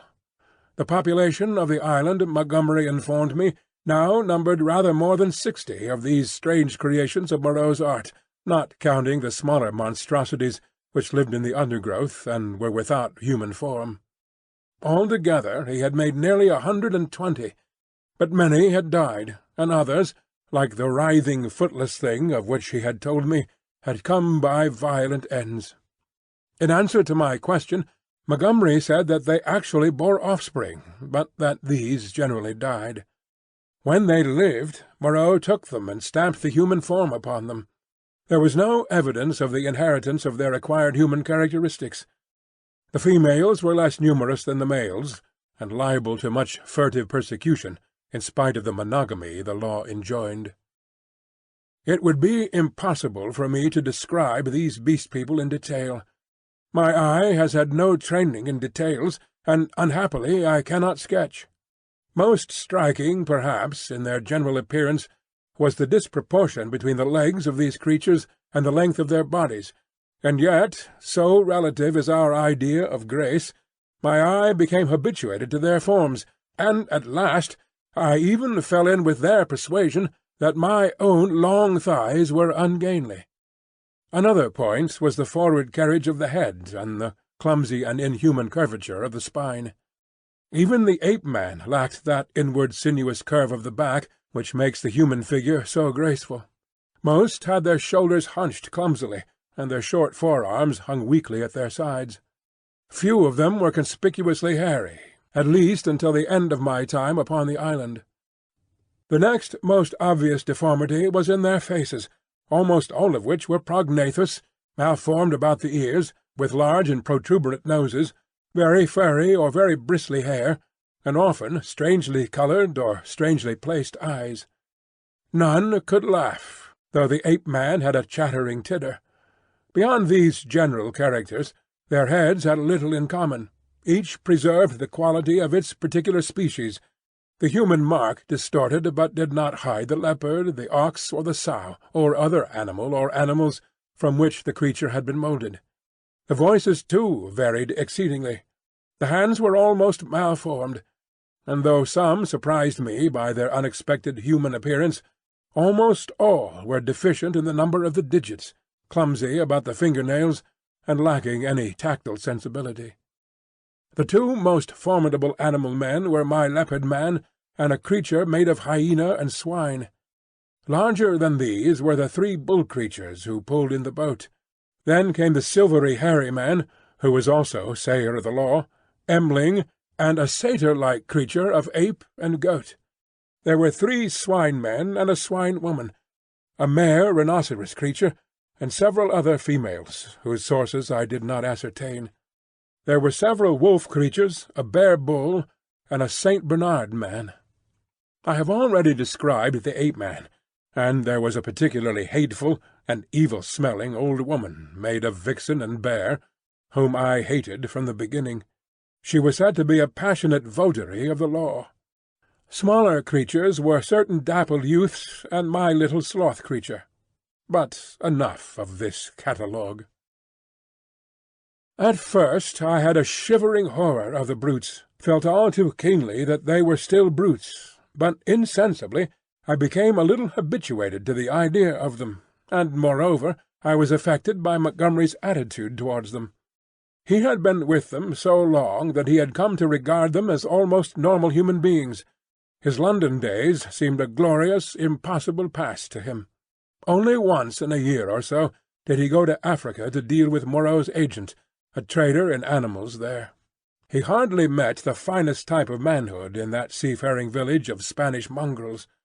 The men aboard ship, he told me, seemed at first just as strange to him as the beast-men seemed to me, unnaturally long in the leg, flat in the face, prominent in the forehead, suspicious, dangerous, and cold-hearted. In fact, he did not like men. His heart had warmed to me, he thought, because he had saved my life. I fancied even then that he had a sneaking kindness for some of these metamorphosed brutes, a vicious sympathy with some of their ways, but that he attempted to veil it from me at first. Emling, the black-faced man, Montgomery's attendant, the first of the beast-folk I had encountered, did not live with the others across the island, but in a small kennel at the back of the enclosure. The creature was scarcely so intelligent as the ape-man, but far more docile, and the most human-looking of all the beast-folk, and Montgomery had trained it to prepare food and, indeed, to discharge all the trivial domestic offices that were required. It was a complex trophy of Moreau's horrible skill, a bear, tainted with dog and ox, and one of the most elaborately made of all his creatures. It treated Montgomery with a strange tenderness and devotion. Sometimes he would notice it, pat it, call it half-mocking, half-jocular names, and so make it caper with extraordinary delight. Sometimes he would ill-treat it, especially after he had been at the whiskey, kicking it, beating it, pelting it with stones or lighted fusees. But whether he treated it well or ill, it loved nothing so much as to be near him. I say I became habituated to the Beast People, that 1,000 things which had seemed unnatural and repulsive speedily became natural and ordinary to me. I suppose everything in existence takes its colour from the average hue of our surroundings. Montgomery and Moreau were too peculiar and individual to keep my general impressions of humanity well defined. I would see one of the clumsy bovine creatures who worked the launch treading heavily through the undergrowth, and find myself asking, trying hard to recall, how he differed from some really human yokel trudging home from his mechanical labours. Or I would meet the fox-bear woman's vulpine, shifty face, strangely human in its speculative cunning, and even imagine I had met it before in some city byway. Yet every now and then the beast would flash out upon me beyond doubt or denial. An ugly-looking man, a hunchbacked human savage to all appearance, squatting in the aperture of one of the dens, would stretch his arms and yawn, showing with startling suddenness scissor-edged incisors and sabre-like canines, keen and brilliant as knives. Or, in some narrow pathway, glancing with a transitory daring into the eyes of some lithe, white-swathed female figure, I would suddenly see, with a spasmodic revulsion, that she had slit-like pupils, or glancing down, note the curving nail with which she held her shapeless wrap about her. It is a curious thing, by the by, for which I am quite unable to account, that these weird creatures, the females, I mean, had in the earlier days of my stay an instinctive sense of their own repulsive clumsiness, and displayed, in consequence, a more than human regard for the decency and decorum of extensive costume. Chapter 16. How the Beast Folk Taste Blood. My inexperience as a writer betrays me, and I wander from the thread of my story. After I had breakfasted with Montgomery, he took me across the island to see the fumarole and the source of the hot spring into whose scalding waters I had blundered on the previous day. Both of us carried whips and loaded revolvers. While going through a leafy jungle on our road thither, we heard a rabbit squealing. We stopped and listened, but we heard no more, and presently we went on our way, and the incident dropped out of our minds. Montgomery called my attention to certain little pink animals with long hind legs that went leaping through the undergrowth. He told me they were creatures made of the offspring of the Beast People that Moreau had invented. He had fancied they might serve for meat, but a rabbit-like habit of devouring their young had defeated this intention. I had already encountered some of these creatures, once during my moonlight flight from the Leopard Man, and once during my pursuit by Moreau on the previous day. By chance, one hopping to avoid us leapt into the hole caused by the uprooting of a wind-blown tree. Before it could extricate itself, we managed to catch it. It spat like a cat, scratched and kicked vigorously with its hind legs, and made an attempt to bite. But its teeth were too feeble to inflict more than a painless pinch. It seemed to me rather a pretty little creature, and, as Montgomery stated that it never destroyed the turf by burrowing, and was very cleanly in its habits, I should imagine it might prove a convenient substitute for the common rabbit in gentlemen's parks. We also saw on our way the trunk of a tree barked in long strips and splintered deeply. Montgomery called my attention to this. "Not to claw bark of trees, that is the law," he said. "Much some of them care for it." It was after this, I think, that we met the satyr and the ape-man. The satyr was a gleam of classical memory on the part of Moreau, his face ovine in expression, like a coarser Hebrew type, his voice a harsh bleat, his nether extremities satanic. He was gnawing on the husk of a pod-like fruit as he passed us. Both of them saluted Montgomery. "Hail," said they, "to the other with the whip." "There's a third with a whip now," said Montgomery, "so you'd better mind." "Was he not made?" said the ape-man. He said he was made. The satyr-man looked curiously at me. "The third with the whip, he that walks weeping into the sea, has a thin white face." "He has a thin long whip," said Montgomery. "Yesterday he bled and wept," said the satyr. "You never bleed nor weep. The master does not bleed or weep." "Ollendorfian beggar," said Montgomery. "You bleed and weep if you don't look out. He has 5 fingers. He is a 5-man like me," said the ape-man. "Come along, Prendick," said Montgomery, taking my arm, and I went on with him. The satyr and the ape-man stood watching us and making other remarks to each other. "He says nothing," said the satyr. "Men have voices." "Yesterday he asked me of things to eat," said the ape-man. "He did not know." Then they spoke inaudible things, and I heard the satyr laughing. It was on our way back that we came upon the dead rabbit. The red body of the wretched little beast was rent to pieces, many of the ribs stripped white, and the backbone indisputably gnawed. At that Montgomery stopped. "Good God!" said he, stooping down and picking up some of the crushed vertebrae to examine them more closely. "Good God!" he repeated. "What can this mean?" "Some carnivore of yours has remembered its old habits," I said after a pause. "This backbone has been bitten through." He stood staring, with his face white and his lip pulled askew. "I don't like this," he said slowly. "I saw something of the same kind," said I, "the first day I came here." "The devil you did! What was it?" "A rabbit with its head twisted off." "The day you came here?" "The day I came here, in the undergrowth at the back of the enclosure, when I went out in the evening. The head was completely wrung off." He gave a long, low whistle. "And what is more, I have an idea which of your brutes did the thing. It's only a suspicion, you know. Before I came on the rabbit, I saw one of your monsters drinking in the stream." "Sucking his drink?" "Yes."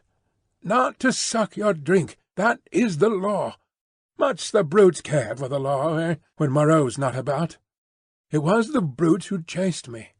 "Of course," said Montgomery. "It's just the way with carnivores. After a kill they drink. It's the taste of blood, you know. What was the brute like?" he continued. "Would you know him again?" He glanced about us, standing astride over the mess of dead rabbit, his eyes roving among the shadows and scenes of greenery, the lurking places and ambuscades of the forest that bounded us in. "The taste of blood," he said again. He took out his revolver, examined the cartridges in it, and replaced it. Then he began to pull at his dropping lip.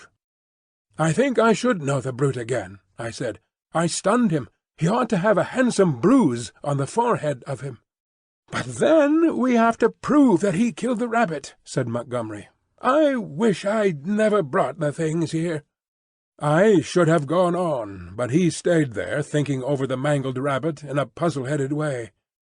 As it was, I went to such a distance that the rabbit's remains were hidden.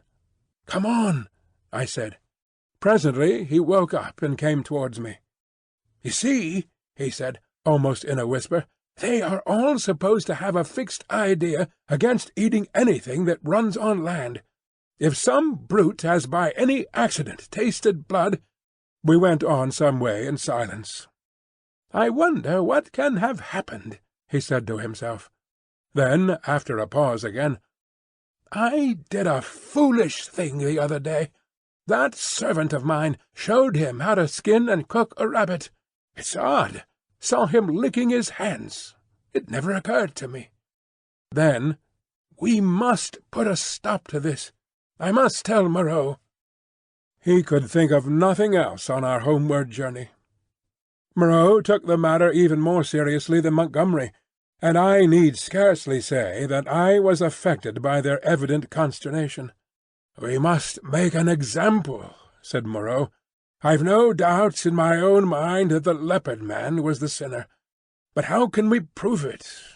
I wish, Montgomery, you had kept your taste for meat in hand, and gone without these exciting novelties. We may find ourselves in a mess yet through it." "I was a silly ass," said Montgomery. "But the thing's done now, and you said I might have them, you know." "We must see to the thing at once," said Moreau. "I suppose if anything should turn up, M'ling can take care of himself." "I'm not so sure of M'ling," said Montgomery. "I think I ought to know him." In the afternoon, Moreau, Montgomery, myself, and M'ling went across the island to the huts in the ravine. We three were armed. M'ling carried the little hatchet he used in chopping firewood, and some coils of wire. Moreau had a large cowherd's horn slung over his shoulder. "You will see a gathering of the Beast People," said Montgomery. "It's a pretty sight." Moreau said not a word on the way, but the expression of his heavy, white-fringed face was grimly set. We crossed the ravine down which smoked the stream of hot water, and followed the winding pathway through the cane-brakes until we reached a wide area covered over with a thick powdery yellow substance which I believe was sulphur. Above the shoulder of a weedy bank the sea glittered. We came to a kind of shallow natural amphitheatre, and here the four of us halted. Then Moreau sounded the horn, and broke the sleeping stillness of the tropical afternoon. He must have had strong lungs. The hooting note rose and rose amidst its echoes to at last an ear-penetrating intensity. "Ah!" said Moreau, letting the curved instrument fall to his side again. Immediately there was a crashing through the yellow canes, and a sound of voices from the dense green jungle that marked the morass through which I had run on the previous day.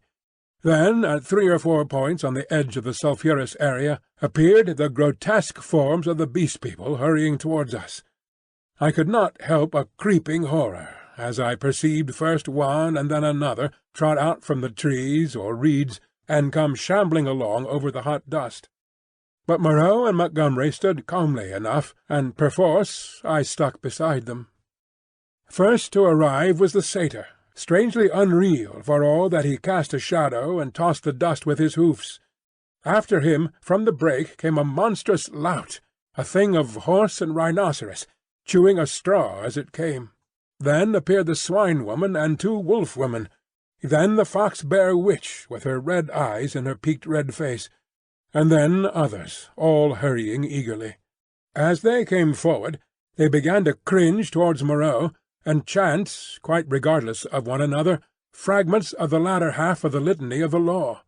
His is the hand that wounds, his is the hand that heals, and so forth. As soon as they had approached within a distance of perhaps 30 yards, they halted, and bowing on knees and elbows, began flinging the white dust upon their heads. Imagine the scene, if you can. We 3 blue-clad men, with our misshapen, black-faced attendant, standing in a wide expanse of sunlit yellow dust under the blazing blue sky, and surrounded by this circle of crouching and gesticulating monstrosities, some almost human save in their subtle expression and gestures, some like cripples, some so strangely distorted as to resemble nothing but the denizens of our wildest dreams, and beyond, the reedy lines of a canebrake in one direction, a dense tangle of palm trees on the other, separating us from the ravine with the huts, and to the north the hazy horizon of the Pacific Ocean. 62, 63, counted Moreau. There are 4 more. I do not see the leopard man, said I. Presently Moreau sounded the great horn again, and at the sound of it all the Beast People writhed and grovelled in the dust. Then, slinking out of the canebrake, stooping near the ground and trying to join the dust-throwing circle behind Moreau's back, came the leopard man. The last of the Beast People to arrive was the little ape-man. The earlier animals, hot and weary with their grovelling, shot vicious glances at him. "Cease!" said Moreau in his firm, loud voice, and the Beast People sat back upon their hams and rested from their worshipping. "Where is the sayer of the law?" said Moreau, and the hairy grey monster bowed his face in the dust. "Say the words," said Moreau. Forthwith all in the kneeling assembly swaying from side to side and dashing up the sulphur with their hands, first the right hand in a puff of dust, and then the left, began once more to chant their strange litany. When they reached not to eat flesh or fish, that is the law, Moreau held up his lank white hand. "Stop!" he cried, and there fell absolute silence upon them all. I think they all knew and dreaded what was coming. I looked round at their strange faces. When I saw their wincing attitudes and the furtive dread in their bright eyes, I wondered that I had ever believed them to be men. "That law has been broken," said Moreau. "None escape," from the faceless creature with the silvery hair. "None escape," repeated the kneeling circle of beast people. "Who is he?" cried Moreau, and looked round at their faces, cracking his whip. I fancied the hyena swine looked dejected. So too did the leopard man. Moreau stopped, facing this creature, who cringed towards him with the memory and dread of infinite torment. "Who is he?" repeated Moreau in a voice of thunder. "Evil is he who breaks the law," chanted the sayer of the law. Moreau looked into the eyes of the leopard man, and seemed to be dragging the very soul out of the creature. "Who breaks the law?" said Moreau, taking his eyes off his victim and turning towards us. It seemed to me there was a touch of exultation in his voice. "Goes back to the house of pain." They all clamoured, "Goes back to the house of pain, O master!" "Back to the house of pain," gabbled the ape-man, as though the idea was sweet to him. "Do you hear?" said Moreau, turning back to the criminal. "My friend? Hello!"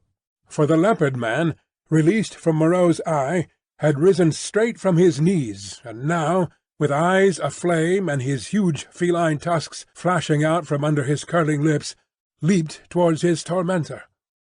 I am convinced that only the madness of unendurable fear could have prompted this attack. The whole circle of 80 monsters seemed to rise about us. I drew my revolver. The two figures collided. I saw Moreau reeling back from the leopard man's blow. There was a furious yelling and howling all about us. Every one was moving rapidly. For a moment I thought it was a general revolt. The furious face of the leopard man flashed by mine, with M'ling close in pursuit. I saw the yellow eyes of the hyena swine blazing with excitement, his attitude as if he were half resolved to attack me. The satyr, too, glared at me over the hyena swine's hunched shoulders. I heard the crack of Moreau's pistol, and saw the pink flash dart across the tumult. The whole crowd seemed to swing round in the direction of the glint of fire, and I too was swung round by the magnetism of the movement. In another second I was running, one of a tumultuous shouting crowd, in pursuit of the escaping leopard man. That is all I can tell definitely. I saw the leopard man strike Moreau, and then everything spun about me until I was running headlong. M'ling was ahead, close in pursuit of the fugitive.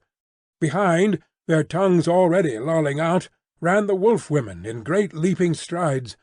The swine-folk followed, squealing with excitement, and the two bull-men in their swathings of white. Then came Moreau in a cluster of the beast people, his wide-brimmed straw hat blown off, his revolver in hand, and his lank white hair streaming out. The hyena swine ran beside me, keeping pace with me, and glancing furtively at me out of his feline eyes, and the others came pattering and shouting behind us. The leopard man went bursting his way through the long canes, which sprang back as he passed and rattled in M'ling's face. We others in the rear found a trampled path for us when we reached the break. The chase lay through the break for perhaps a quarter of a mile, and then plunged into a dense thicket which retarded our movements exceedingly, though we went through it in a crowd together, fronds flicking into our faces, ropey creepers catching us under the chin or gripping our ankles, thorny plants hooking into and tearing cloth and flesh together. "He has gone on all fours through this," panted Moreau, now just ahead of me. "None escape," said the wolf-bear, laughing into my face with the exultation of hunting. We burst out again among rocks, and saw the quarry ahead running lightly on all fours, and snarling at us over his shoulder. At that the wolf-folk howled with delight. The thing was still clothed, and at a distance its face still seemed human, but the carriage of its four limbs was feline, and the furtive droop of its shoulder was distinctly that of a hunted animal. It leapt over some thorny yellow-flowering bushes and was hidden. M'ling was halfway across the space. Most of us now had lost the first speed of the chase, and had fallen into a longer and steadier stride. I saw, as we traversed the open, that the pursuit was now spreading from a column into a line. The hyena swine still ran close to me, watching me as it ran, every now and then puckering its muzzle with a snarling laugh. At the edge of the rocks, the leopard-man, realizing that he was making for the projecting cape upon which he had stalked me on the night of my arrival, had doubled in the undergrowth. But Montgomery had seen the manoeuvre, and turned him again. So, panting, tumbling against rocks, torn by brambles, impeded by ferns and reeds, I helped to pursue the leopard-man, who had broken the law, and the hyena swine ran, laughing savagely, by my side. I staggered on, my head reeling and my heart beating against my ribs, tired almost to death, and yet not daring to lose sight of the chase lest I should be left alone with this horrible companion. I staggered on in spite of the infinite fatigue and the dense heat of the tropical afternoon. At last the fury of the hunt slackened. We had pinned the wretched brute into a corner of the island. Moreau, whip in hand, marshalled us all into an irregular line, and we advanced now slowly, shouting to one another as we advanced, and tightening the cordon about our victim. He lurked noiseless and invisible in the bushes through which I had run from him during that midnight pursuit. "Steady!" cried Moreau. "Steady!" as the ends of the line crept round the tangle of undergrowth and hemmed the brute in. "Beware of rush!" came the voice of Montgomery from behind the thicket. I was on the slope above the bushes. Montgomery and Moreau beat along the beach beneath. Slowly we passed in among the fretted network of branches and leaves. The quarry was silent. "Back to the House of Pain! The House of Pain! The House of Pain!" yelped the voice of the ape-man, some 20 yards to the right. When I heard that, I forgave the poor wretch all the fear he had inspired in me. I heard the twigs snap and the boughs swish aside before the heavy tread of the horse rhinoceros upon my right. Then, suddenly, through a polygon of green, in the half-darkness under the luxuriant growth, I saw the creature we were hunting. I halted. He was crouched together into the smallest possible compass, his luminous green eyes turned over his shoulder regarding me. It may seem a strange contradiction in me, I cannot explain the fact, but now, seeing the creature there in a perfectly animal attitude, with the light gleaming in its eyes and its imperfectly human face distorted with terror, I realized again the fact of its humanity. In another moment other of its pursuers would see it, and it would be overpowered and captured, to experience once more the horrible tortures of the enclosure. Abruptly I slipped out my revolver, aimed toward its terror-struck eyes, and fired. As I did so, the hyena swine saw the thing, and flung itself upon it with an eager cry, thrusting thirsty teeth into its neck. All about me the green masses of the thicket were swaying and cracking as the beast people came rushing together. One face and then another appeared. "Don't kill it, Prendick!" called Moreau. "Don't kill it!" And I saw him stooping as he pushed through under the fronds of the big ferns. In another moment he had beaten off the hyena swine with the handle of his whip, and he and Montgomery were keeping away the excited carnivorous beast people, and particularly M'ling, from the still quivering body. The hair-grey thing came sniffing at the corpse under my arm. The other animals, in their animal ardour, jostled me to get a nearer view. "Confound you, Prendick!" said Moreau. "I wanted him." "I'm sorry," said I. though I was not. It was the impulse of the moment. I felt sick with exertion and excitement.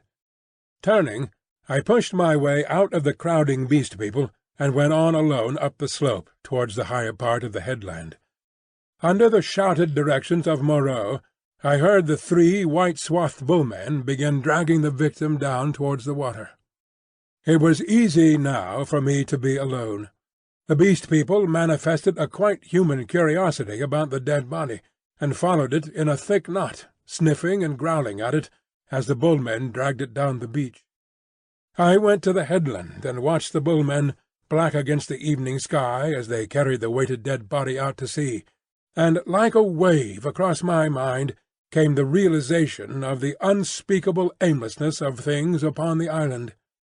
Upon the beach, among the rocks beneath me, were the ape-man, the hyena-swine, and several other of the Beast People, standing about Montgomery and Moreau. They were all still intensely excited, and all overflowing with noisy expressions of their loyalty to the law. Yet I felt an absolute assurance in my own mind that the hyena-swine was implicated in the rabbit-killing. A strange persuasion came upon me that, save for the grossness of the line, the grotesqueness of the forms, I had here before me the whole balance of human life in miniature, the whole interplay of instinct, reason, and fate in its simplest form. The leopard-man had happened to go under. That was all the difference. Poor brute! Poor brutes! I began to see the viler aspect of Moreau's cruelty. I had not thought before of the pain and trouble that came to these poor victims after they had passed from Moreau's hands. I had shivered only at the days of actual torment in the enclosure, but now that seemed to me the lesser part. Before they had been beasts, their instincts fitly adapted to their surroundings, and happy as living things may be.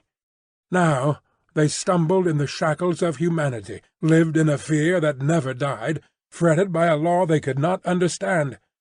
Their mock-human existence, begun in an agony, was one long internal struggle, one long dread of Moreau. And for what? It was the wantonness of it that stirred me.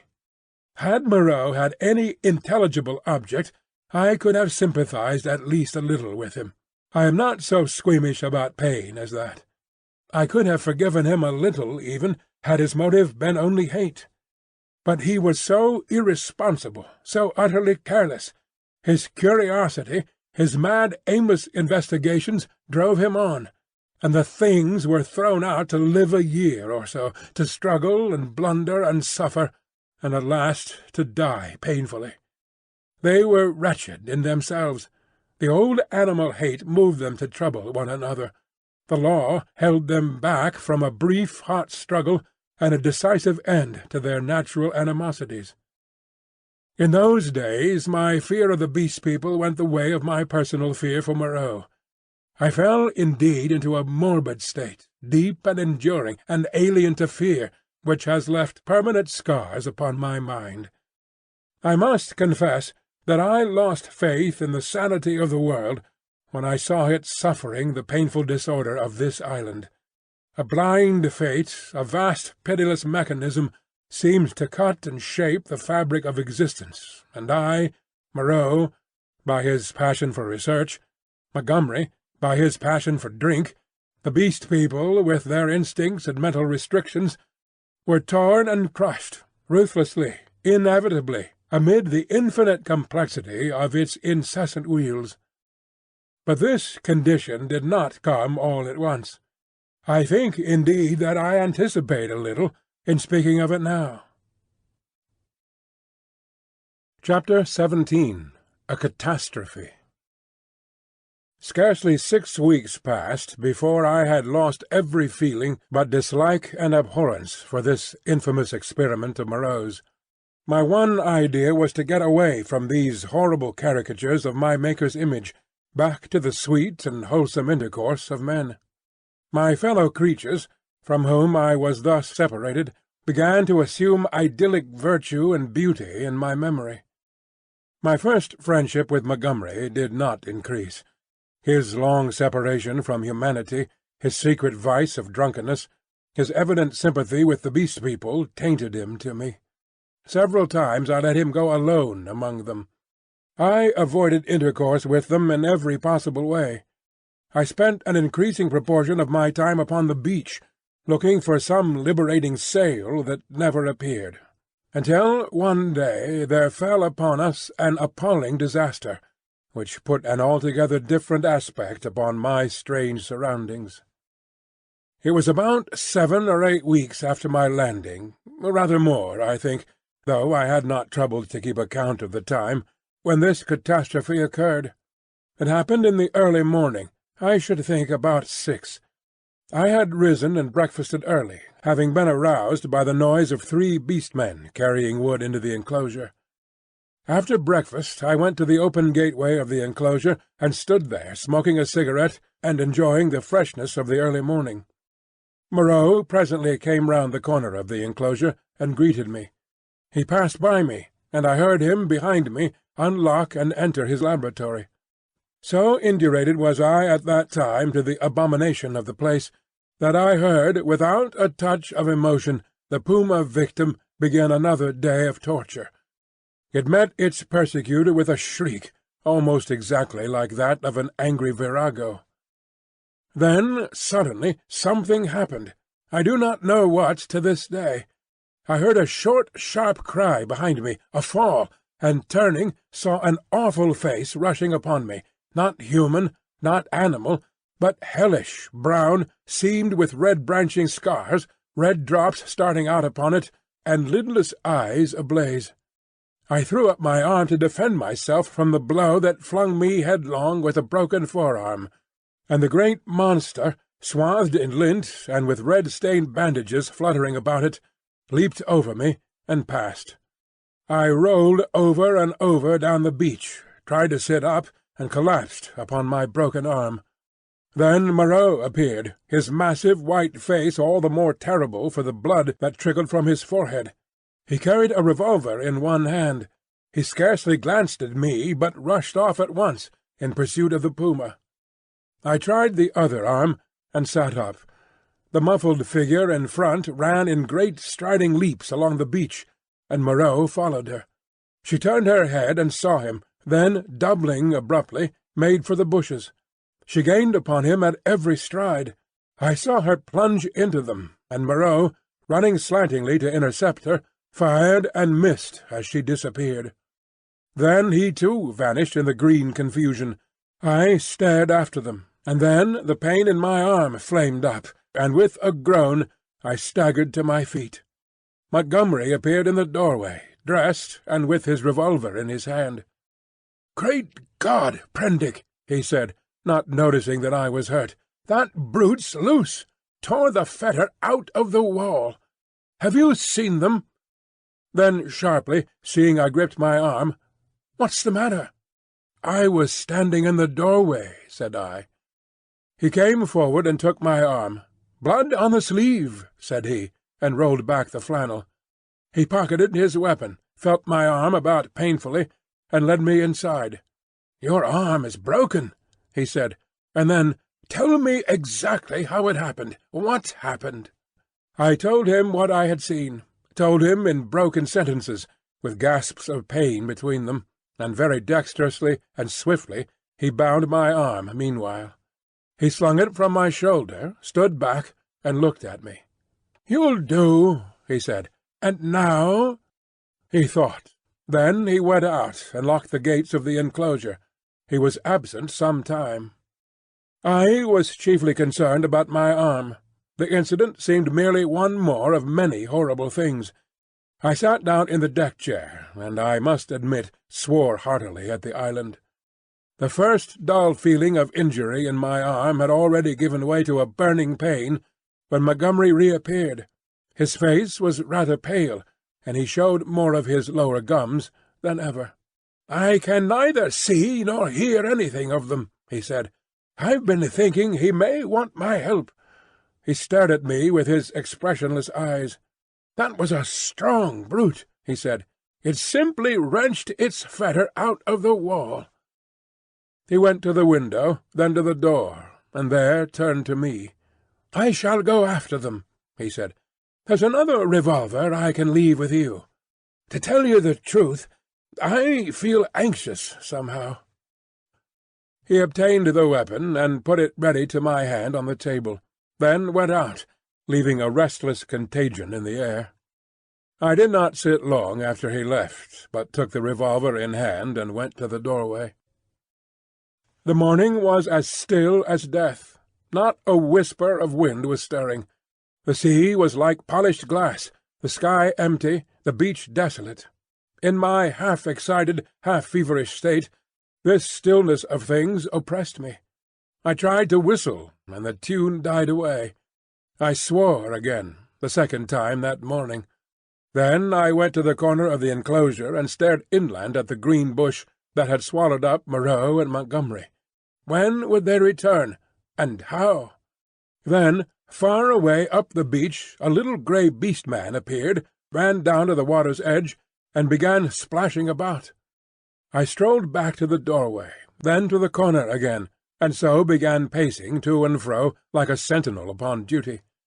Once I was arrested by the distant voice of Montgomery bawling, "Cooey, Moreau!" My arm became less painful, but very hot. I got feverish and thirsty. My shadow grew shorter. I watched the distant figure until it went away again. Would Moreau and Montgomery never return?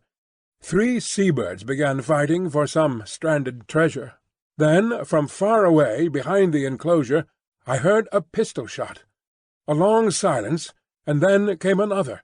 Then a yelling cry nearer, and another dismal gap of silence. My unfortunate imagination set to work to torment me. Then, suddenly, a shot close by.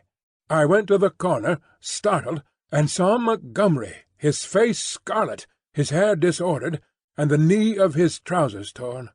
His face expressed profound consternation. Behind him slouched the beast-man, Emling, and round Emling's jaws were some queer dark stains. "Has he come?" said Montgomery. "Moreau?" said I. "No."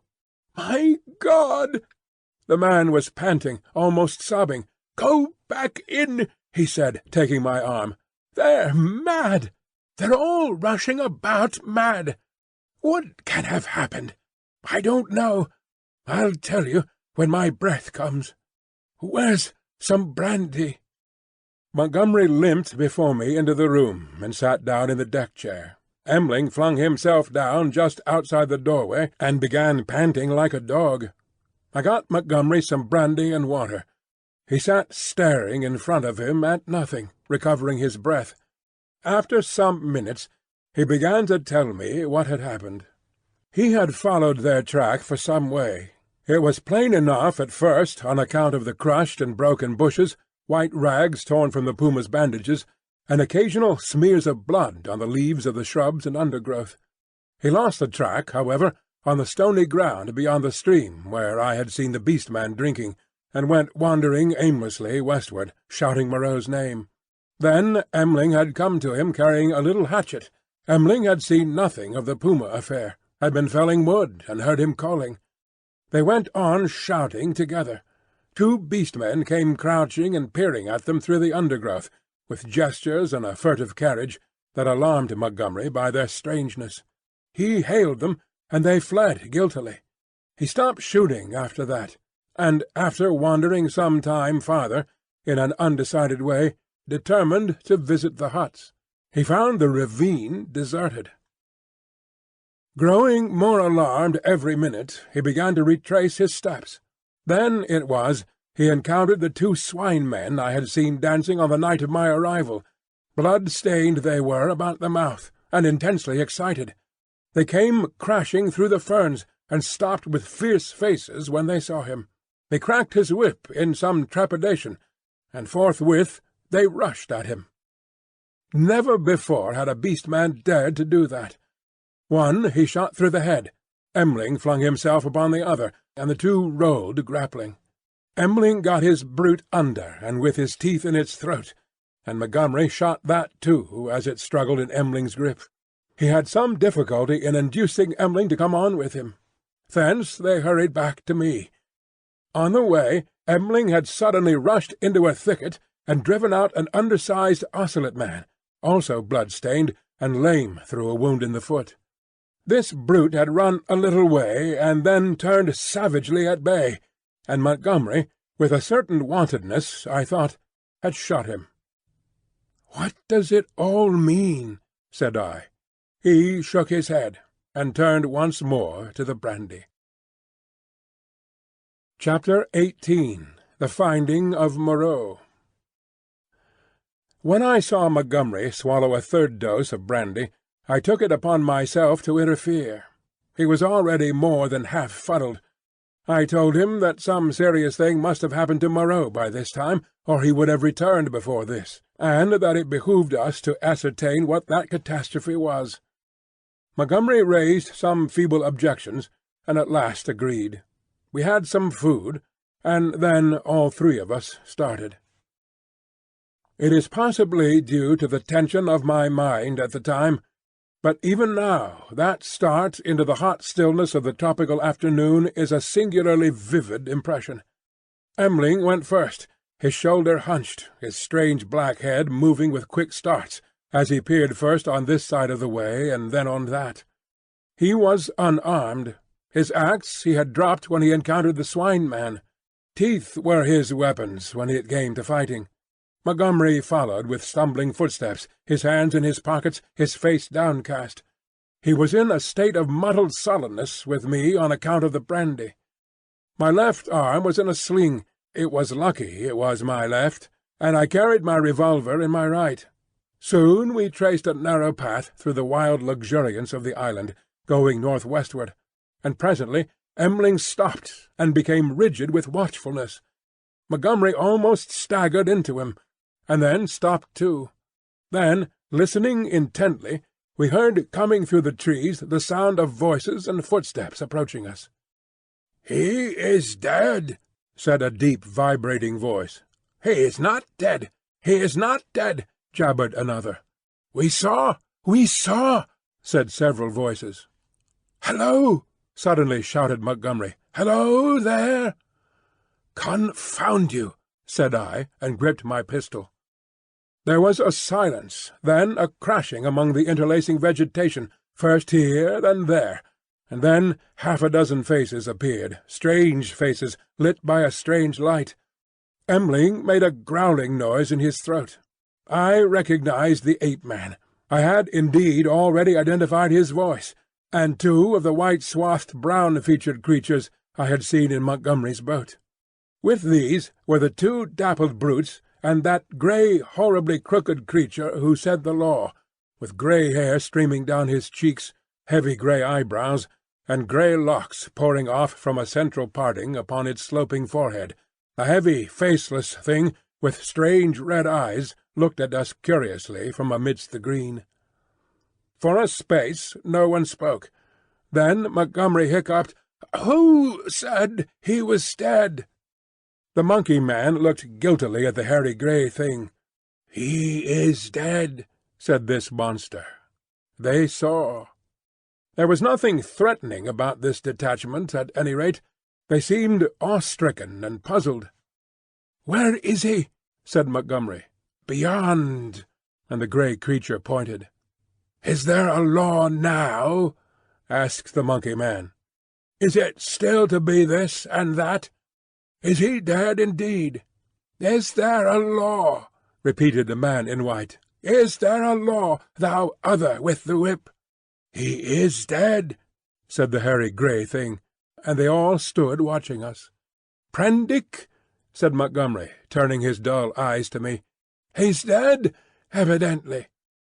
I had been standing behind him during this colloquy. I began to see how things lay with them. I suddenly stopped in front of Montgomery and lifted up my voice. "Children of the law," I said, "he is not dead." Emmling turned his sharp eyes on me. "He has changed his shape. He has changed his body," I went on. "For a time you will not see him. He is there," I pointed upward, "where he can watch you. You cannot see him, but he can see you. Fear the law." I looked at them squarely. They flinched. "He is great. He is good," said the ape-man, peering fearfully upward among the dense trees. "And the other thing?" I demanded. "The thing that bled and ran screaming and sobbing, that is dead too," said the grey thing, still regarding me. "That's well," grunted Montgomery. "The other, with the whip," began the grey thing. "Well?" said I. "Said he was dead." But Montgomery was still sober enough to understand my motive in denying Moreau's death. "He is not dead," he said slowly. "Not dead at all. No more dead than I am. Some," said I, "have broken the law. They will die. Some have died. Show us now where his old body lies, the body he cast away because he had no more need of it." "It is this way, man who walked in the sea," said the grey thing. And with these 6 creatures guiding us, we went through the tumult of ferns and creepers and tree-stems towards the northwest. Then came a yelling, a crashing among the branches, and a little pink homunculus rushed by us shrieking. Immediately after appeared a monster in headlong pursuit, blood-bedabbled, who was amongst us almost before he could stop his career. The grey thing leapt aside. M'ling, with a snarl, flew at it, and was struck aside. Montgomery fired and missed, bowed his head, threw up his arm, and turned to run. I fired, and the thing still came on. Fired again, point-blank into its ugly face. I saw its features vanish in a flash. Its face was driven in. Yet it passed me, gripped Montgomery, and holding him, fell headlong beside him, and pulled him sprawling upon itself in its death agony. I found myself alone with M'ling, the dead brute, and the prostrate man. Montgomery raised himself slowly, and stared in a muddled way at the shattered beast-man beside him. It more than half sobered him. He scrambled to his feet. Then I saw the grey thing returning cautiously through the trees. "See," said I, pointing to the dead brute, "is the law not alive? This came of breaking the law." He peered at the body. "He sends the fire that kills," said he in his deep voice, repeating part of the ritual. The others gathered round and stared for a space. At last we drew near the westward extremity of the island. We came upon the gnawed and mutilated body of the puma, its shoulder-bone smashed by a bullet, and perhaps 20 yards farther found at last what we sought. Moreau lay face downward in a trampled space in a canebrake. One hand was almost severed at the wrist, and his silvery hair was dabbled in blood. His head had been battered in by the fetters of the puma. The broken canes beneath him were smeared with blood. His revolver we could not find. Montgomery turned him over. Resting at intervals, and with the help of the 7 Beast People, for he was a heavy man, we carried Moreau back to the enclosure. The night was darkling. Twice we heard unseen creatures howling and shrieking past our little band, and once the little pink sloth creature appeared and stared at us, and vanished again. But we were not attacked again. At the gates of the enclosure our company of Beast People left us, M'ling going with the rest. We locked ourselves in, and then took Moreau's mangled body into the yard and laid it upon a pile of brushwood. Then we went into the laboratory, and put an end to all we found living there. Chapter 19. Montgomery's Bank Holiday. When this was accomplished, and we had washed and eaten, Montgomery and I went into my little room and seriously discussed our position for the first time. It was then near midnight. He was almost sober, but greatly disturbed in his mind. He had been strangely under the influence of Moreau's personality. I do not think it had ever occurred to him that Moreau could die. This disaster was a sudden collapse of the habits that had become part of his nature in the 10 or more monotonous years he had spent on the island. He talked vaguely, answered my questions crookedly, wandered into general questions. "This silly ass of a world," he said.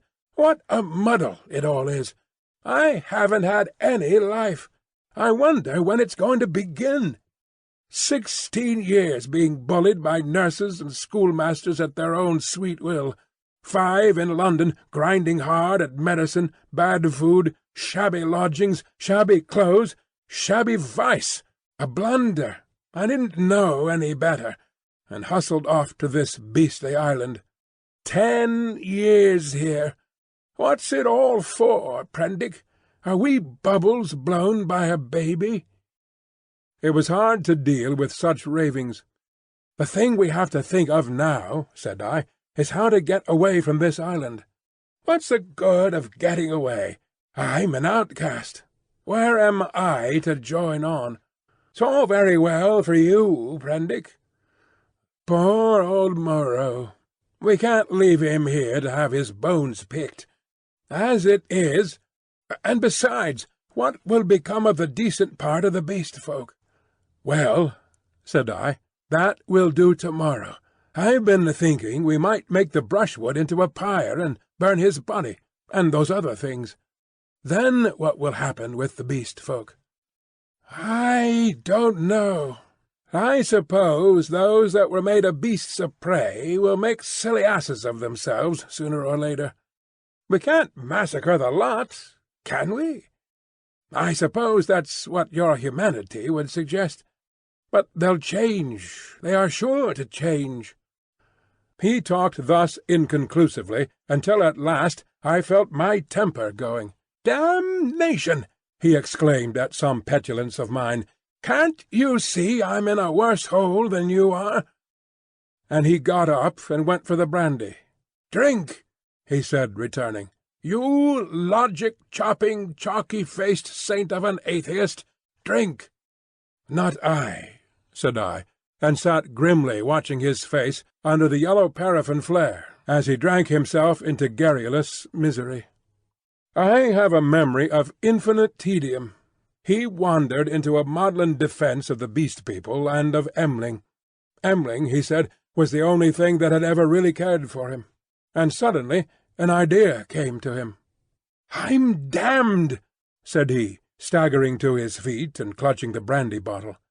By some flash of intuition I knew what it was he intended. "You don't give drink to that beast," I said, rising and facing him. "Beast?" said he. "You're the beast. He takes his liquor like a Christian. Come out of my way, Prendick." "For God's sake," said I. "Get out of the way," he roared, and suddenly whipped out his revolver. "Very well," said I, and stood aside, half-minded to fall upon him as he put his hand upon the latch, but deterred by the thought of my useless arm. "You've made a beast of yourself. To the beasts you may go." He flung the doorway open, and stood half-facing me between the yellow lamplight and the pallid glare of the moon. His eye-sockets were blotches of black under his stubbly eyebrows. "You're a solemn prig, Prendick, a silly ass. You're always fearing and fancying. We're on the edge of things. I'm bound to cut my throat tomorrow. I'm going to have a damned bank holiday tonight." He turned and went out into the moonlight. "M'ling!" he cried. "M'ling, old friend!" 3 dim creatures in the silvery light came along the edge of the wan beach, one a white-wrapped creature, the other 2 blotches of blackness following it. They halted, staring. Then I saw M'ling's hunched shoulders as he came round the corner of the house. "Drink!" cried Montgomery. "Drink, you brutes! Drink and be men! Damn me, I'm the cleverest. Moreau forgot this. This is the last touch. Drink, I tell you!" And waving the bottle in his hand, he started off at a kind of quick trot to the westward, M'ling ranging himself between him and the 3 dim creatures who followed. I went to the doorway. They were already indistinct in the mist of the moonlight before Montgomery halted. I saw him administer a dose of the raw brandy to M'ling, and saw the 5 figures melt into one vague patch. "Sing!" I heard Montgomery shouting. "Sing! Shout! Sing all together! Confound old Prendick! That's right. Now again. Confound old Prendick!" The black group broke up into 5 separate figures, and wound slowly away from me along the band of shining beach. Each went howling at his own sweet will, yelping insults at me, or giving whatever other vent this new inspiration of brandy demanded. Presently I heard Montgomery's voice shouting, "Right turn!" and they passed with their shouts and howls into the blackness of the landward trees. Slowly, very slowly, they receded into silence. The peaceful splendor of the night healed again. The moon was now past the meridian and travelling down the west. It was at its full, and very bright riding through the empty blue sky. The shadow of the wall lay, a yard wide and of inky blackness, at my feet. The eastward sea was a featureless grey, dark and mysterious, and between the sea and the shadow the grey sands, of volcanic glass and crystals, flashed and shone like a beach of diamonds. Behind me the paraffin lamp flared hot and ruddy. Then I shut the door, locked it, and where Moreau lay beside his latest victims, the staghounds and the llama, and some other wretched brutes, with his massive face calm even after his terrible death, and with the hard eyes open, staring at the dead white moon above. I sat down upon the edge of the sink, and with my eyes upon that ghastly pile of silvery light and ominous shadows, began to turn over my plans. In the morning I would gather some provisions in the dinghy, and after setting fire to the pyre before me, push out into the desolation of the high sea once more. I felt that for Montgomery there was no help, that he was, in truth, half akin to these beast-folk, unfitted for human kindred. I do not know how long I sat there scheming. It must have been an hour or so. Then my planning was interrupted by the return of Montgomery to my neighbourhood. I heard a yelling from many throats, a tumult of exultant cries passing down towards the beach, whooping and howling, and excited shrieks that seemed to come to a stop near the water's edge. The riot rose and fell. I heard heavy blows and the splintering smash of wood, but it did not trouble me then. A discordant chanting began. My thoughts went back to my means of escape. I got up, brought the lamp, and went into a shed to look at some kegs I had seen there. Then I became interested in the contents of some biscuit tins, and opened one. I saw something out of the tail of my eye, a red figure, and turned sharply. Behind me lay the yard, vividly black and white in the moonlight, and the pile of wood and faggots on which Moreau and his mutilated victims lay, one over another. They seemed to be gripping one another in one last revengeful grapple. His wounds gaped, black as night, and the blood that had dripped lay in black patches upon the sand. Then I saw, without understanding, the cause of my phantom, a ruddy glow that came and danced and went upon the wall opposite. I misinterpreted this, fancied it was the reflection of my flickering lamp, and turned again to the stores in the shed. I went on rummaging among them, as well as a one-armed man could, finding this convenient thing and that, and putting them aside for tomorrow's launch. My movements were slow, and the time passed quickly. Insensibly the daylight crept upon me. The chanting died down, giving place to a clamour. Then it began again, and suddenly broke into a tumult. I heard cries of "More! More!" a sound like quarrelling, and a sudden wild shriek. The quality of the sounds changed so greatly that it arrested my attention. I went out into the yard and listened. Then, cutting like a knife across the confusion, came the crack of a revolver. I rushed at once through my room to the little doorway. As I did so, I heard some of the packing cases behind me go sliding down and smash together with a clatter of glass on the floor of the shed. But I did not heed these. I flung the door open and looked out. Up the beach by the boat-house a bonfire was burning, raining up sparks into the indistinctness of the dawn. Around this struggled a mass of black figures. I heard Montgomery call my name. I began to run at once towards this fire, revolver in hand. I saw the pink tongue of Montgomery's pistol lick out once, close to the ground. He was down. I shouted with all my strength and fired into the air. I heard someone cry, "The Master!" The knotted black struggle broke into scattering units. The fire leaped and sank down. The crowd of Beast People fled in sudden panic before me, up the beach. In my excitement I fired at their retreating backs as they disappeared among the bushes. Then I turned to the black heaps upon the ground. Montgomery lay on his back, with the hairy grey beast-man sprawling across his body. The brute was dead, but still gripping Montgomery's throat with its curving claws. Near by lay M'ling on his face and quite still, his neck bitten open, and the upper part of the smashed brandy bottle in his hand. Two other figures lay near the fire, the one motionless, the other groaning fitfully, every now and then raising its head slowly, then dropping it again. I caught hold of the grey man and pulled him off Montgomery's body. His claws drew down the torn coat reluctantly as I dragged him away. Montgomery was dark in the face and scarcely breathing. I splashed sea-water on his face and pillowed his head on my rolled-up coat. M'ling was dead.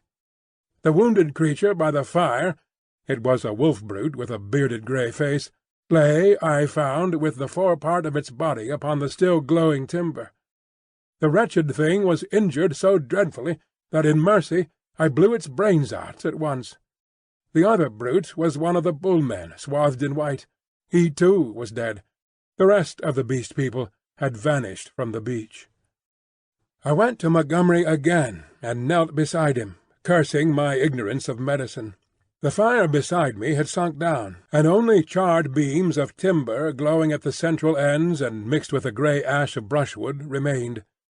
I wondered casually where Montgomery had got his wood. Then I saw that the dawn was upon us. The sky had grown brighter, the setting moon was becoming pale and opaque in the luminous blue of the day. The sky to the eastward was rimmed with red. Suddenly I heard a thud and a hissing behind me, and looking round sprang to my feet with a cry of horror. Against the warm dawn great tumultuous masses of black smoke were boiling up out of the enclosure, and through their stormy darkness shot flickering threads of blood-red flame. Then the thatched roof caught. I saw the curving charge of the flames across the sloping straw. A spurt of fire jetted from the window of my room. I knew at once what had happened. I remembered the crash I had heard. When I had rushed out to Montgomery's assistance, I had overturned the lamp. The hopelessness of saving any of the contents of the enclosure stared me in the face. My mind came back to my plan of flight, and turning swiftly, I looked to see where the two boats lay upon the beach. They were gone. 2 axes lay upon the sands beside me. Chips and splinters were scattered broadcast, and the ashes of the bonfire were blackening and smoking under the dawn. Montgomery had burnt the boats to revenge himself upon me and prevent our return to mankind. A sudden convulsion of rage shook me. I was almost moved to batter his foolish head in, as he lay there helpless at my feet. Then suddenly his hand moved, so feebly, so pitifully, that my wrath vanished. He groaned, and opened his eyes for a minute. I knelt down beside him and raised his head. He opened his eyes again, staring silently at the dawn, and then they met mine. The lids fell. "Sorry," he said presently, with an effort. He seemed trying to think. "The last," he murmured, "the last of this silly universe. What a mess!" I listened. His head fell helplessly to one side. I thought some drink might revive him, but there was neither drink nor vessel in which to bring drink at hand. He seemed suddenly heavier. My heart went cold. I bent down to his face, put my hand through the rent in his blouse. He was dead. And even as he died, a line of white heat, the limb of the sun, rose eastward beyond the projection of the bay, splashing its radiance across the sky, and turning the dark sea into a weltering tumult of dazzling light. It fell like a glory upon his death-shrunken face. I let his head fall gently upon the rough pillow I had made for him, and stood up. Before me was the glittering desolation of the sea, the awful solitude upon which I had already suffered so much. Behind me the island, hushed under the dawn, its beast people silent and unseen. The enclosure, with all its provisions and ammunition, burnt noisily, with sudden gusts of flame, a fitful crackling, and now and then a crash. The heavy smoke drove up the beach away from me, rolling low over the distant tree-tops towards the huts in the ravine. Beside me were the charred vestiges of the boats, and these 5 dead bodies. Then out of the bushes came 3 beast people, with hunched shoulders, protruding heads, misshapen hands awkwardly held, and inquisitive, unfriendly eyes, and advanced towards me with hesitating gestures. Chapter 20. Alone with the Beast Folk. I faced these people, facing my fate in them, single-handed now, literally single-handed, for I had a broken arm. In my pocket was a revolver with 2 empty chambers. Among the chips scattered about the beach lay the 2 axes that had been used to chop up the boats. The tide was creeping in behind me.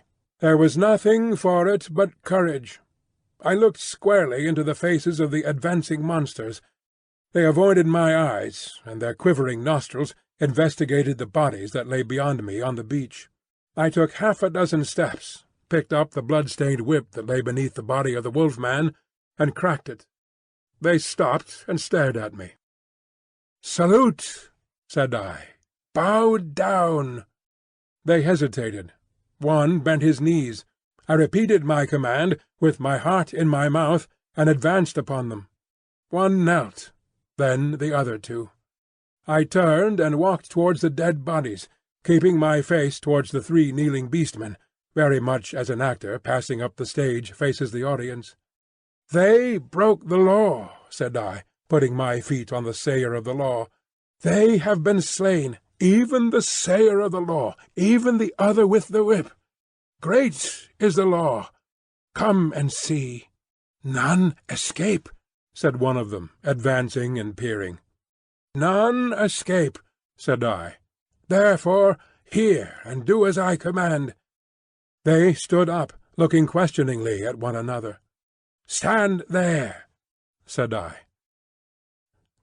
I picked up the hatchets and swung them by their heads from the sling of my arm, turned Montgomery over, picked up his revolver, still loaded in 2 chambers, and bending down to rummage, found 6 cartridges in his pocket.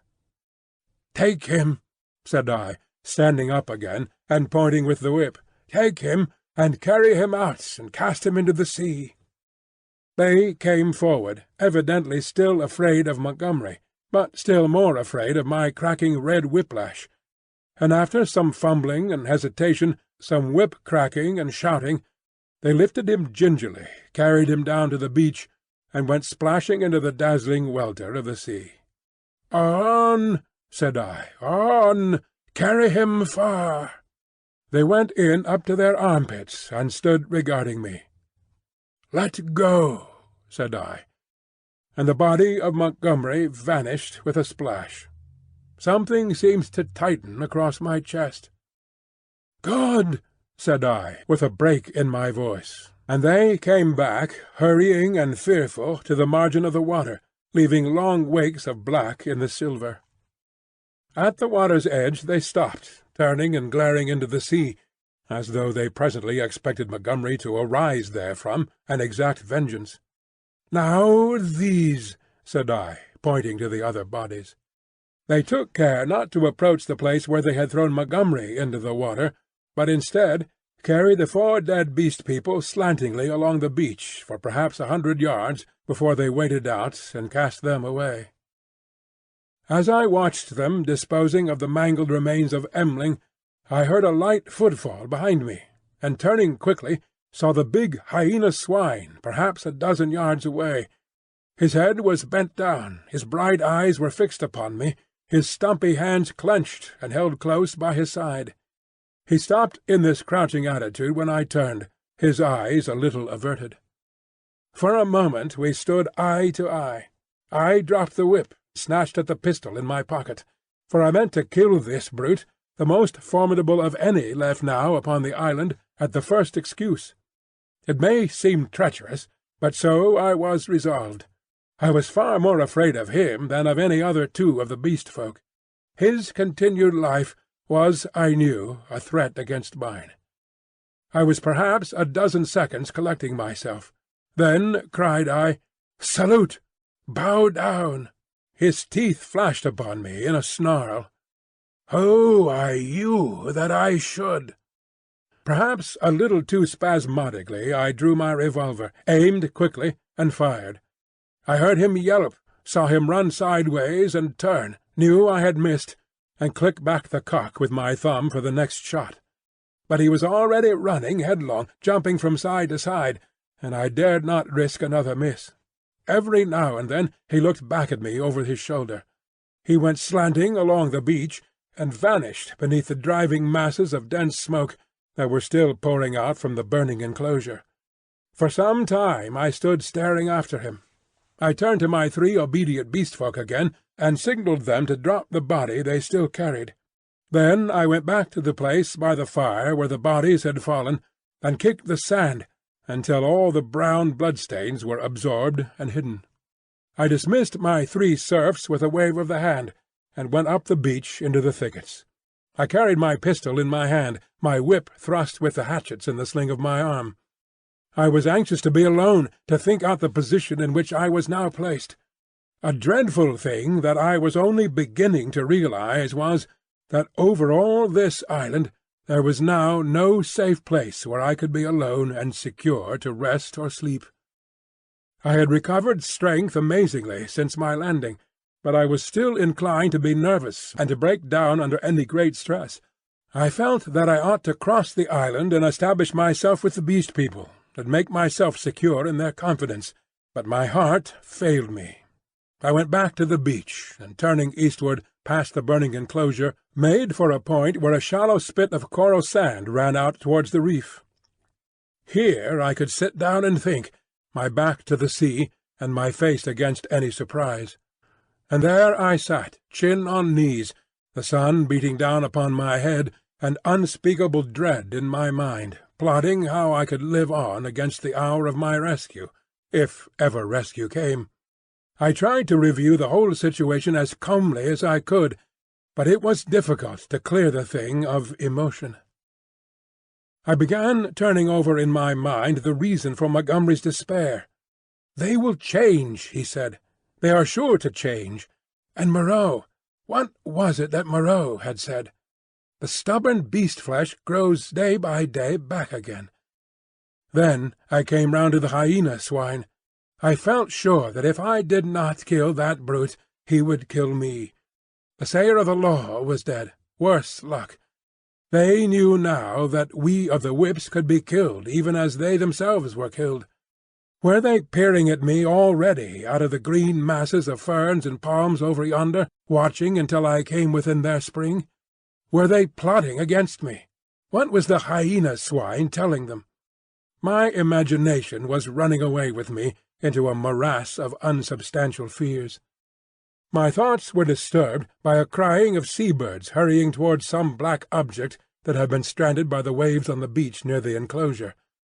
I knew what that object was, but I had not the heart to go back and drive them off. I began walking along the beach in the opposite direction, designing to come round the eastern corner of the island and so approach the ravine of the huts, without traversing the possible ambuscades of the thickets. Perhaps half a mile along the beach I became aware of one of my 3 beast-folk advancing out of the landward bushes towards me. I was now so nervous with my imaginings that I immediately drew my revolver. Even the propitiatory gestures of the creature failed to disarm me. He hesitated as I approached. "Go away!" cried I. There was something very suggestive of a dog in the cringing attitude of the creature.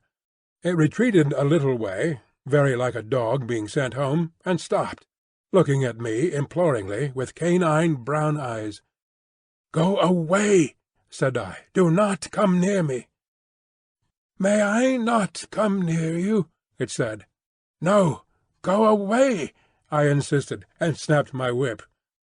Then, putting my whip in my teeth, I stooped for a stone, and with that threat drove the creature away.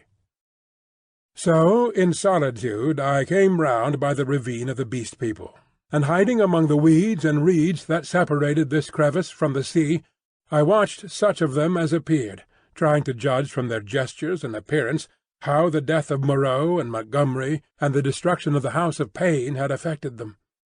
I know now the folly of my cowardice. Had I kept my courage up to the level of the dawn, had I not allowed it to ebb away in solitary thought, I might have grasped the vacant sceptre of Moreau and ruled over the Beast People. As it was, I lost the opportunity, and sank to the position of a mere leader among my fellows.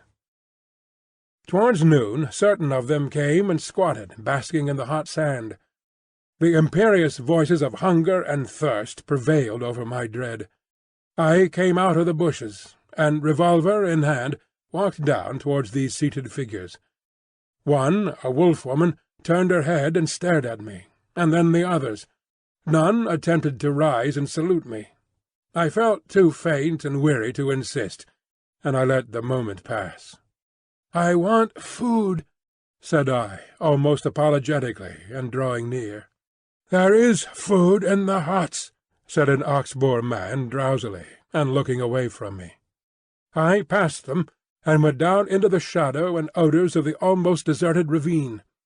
In an empty hut I feasted on some specked and half-decayed fruit, and then, after I had propped some branches and sticks about the opening, and placed myself with my face towards it and my hand upon my revolver, the exhaustion of the last 30 hours claimed its own, and I fell into a light slumber, hoping that the flimsy barricades I had erected would cause sufficient noise in its removal to save me from surprise.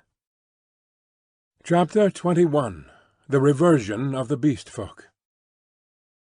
In this way I became one among the Beast People in the Island of Doctor Moreau. When I awoke it was dark about me. My arm ached in its bandages. I sat up, wondering at first where I might be. I heard coarse voices talking outside. Then I saw that my barricade had gone, and that the opening of the hut stood clear. My revolver was still in my hand. I heard something breathing, saw something crouched together close beside me. I held my breath, trying to see what it was. It began to move slowly, interminably.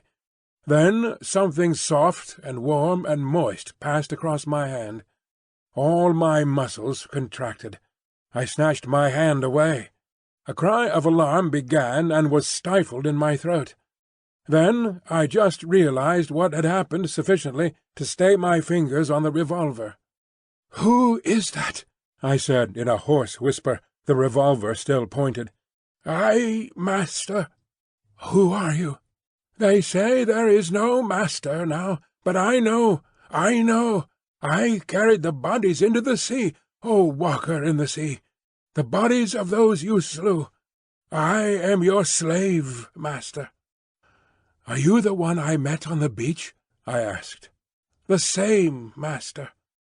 The thing was evidently faithful enough, for it might have fallen upon me as I slept. "It is well," I said, extending my hand for another licking kiss. I began to realize what its presence meant, and the tide of my courage flowed. "Where are the others?" I asked. "They are mad. They are fools," said the dog-man. "Even now they talk together beyond there. They say the master is dead. The other with the whip is dead. That other, who walked in the sea, is as we are. We have no master, no whips, no House of Pain any more. There is an end. We love the law and will keep it, but there is no pain, no master, no whips forever again. So they say. But I know, master, I know." I felt in the darkness and patted the dog-man's head. "It is well," I said again. "Presently you will slay them all," said the dog-man. "Presently," I answered, "I will slay them all, after certain days and certain things have come to pass. Every one of them, save those you spare, every one of them shall be slain. What the Master wishes to kill, the Master kills," said the dog-man, with a certain satisfaction in his voice. "And that their sins may grow," I said, "let them live in their folly until their time is ripe. Let them not know that I am the Master." "The Master's will is sweet," said the dog-man, with the ready tact of his canine blood. "But one has sinned," said I. "Him I will kill whenever I may meet him. When I say to you, 'That is he,' see that you fall upon him. And now I will go to the men and women who are assembled together." For a moment the opening of the hut was blackened by the exit of the dog-man. Then I followed and stood up, almost in the exact spot where I had been when I had heard Moreau and his staghound pursuing me. But now it was night, and all the miasmatic ravine about me was black. And beyond, instead of a green sunlit slope, I saw a red fire, before which hunched, grotesque figures moved to and fro. Farther were the thick trees, a bank of darkness, fringed above with the black lace of the upper branches. The moon was just riding up on the edge of the ravine, and like a bar across its face drove the spire of vapour that was forever streaming from the fumaroles of the island. "Walk by me," said I, nerving myself, and side by side we walked down the narrow way, taking little heed of the dim things that peered at us out of the huts. None about the fire attempted to salute me. Most of them disregarded me, ostentatiously. I looked around for the hyena swine, but he was not there. Altogether, perhaps 20 of the beast folk squatted, staring into the fire or talking to one another. "He is dead! He is dead! The Master is dead!" said the voice of the ape-man to the right of me. "The House of Pain! There is no House of Pain." "He is not dead," said I in a loud voice. "Even now he watches us." This startled them. 20 pairs of eyes regarded me. "The House of Pain is gone," said I. "It will come again. The Master you cannot see, yet even now he listens among you." "True, true," said the dog-man. They were staggered at my assurance. An animal may be ferocious and cunning enough, but it takes a real man to tell a lie. "The man with the bandaged arm speaks a strange thing," said one of the beast folk. "I tell you it is so," I said. "The Master and the House of Pain will come again. Woe be to him who breaks the law." They looked curiously at one another. With an affectation of indifference, I began to chop idly at the ground in front of me with my hatchet. They looked, I noticed, at the deep cuts I made in the turf. Then the satyr raised a doubt. I answered him. Then one of the dappled things objected, and an animated discussion sprang up around the fire. Every moment I began to feel more convinced of my present security. I talked now without the catching in my breath, due to the intensity of my excitement, that had troubled me at first. In the course of about an hour I had really convinced several of the beast folk of the truth of my assertions, and talked most of the others into a dubious state. I kept a sharp eye for my enemy, the hyena swine, but he never appeared. Every now and then a suspicious movement would startle me, but my confidence grew rapidly. Then, as the moon crept down from the zenith, one by one the listeners began to yawn, showing the oddest teeth in the light of the sinking fire, and first one and then another retired towards the dens in the ravine, and I, dreading the silence and darkness, went with them, knowing I was safer with several of them than with one alone. In this manner began the longer part of my sojourn upon this island of Doctor Moreau. But from that night until the end came, there was but one thing happened to tell, save a series of innumerable small unpleasant details and the fretting of an incessant uneasiness. So that I prefer to make no chronicle for that gap of time, to tell only one cardinal incident of the 10 months I spent as an intimate of these half-humanized brutes. There is much that sticks in my memory that I could write, things that I would cheerfully give my right hand to forget, but they do not help the telling of the story.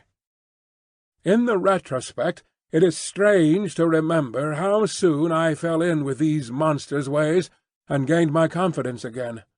I had my quarrels with them, of course, and could show some of their teeth-marks still, but they soon gained a wholesome respect for my trick of throwing stones and for the bite of my hatchet, and my St. Bernard man's loyalty was of infinite service to me. I found their simple scale of honour was based mainly on the capacity for inflicting trenchant wounds. Indeed, I may say, without vanity, I hope, that I held something like preeminence among them. One or two, whom in a rare access of high spirits I had scarred rather badly, bore me a grudge, but it vented itself chiefly behind my back, and at a safe distance from my missiles, in grimaces. The hyena swine avoided me, and I was always on the alert for him. My inseparable dog-man hated and dreaded him intensely. I really believe that was at the root of the brute's attachment to me. It was soon evident to me that the former monster had tasted blood, and gone the way of the leopard man. He formed a lair somewhere in the forest, and became solitary. Once I tried to induce the beast folk to hunt him, but I lacked the authority to make them cooperate for one end. Again and again I tried to approach his den and come upon him unaware, but always he was too acute for me, and saw or winded me, and got away. He too made every forest pathway dangerous to me and my ally with his lurking ambuscades. The dog-man scarcely dared to leave my side. In the first month or so, the beast-folk, compared with their latter condition, were human enough, and for one or two besides my canine friend I even conceived a friendly tolerance. The little pink sloth creature displayed an odd affection for me, and took to following me about.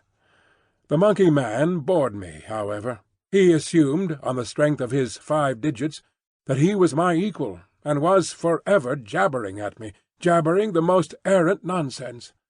One thing about him entertained me a little. He had a fantastic trick of coining new words. He had an idea, I believe, that to gabble about names that meant nothing was the proper use of speech. They called it big things to distinguish it from little things, the sane, everyday interests of life. If ever I made a remark he did not understand, he would praise it very much, ask me to say it again, learn it by heart, and go off repeating it, with a word wrong here or there, to all the milder of the beast-folk. He thought nothing of what was plain and comprehensible. I invented some very curious big things for his especial use. I think now that he was the silliest creature I ever met. He had developed in the most wonderful way the distinctive silliness of man, without losing one jot of the natural folly of a monkey. This, I say, was in the earlier weeks of my solitude among these brutes. During that time they respected the usage established by the law, and behaved with general decorum. Once I found another rabbit torn to pieces by the hyena swine, I am assured, but that was all. It was about May when I first distinctly perceived a growing difference in their speech and carriage, a growing coarseness of articulation, a growing disinclination to talk. My monkey-man's jabber multiplied in volume, but grew less and less comprehensible, more and more simian. Some of the others seemed altogether slipping their hold upon speech, though they still understood what I said to them at that time. Can you imagine language, once clear-cut and exact, softening and guttering, losing shape and import, becoming mere lumps of sound again? And they walked erect with an increasing difficulty.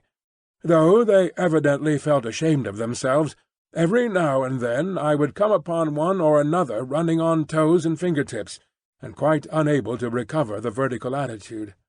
They held things more clumsily, drinking by suction, feeding by gnawing, growing commoner every day. I realized more keenly than ever what Moreau had told me about the stubborn beast-flesh. They were reverting, and reverting very rapidly. Some of them, the pioneers in this, I noticed with some surprise, were all females, began to disregard the injunction of decency, deliberately for the most part. Others even attempted public outrages upon the institution of monogamy. The tradition of the law was clearly losing its force. I cannot pursue this disagreeable subject. My dog-man imperceptibly slipped back to the dog again. Day by day he became dumb, quadrupedal, hairy. I scarcely noticed the transition from the companion on my right hand to the lurching dog at my side. As the carelessness and disorganization increased from day to day, the lane of dwelling-places, at no time very sweet, became so loathsome that I left it, and going across the island made myself a hovel of boughs amid the black ruins of Moreau's enclosure. Some memory of pain, I found, still made that place the safest from the beast-folk. It would be impossible to detail every step of the lapsing of these monsters, to tell how, day by day, the human semblance left them, how they gave up bandagings and wrappings, abandoned at last every stitch of clothing, how the hair began to spread over the exposed limbs, how their foreheads fell away and their faces projected, how the quasi-human intimacy I had permitted myself with some of them in the first month of my loneliness became a shuddering horror to recall.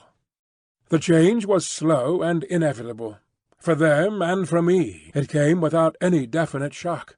I still went among them in safety, because no jolt in the downward glide had released the increasing charge of explosive animalism that ousted the human day by day. But I began to fear that soon now that shock must come. My St. Bernard brute followed me to the enclosure every night, and his vigilance enabled me to sleep at times in something like peace. The little pink sloth thing became shy and left me, to crawl back to its natural life once more among the tree branches. We were in just the state of equilibrium that would remain in one of those happy family cages which animal tamers exhibit if the tamer were to leave it forever. Of course, these creatures did not decline into such beasts as the reader has seen in zoological gardens, into ordinary bears, wolves, tigers, oxen, swine, and apes. There was still something strange about each. In each Moreau had blended this animal with that. One perhaps was ursine chiefly, another feline chiefly, another bovine chiefly. But each was tainted with other creatures, a kind of generalized animalism appearing through the specific dispositions. And the dwindling shreds of the humanity still startled me every now and then, a momentary recrudescence of speech perhaps, an unexpected dexterity of the forefeet, a pitiful attempt to walk erect. I too must have undergone strange changes. My clothes hung about me as yellow rags, through whose rents showed the tanned skin. My hair grew long and became matted together. I am told that even now my eyes have a strange brightness, a swift alertness of movement. At first I spent the daylight hours on the southward beach watching for a ship, hoping and praying for a ship. I counted on the Ipecacuanha returning as the year wore on, but she never came. 5 times I saw sails, and thrice smoke, but nothing ever touched the island. I always had a bonfire ready, but no doubt the volcanic reputation of the island was taken to account for that. It was only about September or October that I began to think of making a raft. By that time my arm had healed, and both my hands were at my service again. At first I found my helplessness appalling. I had never done any carpentry or such-like work in my life, and I spent day after day in experimental chopping and binding among the trees. I had no ropes, and could hit on nothing wherewith to make ropes. None of the abundant creepers seemed limber or strong enough, and with all my litter of scientific education I could not devise any way of making them so.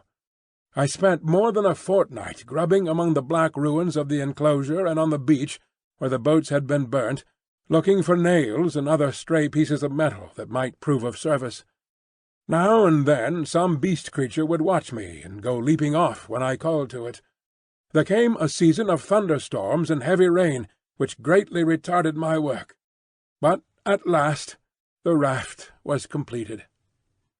I was delighted with it, but with a certain lack of practical sense, which has always been my bane, I had made it a mile or more from the sea, and before I had dragged it down to the beach, the thing had fallen to pieces.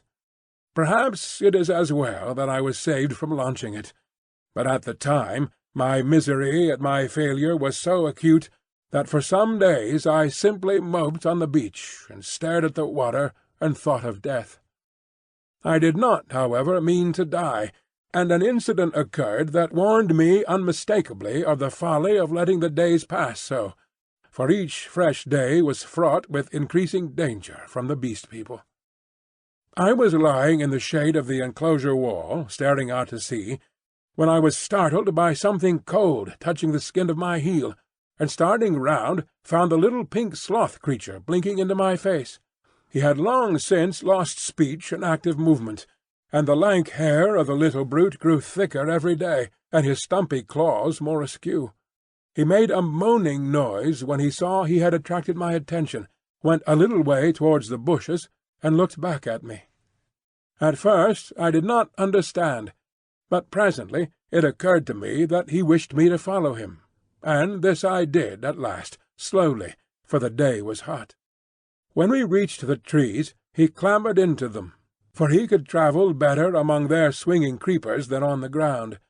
And suddenly, in a trampled space, I came upon a ghastly group.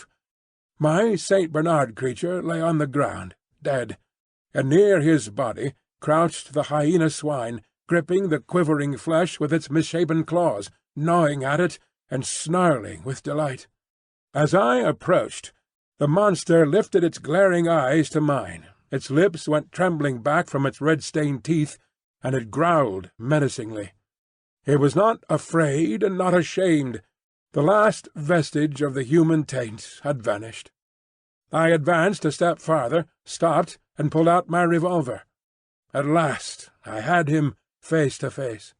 The brute made no sign of retreat, but its ears went back, its hair bristled, and its body crouched together. I aimed between the eyes and fired. As I did so, the thing rose straight at me in a leap, and I was knocked over like a ninepin. It clutched at me with its crippled hand, and struck me in the face. Its spring carried it over me. I fell under the hind part of its body, but luckily I had hit as I meant, and it died even as it leapt. I crawled out from under its unclean weight, and stood up, trembling, staring at its quivering body. That danger, at least, was over. But this, I knew, was only the first of the series of relapses that must come. I burnt both of the bodies on a pyre of brushwood, but after that I saw that unless I left the island, my death was only a question of time. The Beast People by that time had, with one or two exceptions, left the ravine and made themselves lairs, according to their taste, among the thickets of the island. Few prowled by day, most of them slept, and the island might have seemed deserted to a newcomer. But at night the air was hideous with their calls and howling. I had half a mind to make a massacre of them, to build traps, or fight them with my knife. Had I possessed sufficient cartridges, I should not have hesitated to begin the killing. There could now be scarcely a score left of the dangerous carnivores. The braver of these were already dead. After the death of this poor dog of mine, my last friend, I too adopted to some extent the practice of slumbering in the daytime, in order to be on my guard at night. I rebuilt my den in the walls of the enclosure, with such a narrow opening that anything attempting to enter must necessarily make a considerable noise. The creatures had lost the art of fire, too, and recovered their fear of it. I turned once more, almost passionately now, to hammering together stakes and branches to form a raft for my escape. I found 1,000 difficulties. I am an extremely unhandy man. My schooling was over before the days of Sylvid. But most of the requirements of a raft I met at last in some clumsy, circuitous way or other, and this time I took care of the strength. The only insurmountable obstacle was that I had no vessel to contain the water I should need if I floated forth upon these untravelled seas. I would have even tried pottery, but the island contained no clay. I used to go moping about the island, trying with all my might to solve this one last difficulty. Sometimes I would give way to wild outbursts of rage, and hack and splinter some unlucky tree in my intolerable vexation. But I could think of nothing. And then came a day, a wonderful day, which I spent in ecstasy. I saw a sail to the southwest, a small sail like that of a little schooner, and forthwith I lit a great pile of brushwood, and stood by it in the heat of it, and the heat of the midday sun, watching it.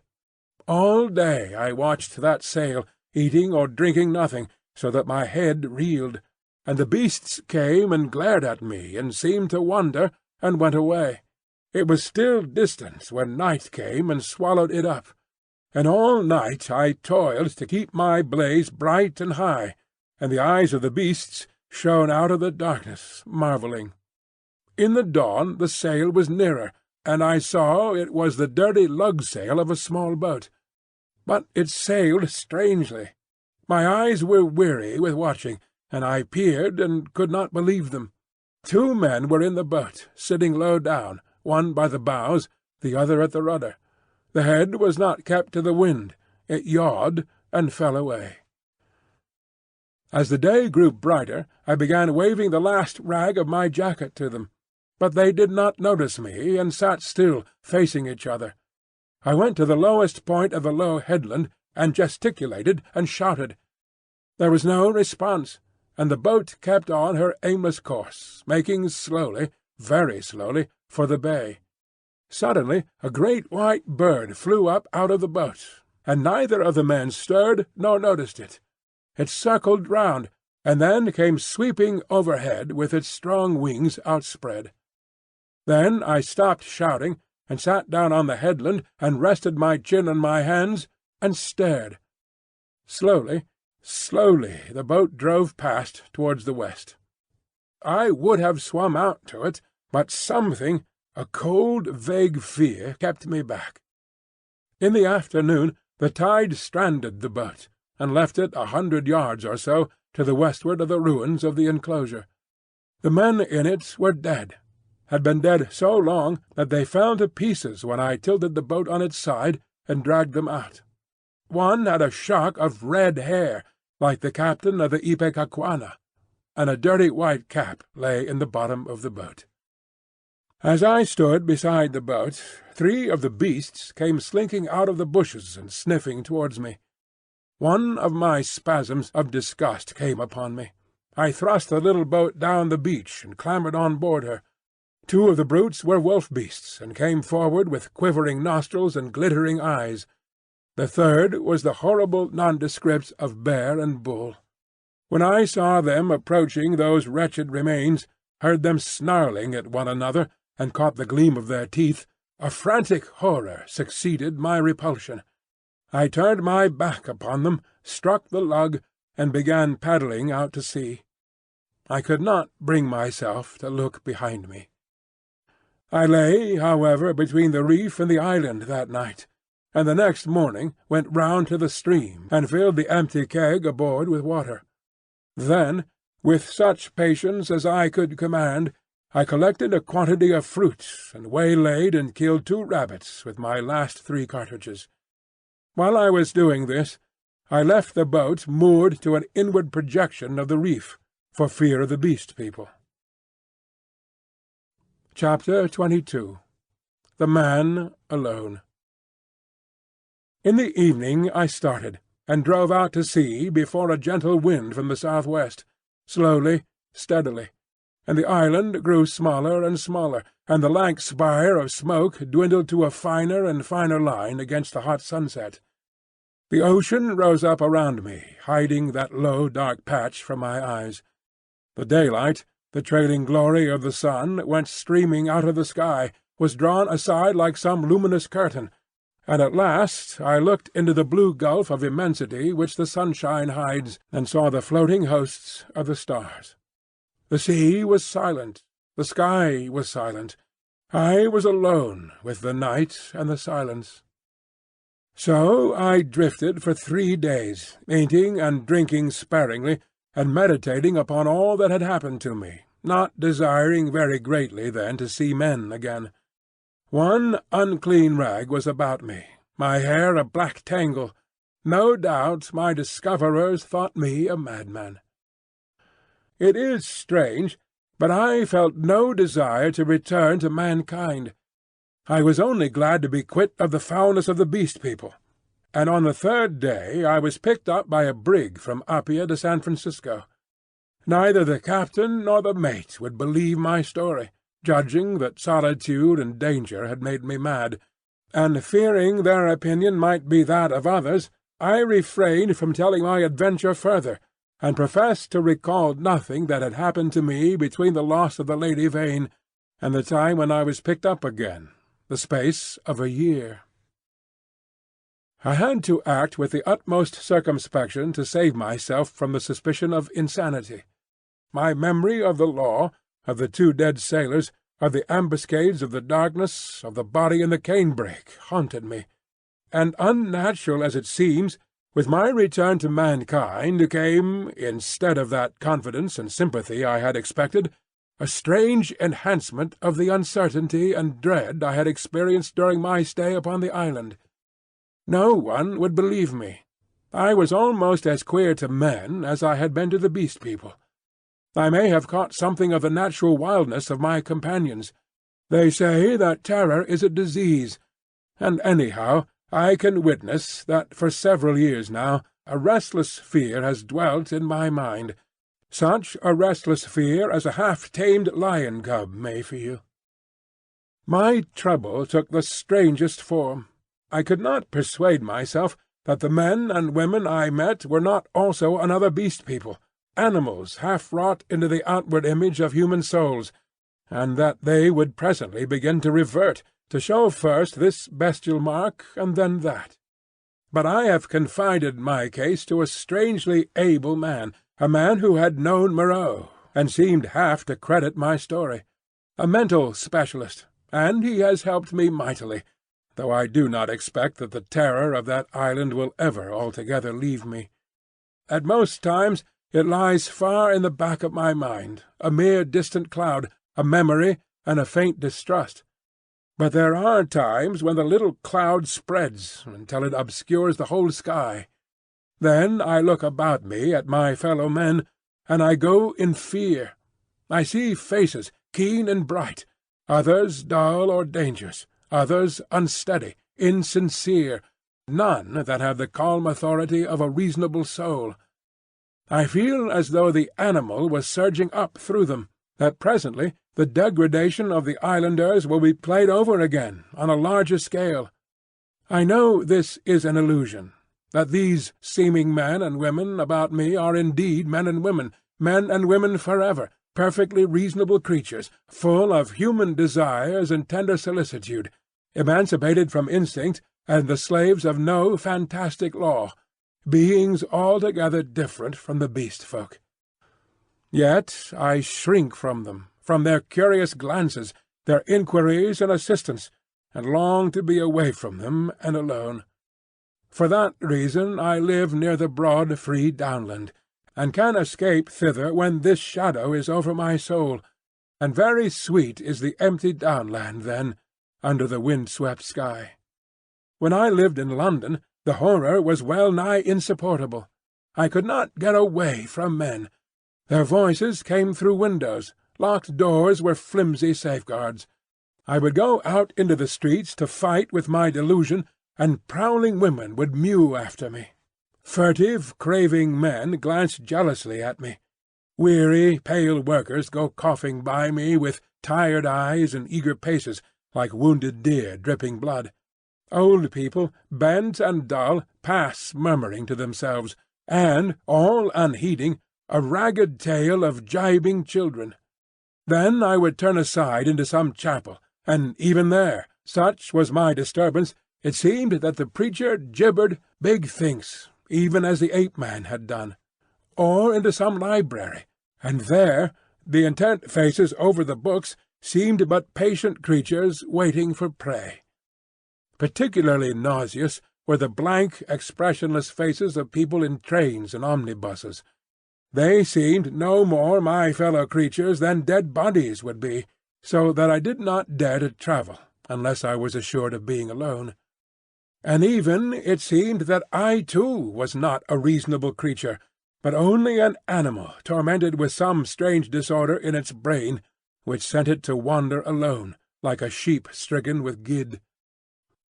This is a mood, however, that comes to me now, I thank God, more rarely. I have withdrawn myself from the confusion of cities and multitudes, and spent my days surrounded by wise books, bright windows in this life of ours, lit by the shining souls of men. I see few strangers, and have but a small household. My days I devote to reading, and to experiments in chemistry, and I spend many of the clear nights in the study of astronomy. There is, though I do not know how there is, or why there is, a sense of infinite peace and protection in the glittering hosts of heaven. There it must be, I think, in the vast and eternal laws of matter, and not in the daily cares and sins and troubles of men, that whatever is more than animal within us must find its solace and its hope. I hope, or I could not live. And so, in hope and solitude, my story ends. Edward Prendick.